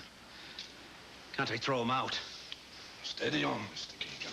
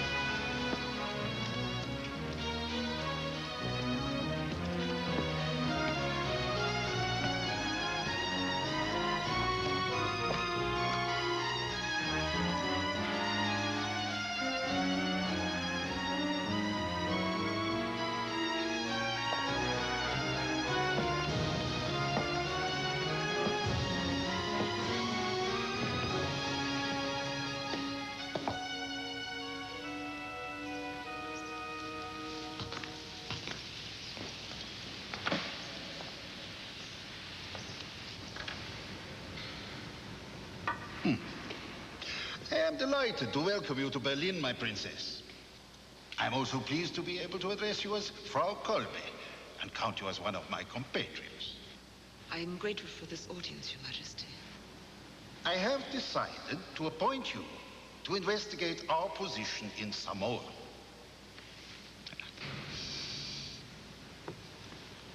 I am reassured by your kinship to royalty as much as by your competence that you can investigate whether Germany's great experiment of peace can begin in Samoa.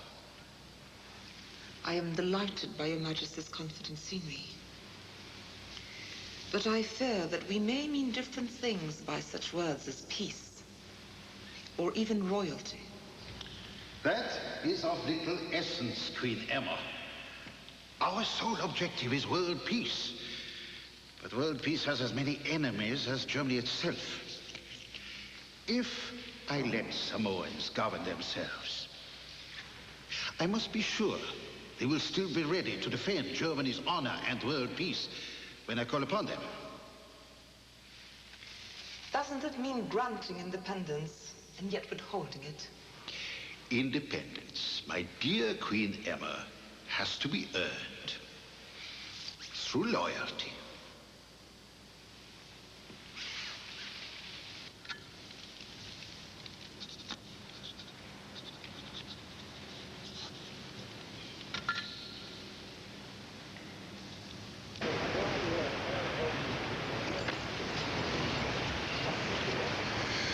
So, what did Wilhelm say? Everything and nothing.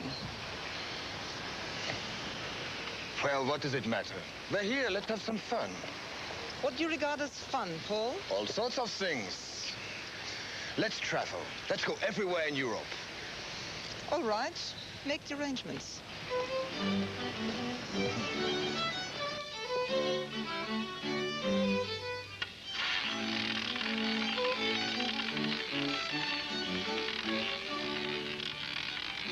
Mesdames et messieurs, faites vos jeux.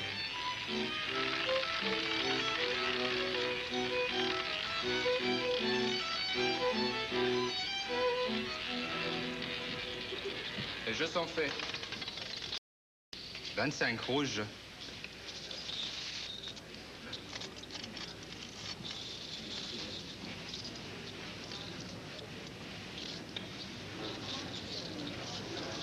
Les jeux sont faits. It's now or not at all. Just a second.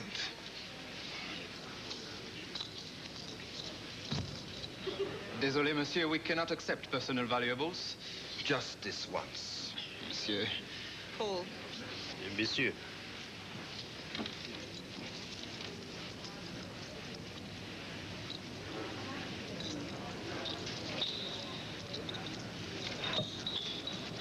Ja!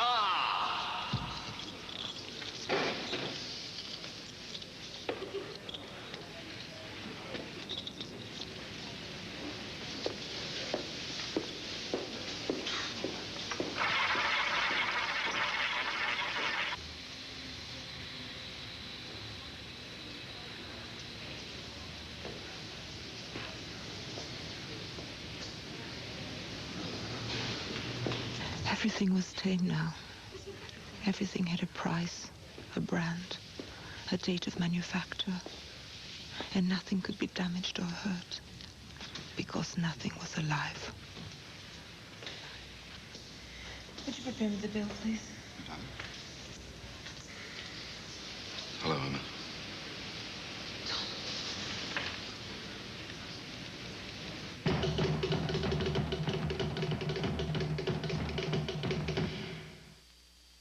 Hi, I'm DDIO, and away we go with another great deal from Creative Holidays. Create your holiday to exciting Reno from just $3.99 round trip. You'll enjoy 3 nights, 4 days in downtown Reno with meals, transfers, and a free stopover in San Francisco or Los Angeles. Fly to Reno on American Airlines. Something special in the air. Only $3.99 round trip and no additional charge for departures from Maui. Call now and create your holiday today. Marilyn Bornhorst. Honest, experienced leadership. Marilyn Bornhorst. The mayor for Honolulu. You were up before dawn to make a morning formation when a careless driver put you back in bed at Tripler. The military cannot provide you with an attorney to seek compensation. And what if your injuries result in permanent disability or medical discharge? Your future may depend on how promptly you seek help from someone who understands the special circumstances of Hawaii's servicemen and women. If you've been victimized in an accident, call Ian Maddock for a free consultation. The carry-out pizza you phone for in 20 minutes, or you get $3 off your next large pizza. Carry-out pan pizza from Pizza Hut. Steaming hot and delicious the way you ordered it in just 20 minutes every time. If we miss even once, we'll give you a coupon for $3 off the next large pizza you order. Pizza Hut, making it great. Pizza Hut carry-out. Ready and right in 20 minutes, or $3 off your next large pizza. Pizza Hut, making it great. We now return to tonight's special presentation of Emma, Queen of the South Seas.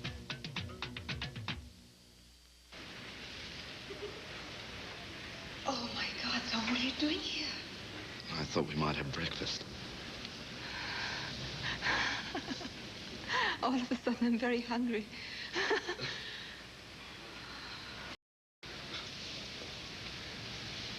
Champagne breakfast for 2, please, in my suite.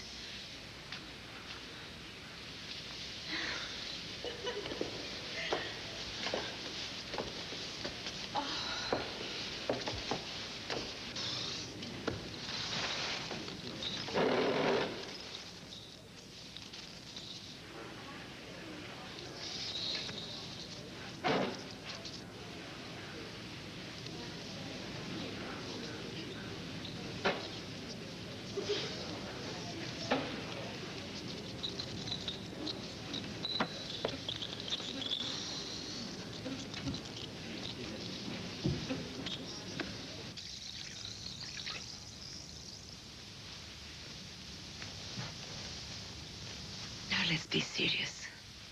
Why did you come? I came to see if you have now what you wanted. You came all the way from Samoa to ask me that? No. I needed a holiday as well.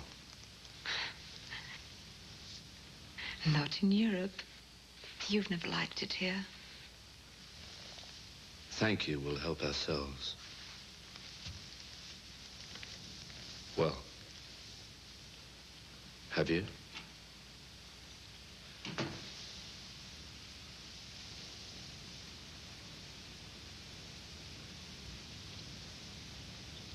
No. 31 noir.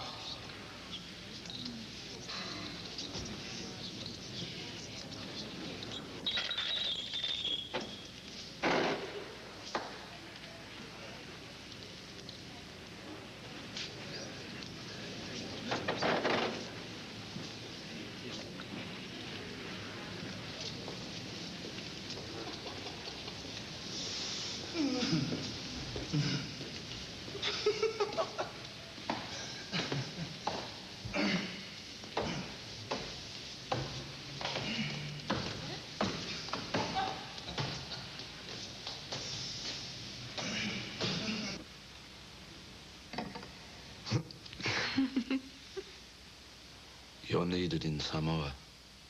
Who needs me there? I do.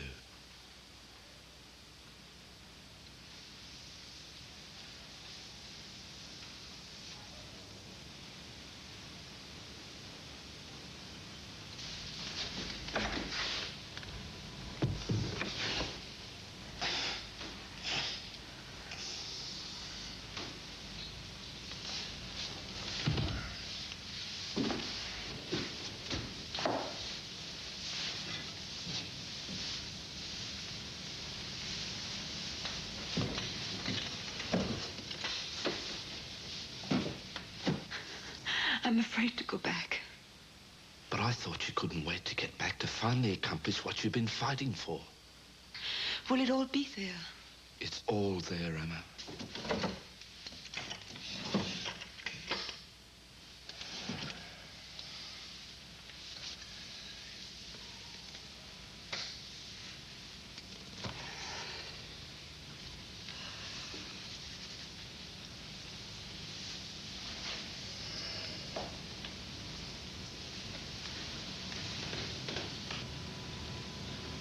Let's go back together.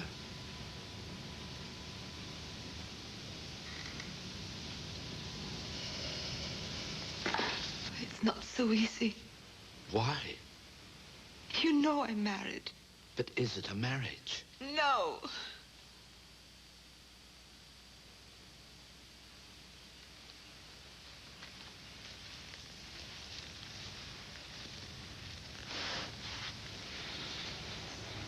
I'll give you 10 seconds to make up your mind.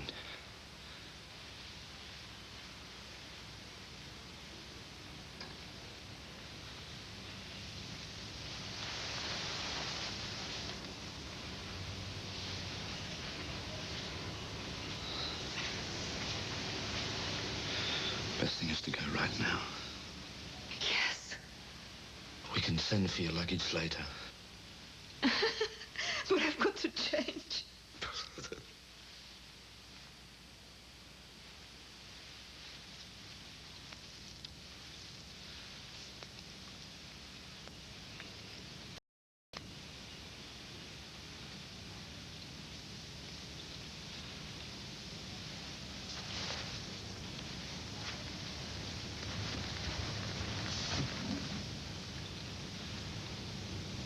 I'll wait downstairs.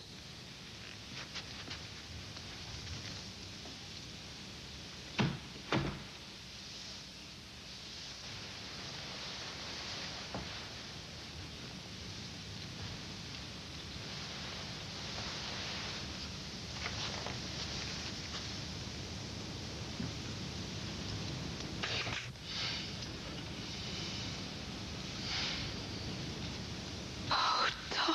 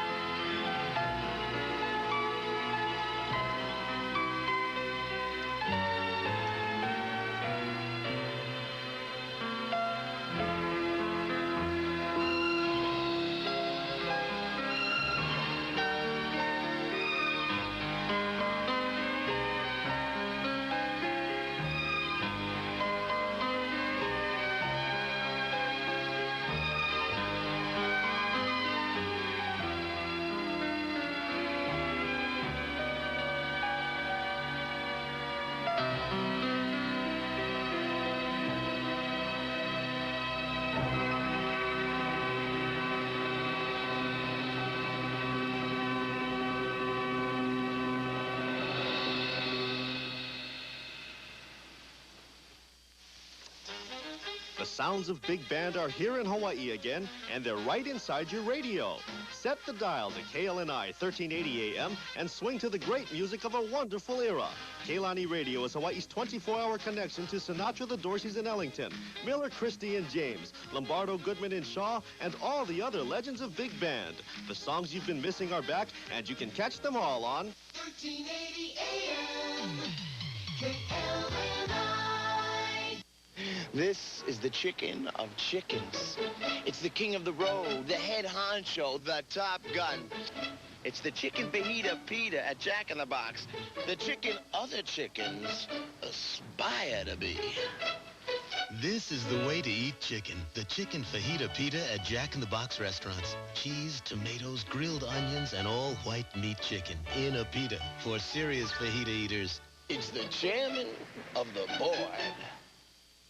Who'd think such a small package could contain so much? For its size, one of the world's great publications, Midweek, filled with bargains. The warm, wise counsel of Dr. Joyce Brothers, important scuttlebutt from Eddie Sherman, wit and wisdom of Andy Rooney, advice from Price who tries to keep up with Jones, movie musts and misses from Roger Ebert, sports scoops, a challenging crossword, comics, fashions, economics, a quick reference TV grid, and more bargains from Hawaii's leading retailers. Midweek magazine, helpful and informative from cover to cover. Read it this week.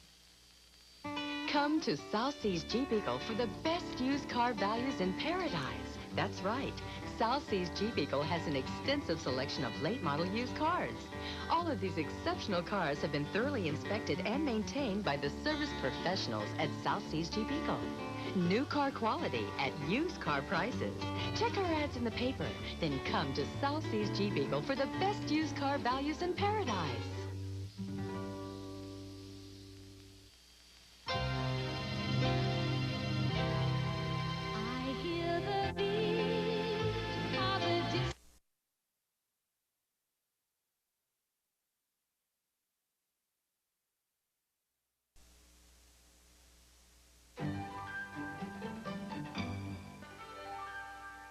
If you've enjoyed the program you just watched, or want to offer a comment or suggestion, please call the PBS Viewer Response Line at 1-800-962-2962 and tell us what you think.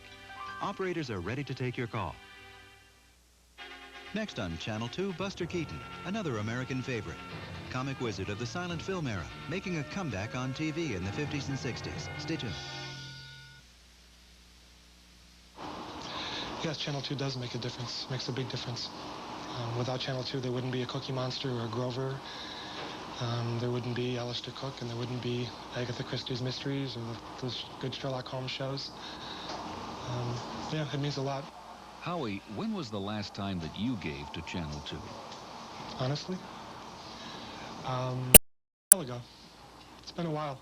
Fewer than 2 out of 10 viewers help support Channel 2. So if you think your pledge doesn't count, think again.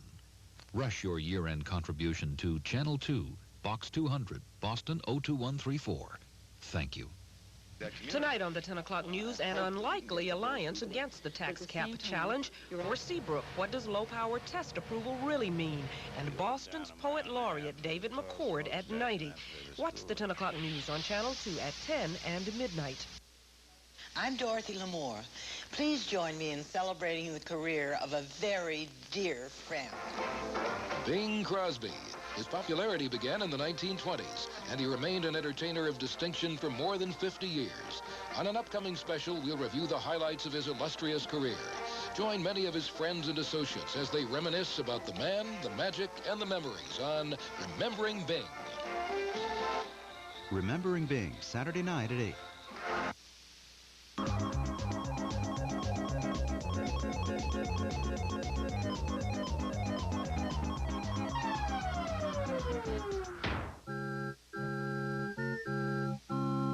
This is Tom Dunn, wishing you a happy Thanksgiving from all of us at Channel 2.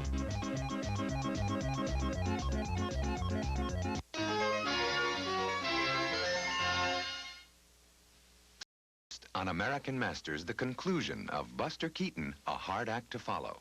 Bellboy, 1918. Love Nest on Wheels, 1937. The Goat, 1921. Blue Blazes, 1936.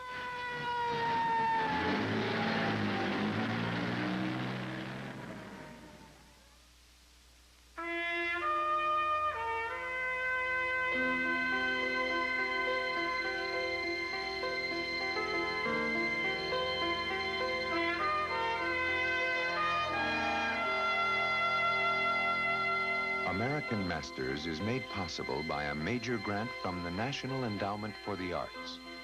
With additional funding from this station and other public television stations, the Corporation for Public Broadcasting, Rosalind P. Walter, and the Marilyn M. Simpson Charitable Trust.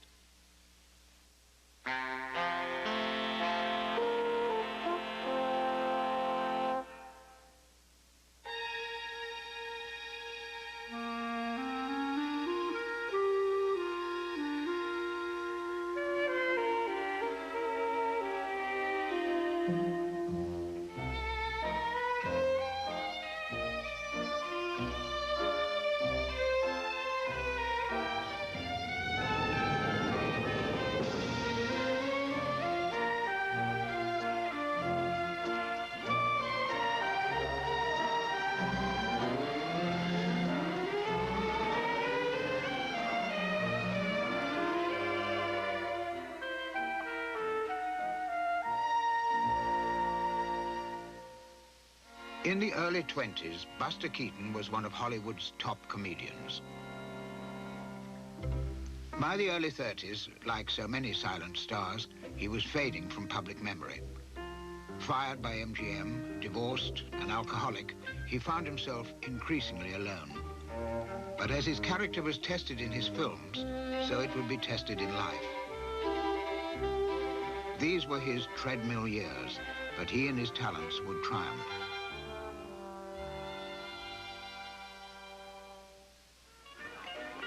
(1934). In Europe, Buster Keaton was still a much-loved figure.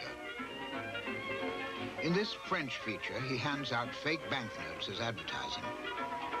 Any hope the film would fulfill its promise was dashed. It never even reached America.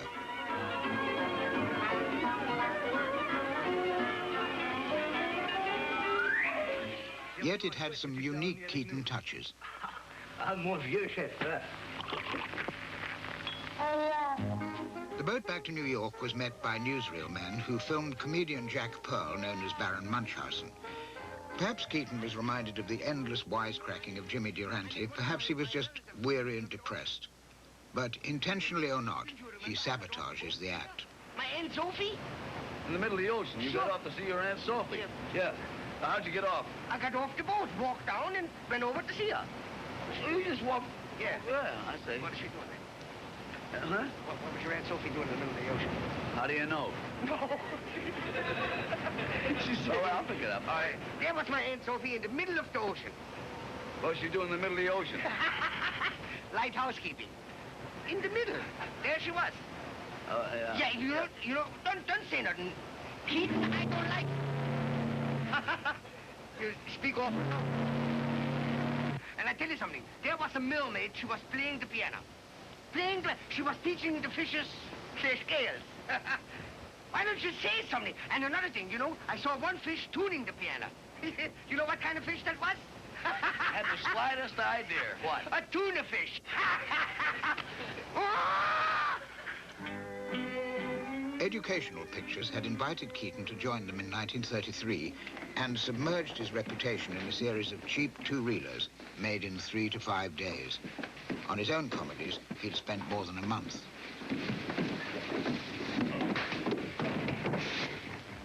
He made a series of about 12 of the educational films, and the only one he really thought was any good was called Grand Slam Opera. Keaton was credited with the script for this film, with its parody of Fred Astaire.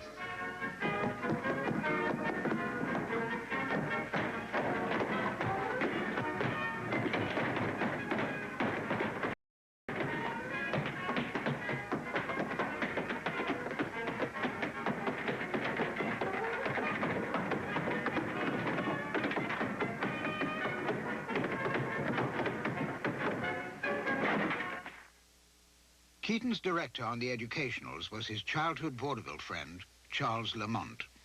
Easy man to get along. You're a very intelligent man, incidentally. I valued his thoughts because I knew that he knew what he was talking about, and I accepted it. And that made me a smart director. I wasn't one of those directors saying, look, I'm the director, you just do what I tell you. I never did that to a person. People wondered if Keaton had burned himself out. He seemed content to draw from the past. 30 years before, in vaudeville, he'd played this act with his father.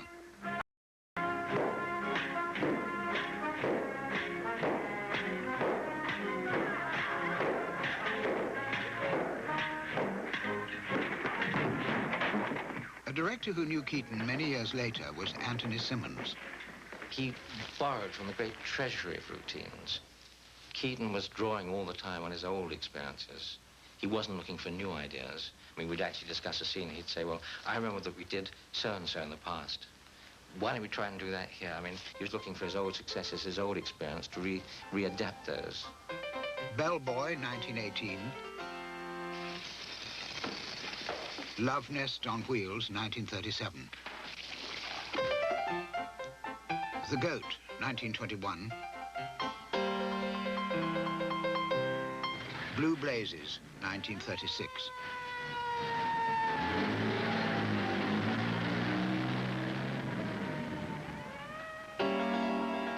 Bellboy, a horse used to pull a hotel elevator.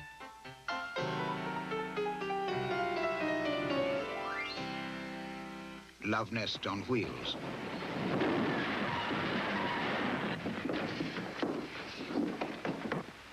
This is Buster's sister, Louise. From boyhood, Keaton had felt he had to support his family, but now he was bankrupt. The family was given work on 2 educational pictures. That old man Potts down the village says unless we pay the $350 mortgage, we'll be moving. Where are we going to get $350? Facing enormous bills which he couldn't pay, Keaton turned more and more to drink.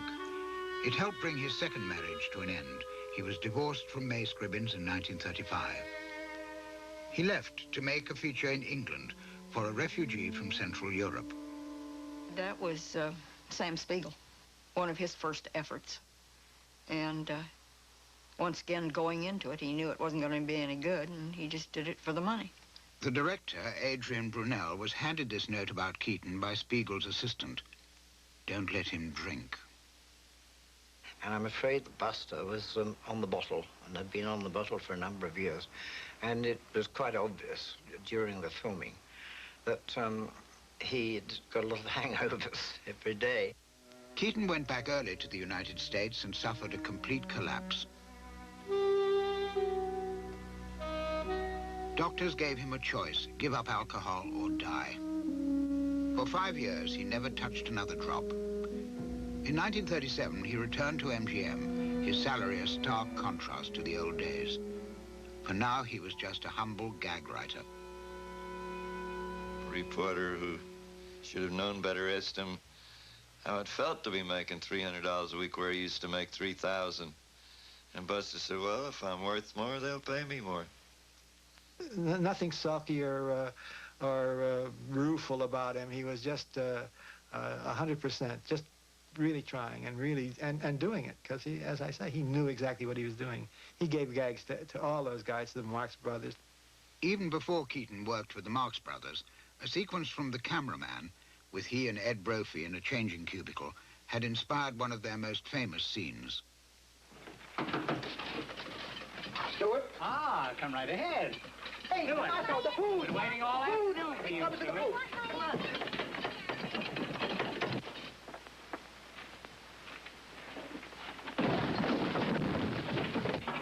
It was an event when you could get all 3 of them on the set at the same time. The minute you started a picture with the Marx Brothers, you hired 3 assistant directors, 1 for each Marx brother. Yet 2 of them, while you went to look for the 3rd, one of the first 2 would disappear. They never worried what the next setup was going to be or what the routine or anything else is. We'll have to live it when we get there. Abbott and Costello. But they says, when do we come and what do we wear? Then they find out that they'd start to shoot the picture what the script's about. Yes. Didn't worry about it. They didn't try to. Well, that used to get my goat because, my God, when we made pictures, we ate, slept, and dreamed them. Go on, hit him, Buster. We're running out of film. Hit him. Those days were over. When Hollywood paid its own kind of tribute to the silent era, Keaton was cast as something he never was, just another pie-throwing clown.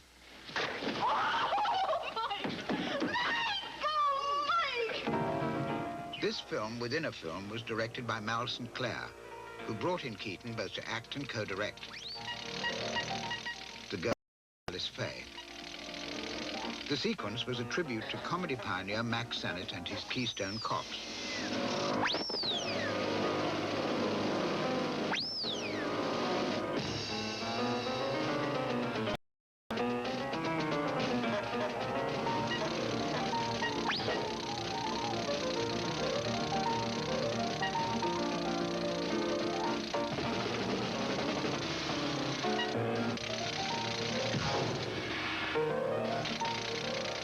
Keaton was happy to help out. He never asked for a credit.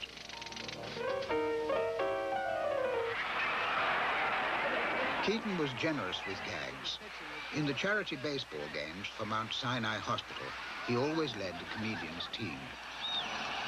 Buster would arrive at the game with his gag men and his truck, a truck with props that he had fixed up, that he had worked out, and things would happen. Picture welder, Mary Pickford started the ball rolling. Mitchell and Durante are the hitters.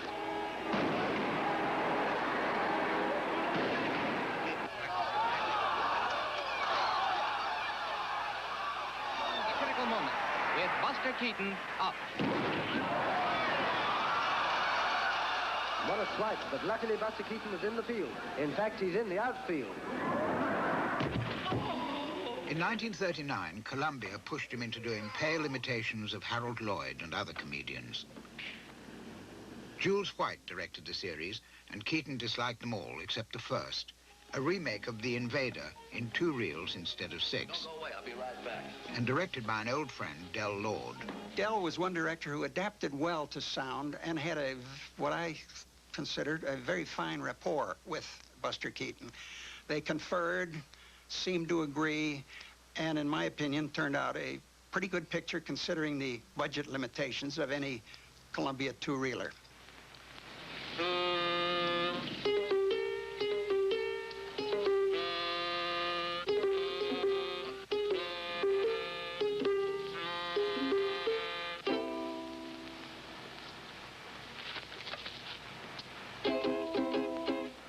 In a little Spanish town, 'twas on a night like this. Stars were peekabooing down, 'twas on a night like this. I whispered, be true to me, and she smiled, see. Many skies have turned to gray because we're far apart. Many moons have passed away and still she's in my heart. We made a promise and sealed it with a kiss.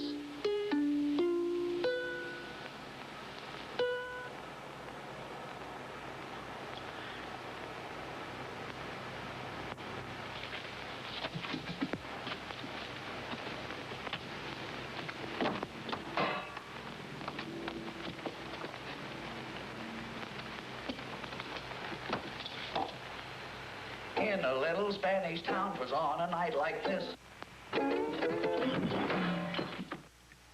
In 1940, Keaton married a young MGM dancer, Eleanor Norris.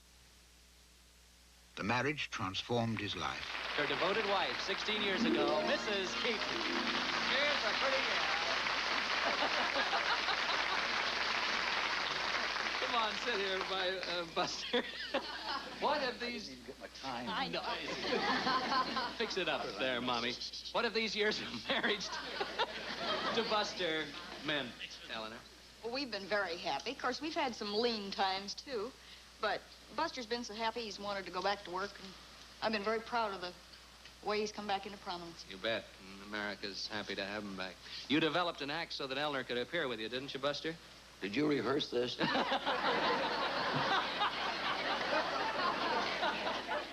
He always seemed like he was helpless, and everyone assigned themselves to be his father. Joe Skank did, his doctor.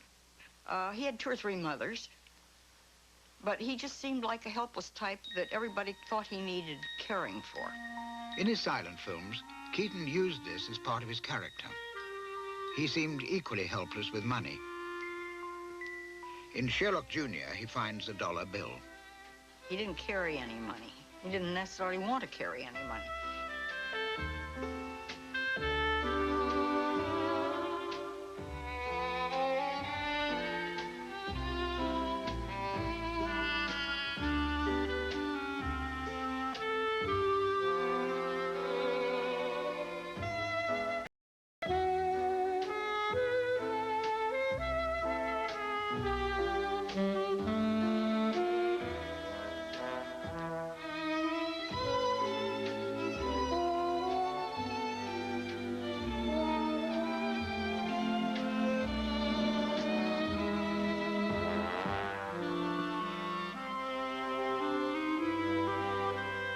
In fact, he was not a businessman.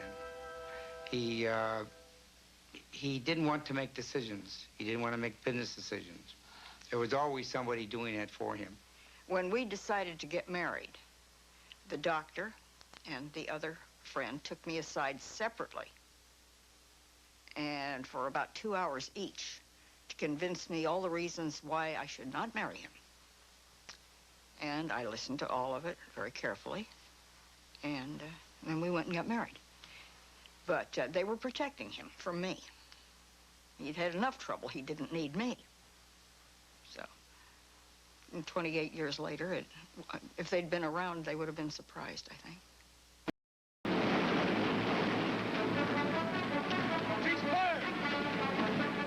MGM decided to remake some of Keaton's old films with Red Skelton. This was a remake of The General. Hold your fire! Keaton adapted some of his old gags for this scene. He's a hero!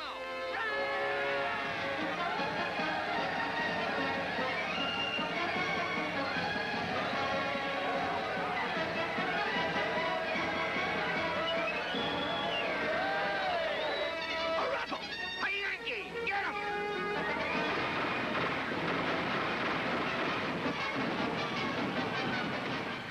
An earlier Skelton film ran into script trouble. Skelton found himself in Esther Williams' house, trapped by her dog. Red tried to get out, the dog wouldn't let him. He put on Esther's clothes, the dog wouldn't let him get out. And he had to get out somehow. And we didn't know how to work it. So I said, we'll call Buster. And Buster came down and he looked at it, and like that, he said, I'll tell you what you can do.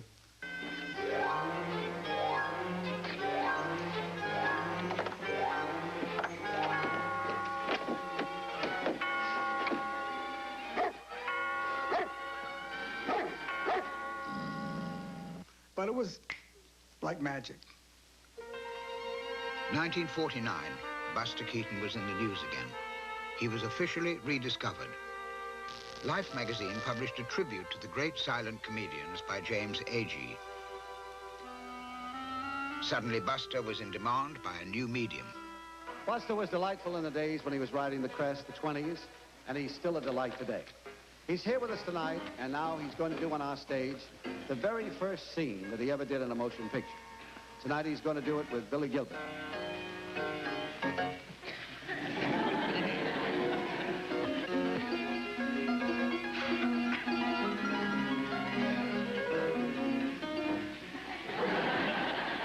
As in the original, the molasses have been poured into the hat, then back again, without Buster realizing.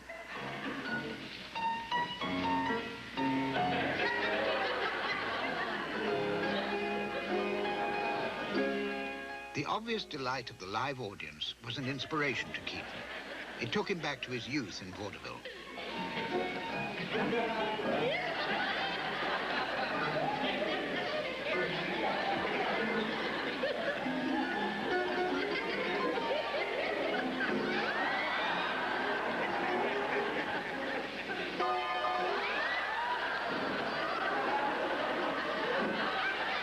Even though he was now well into his 50s, Keaton added a stunt not in the original film.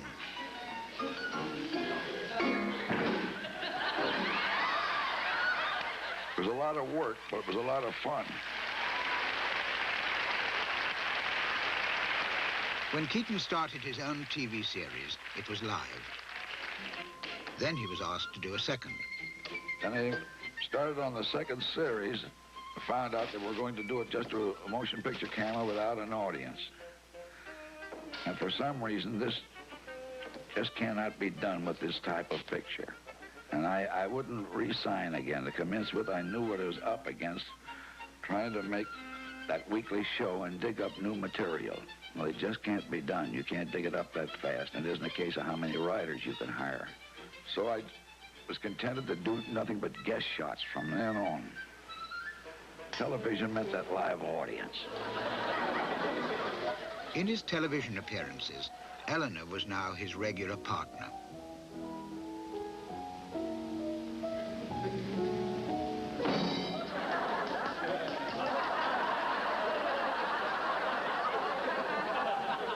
He was very precise, very mathematical in his work. And I had to be the same.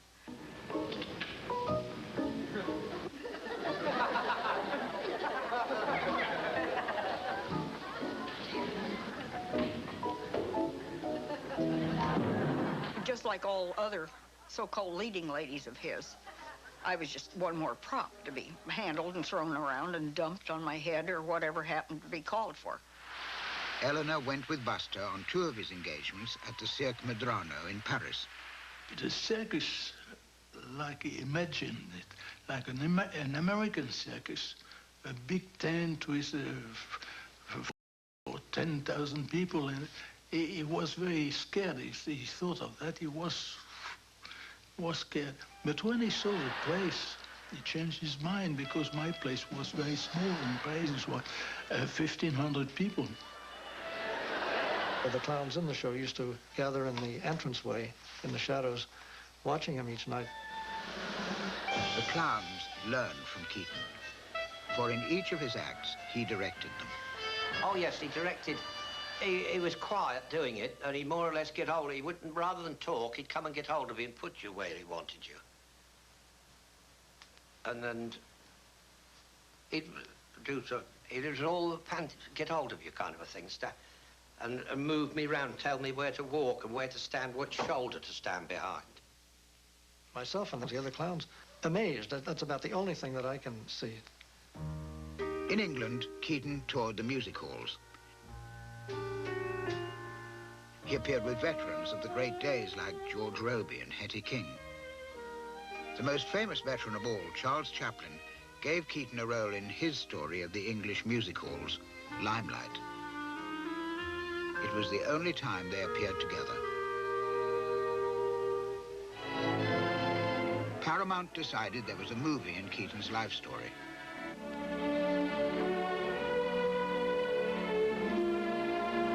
It was a work of fiction.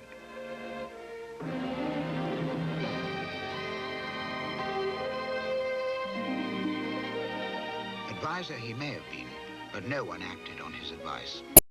So right from the beginning, what Buster was telling them, it was going in one ear and out the other, and they really didn't follow any of this magnificent story of Buster. They labored on the thing of the drinking period, and I think everybody here has had a drinking problem one time or another, has had a lot of fun with booze, but that wasn't the paramount thing with him. There were moments of Buster. In his Sherlock Jr., to escape from gangsters, he'd used an old stage trick of his father's. His faithful aide dresses as a peddler woman.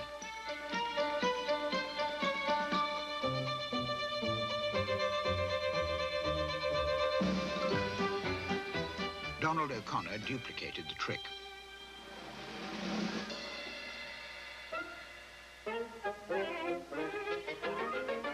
And it was a marvelous trick, and it was very dangerous.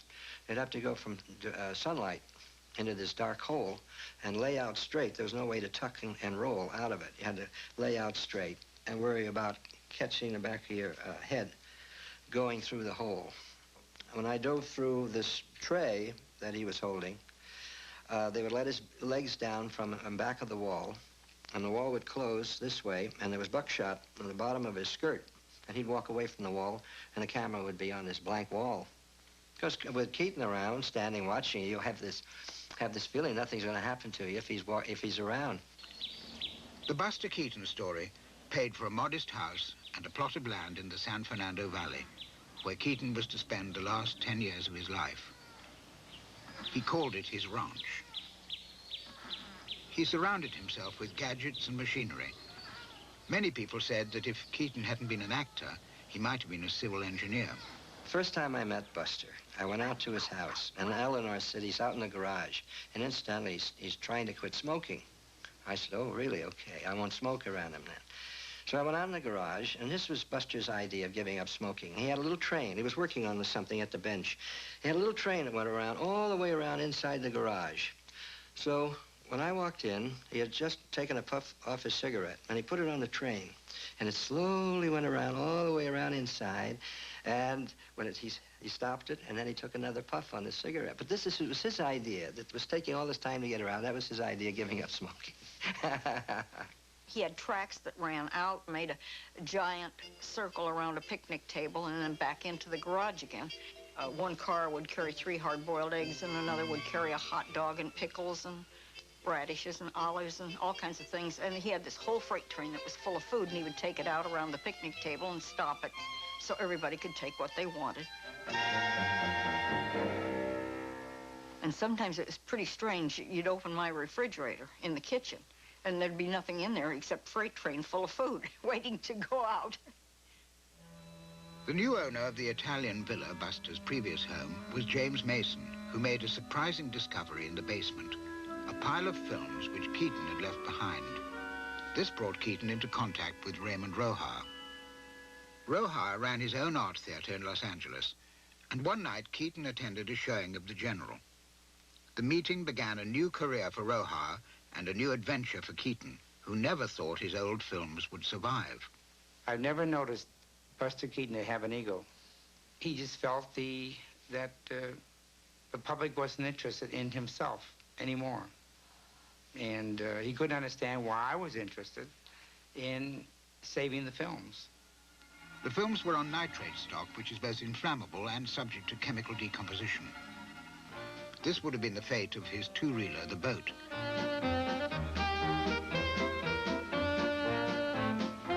Roja transferred it to safety stock in the nick of time. A classic moment of film comedy, almost lost by decomposition, is the great day of the launch.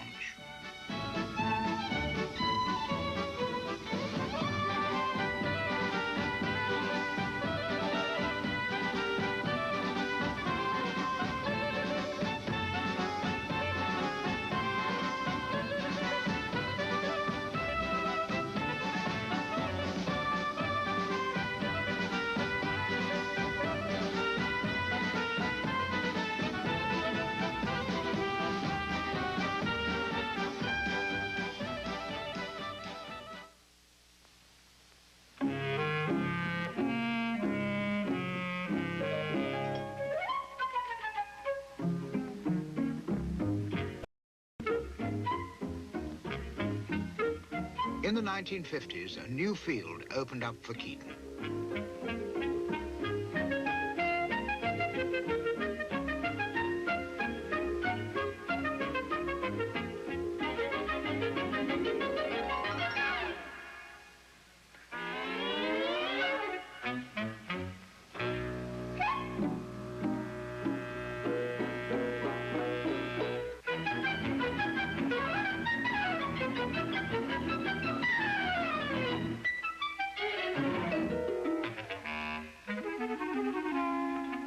Keep a full tank. Fire up with Firebird at the big blue pure oil sign. When you order a beer, ask the man to draw Simon Pure. The happier, hoppier beer. And today, my pet is making commercials. It's easy work for me. Do them quick and stay home here and enjoy life.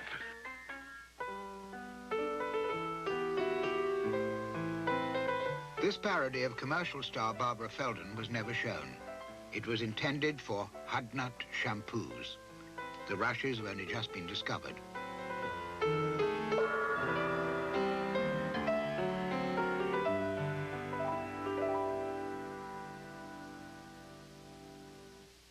Keaton was invited to be a guest on Candid Camera.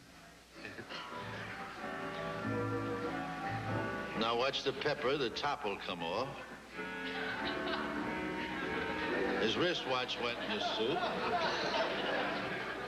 The first thing he said was that I could do some funny things while I'm having breakfast. And I said, well, that's wonderful. Do you need any props? He said, no, nothing, zero. I said, well, why don't you try it once and I'll get an idea of what it looks like. We roll that camera. I noticed this lady has a husband sitting next to her. You don't see him right now, but he's telling her what's going on because she's too embarrassed to watch. Look out. Look.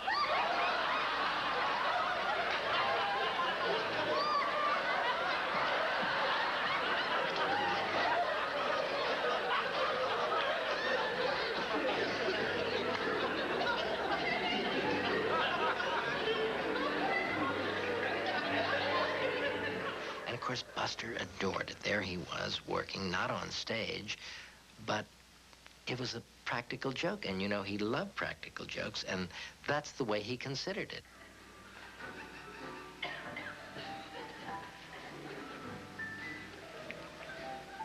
Watch carefully, carefully.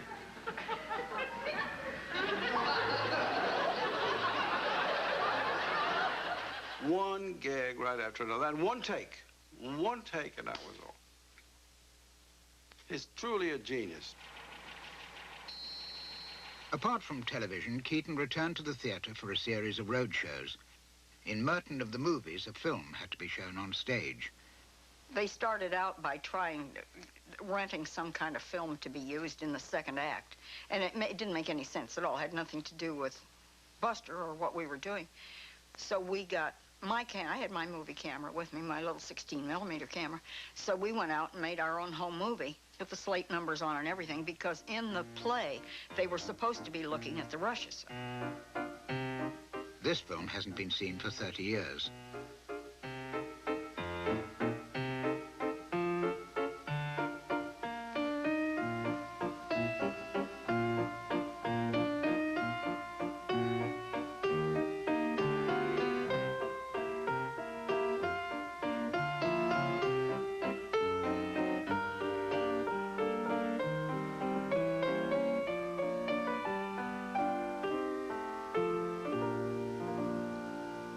In 1959, Keaton received an Oscar for his unique talents, which brought immortal comedies to the screen.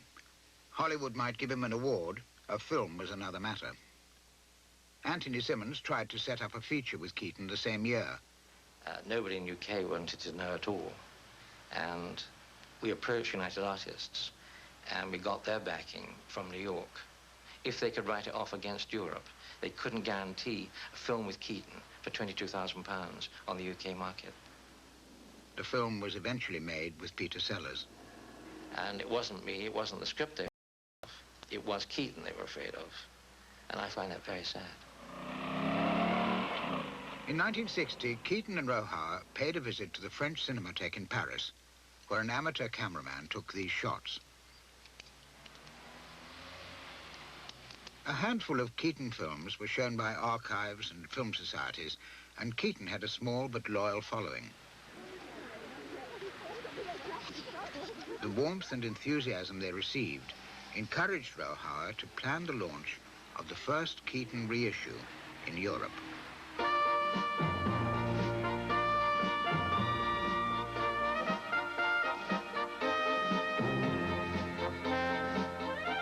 Rohar arranged a tour of Germany in 1962 for Keaton's favorite film, The General. And The General was selected by Buster himself as the film because he felt that, for many reasons, that if the public was going to accept him at all, that they would accept him in that film. And he was so right. Buster loved anything that was mechanical. In planning the tour, he was a part of planning it.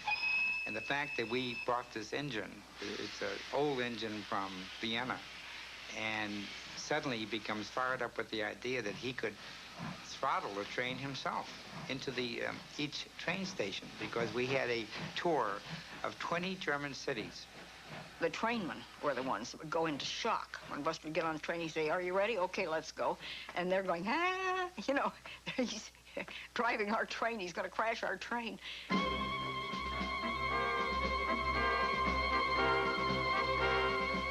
The General would now confound its original critics. It was instantly recognized for the classic it was. The first show was in Munich. We could hear the laughter of the people out in the street. And Buster said, "What are they laughing at?" I said, "That's your picture." He couldn't believe it. He couldn't believe that this is the reaction of the people. So I said, "Well, let's go over and see it." He said, "Oh, no, I don't want to go into the theater. No, I don't." He said, I never go in to see my own films with an audience, never. And she said, "He's right, he won't do it." She said, "Ray, you can talk all day, he won't do it." So I said, "Well, Eleanor, why don't you and I go over?" And Buster said, "All right, I'll wait for you." So we had reserved seats in the balcony, and the two of us went charging up the stairs to see what was causing all the riot. And it was cops. They were running cops ahead of the General. And I never heard such yelling in my life. Couldn't believe it. They just loved every inch of it.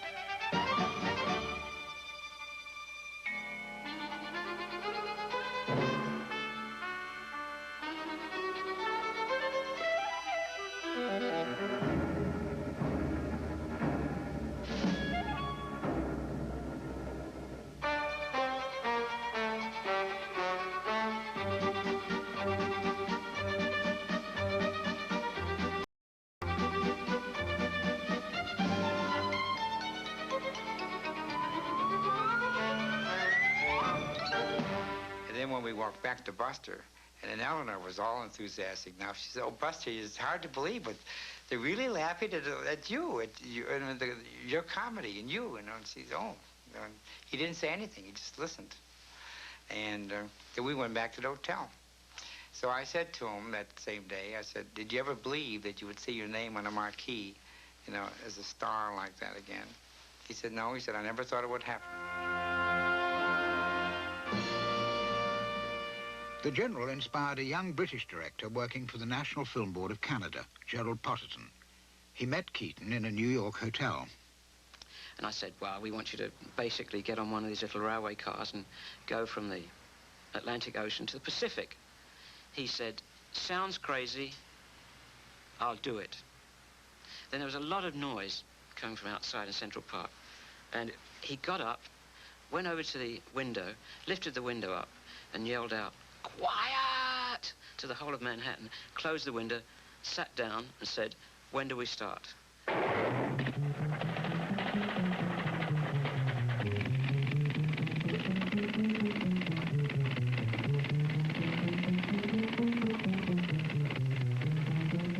The National Film Board had the good sense to make a film about the production, and they caught the intensity with which Keaton treated his work.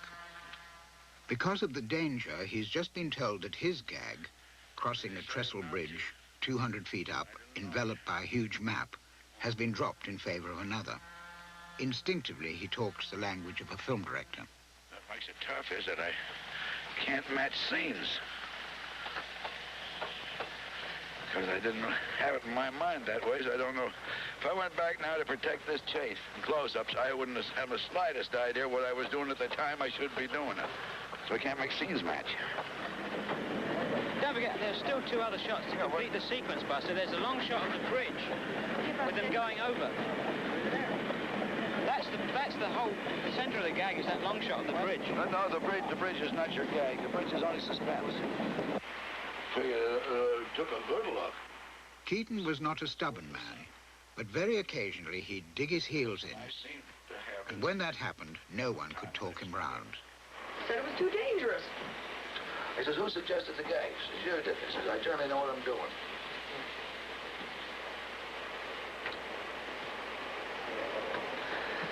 That is not dangerous. That's child's play, for the love of Mike. Don't tell me about that. I told Lef. I do worse things in my sleep than that.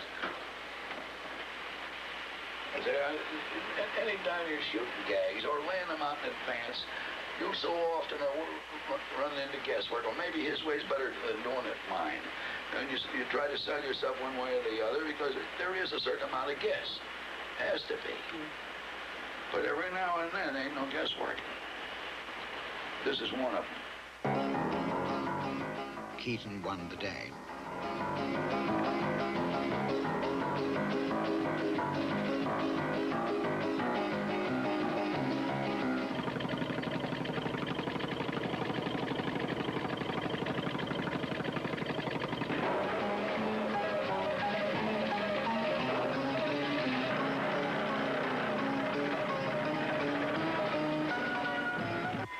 Fantastic practical jokes person. If he's standing by a locomotive coming to a slow stop, he would catch hold of the bar and stop it.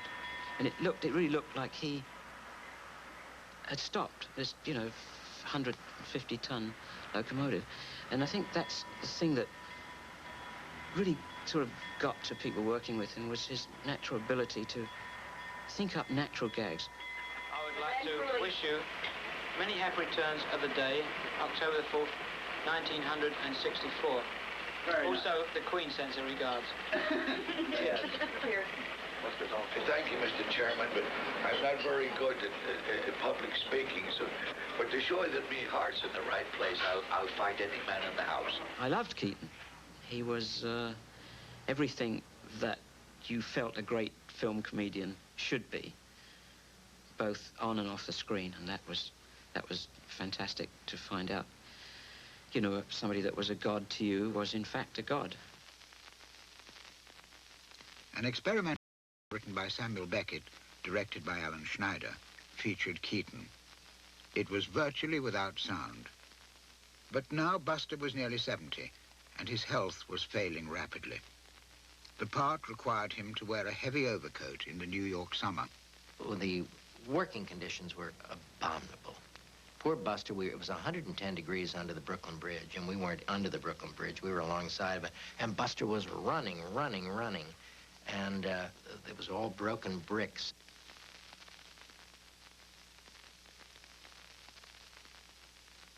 He never complained. The man, I'm not making him into a saint. It was true. He just simply could take any amount of pain and travail. Beckett's film was invited to the Venice Film Festival.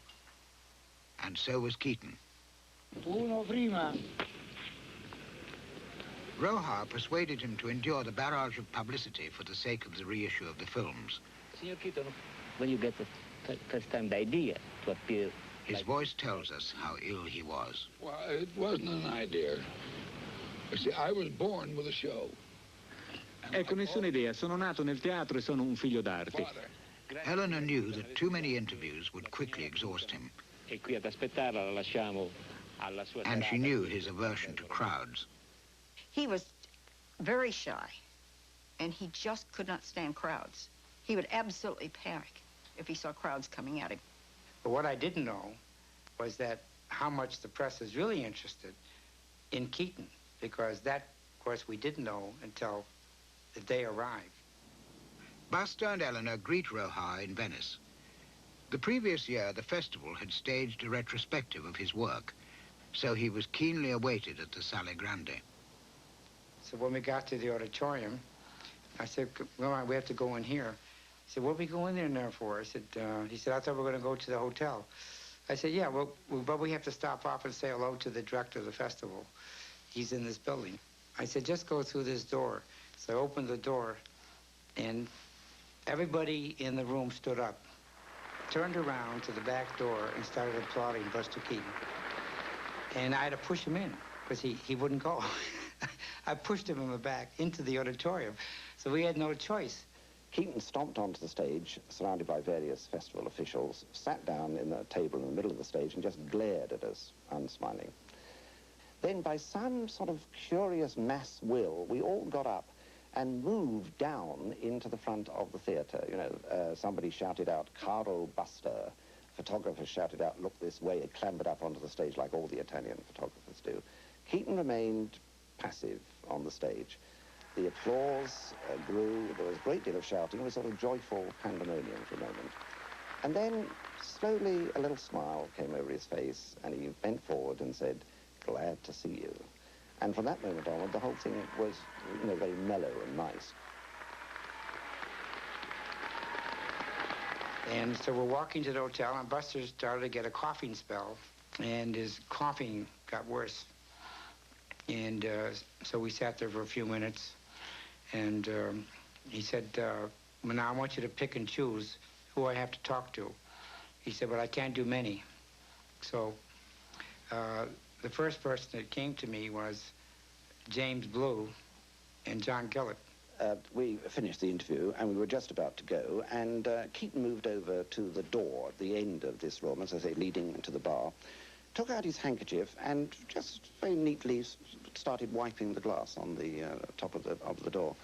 Again, we said goodbye, and then he gave us a rather wicked look, and to our amazement, put his head through where the glass should have been in his hand and opened the door from the other side. No glass there at all.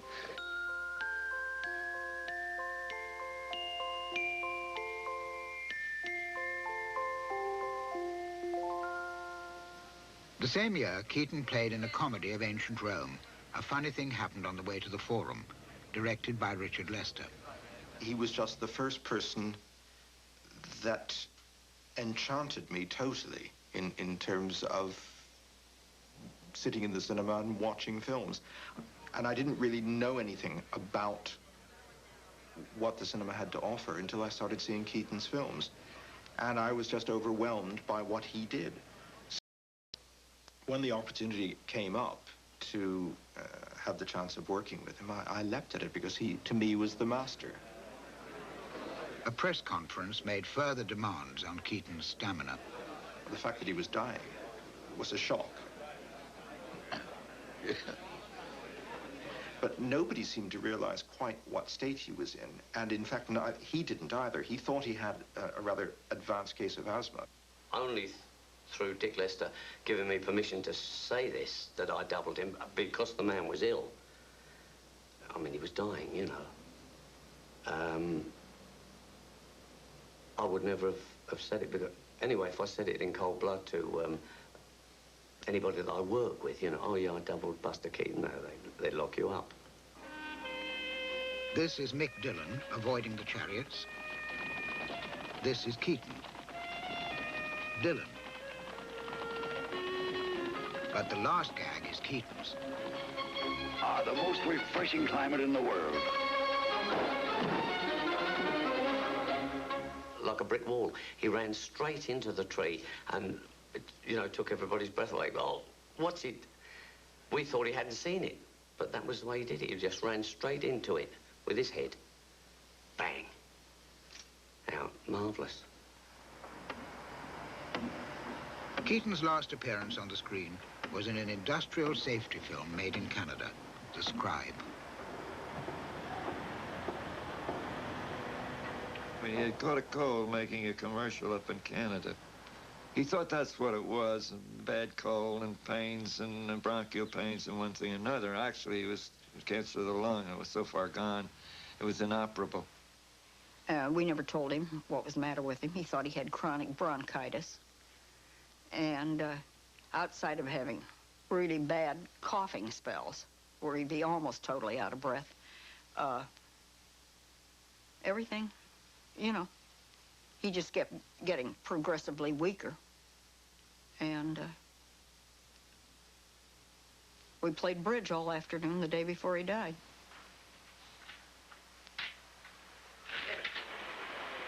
Fast. One heart.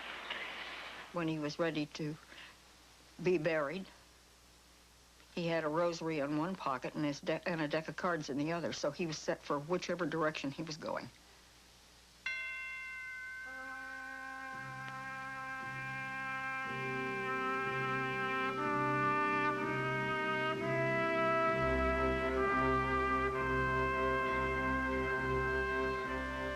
I've often said that if I ever got up to the pearly gates myself and looked in, and there was only one person in there, it would be my grandmother. But I had to correct that.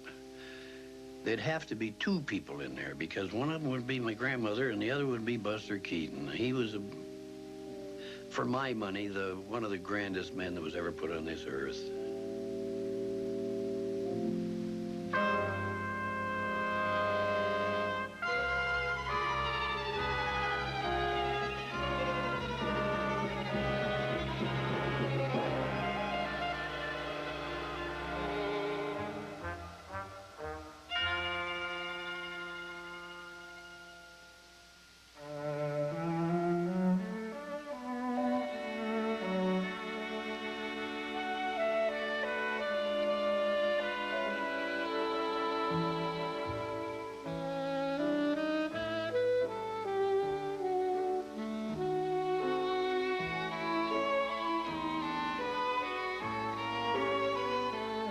Well, it was a great life.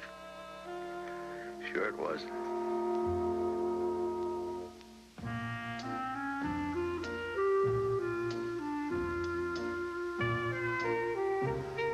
Glad you could watch this marvelous retrospective with us these past 2 weeks. Coming up in the next few days, more specials for you, celebrating Gershwin on Friday, a frugal gourmet colonial Christmas, remembering Bing, and that Hollywood extravaganza that's dancing on Saturday. And next week, The Snowman, The Sleeping Beauty, stories of Christmas love with Leo Buscaglia, The Complete Beatles, and much more. Good TV to enjoy and remember, right here on Channel 2.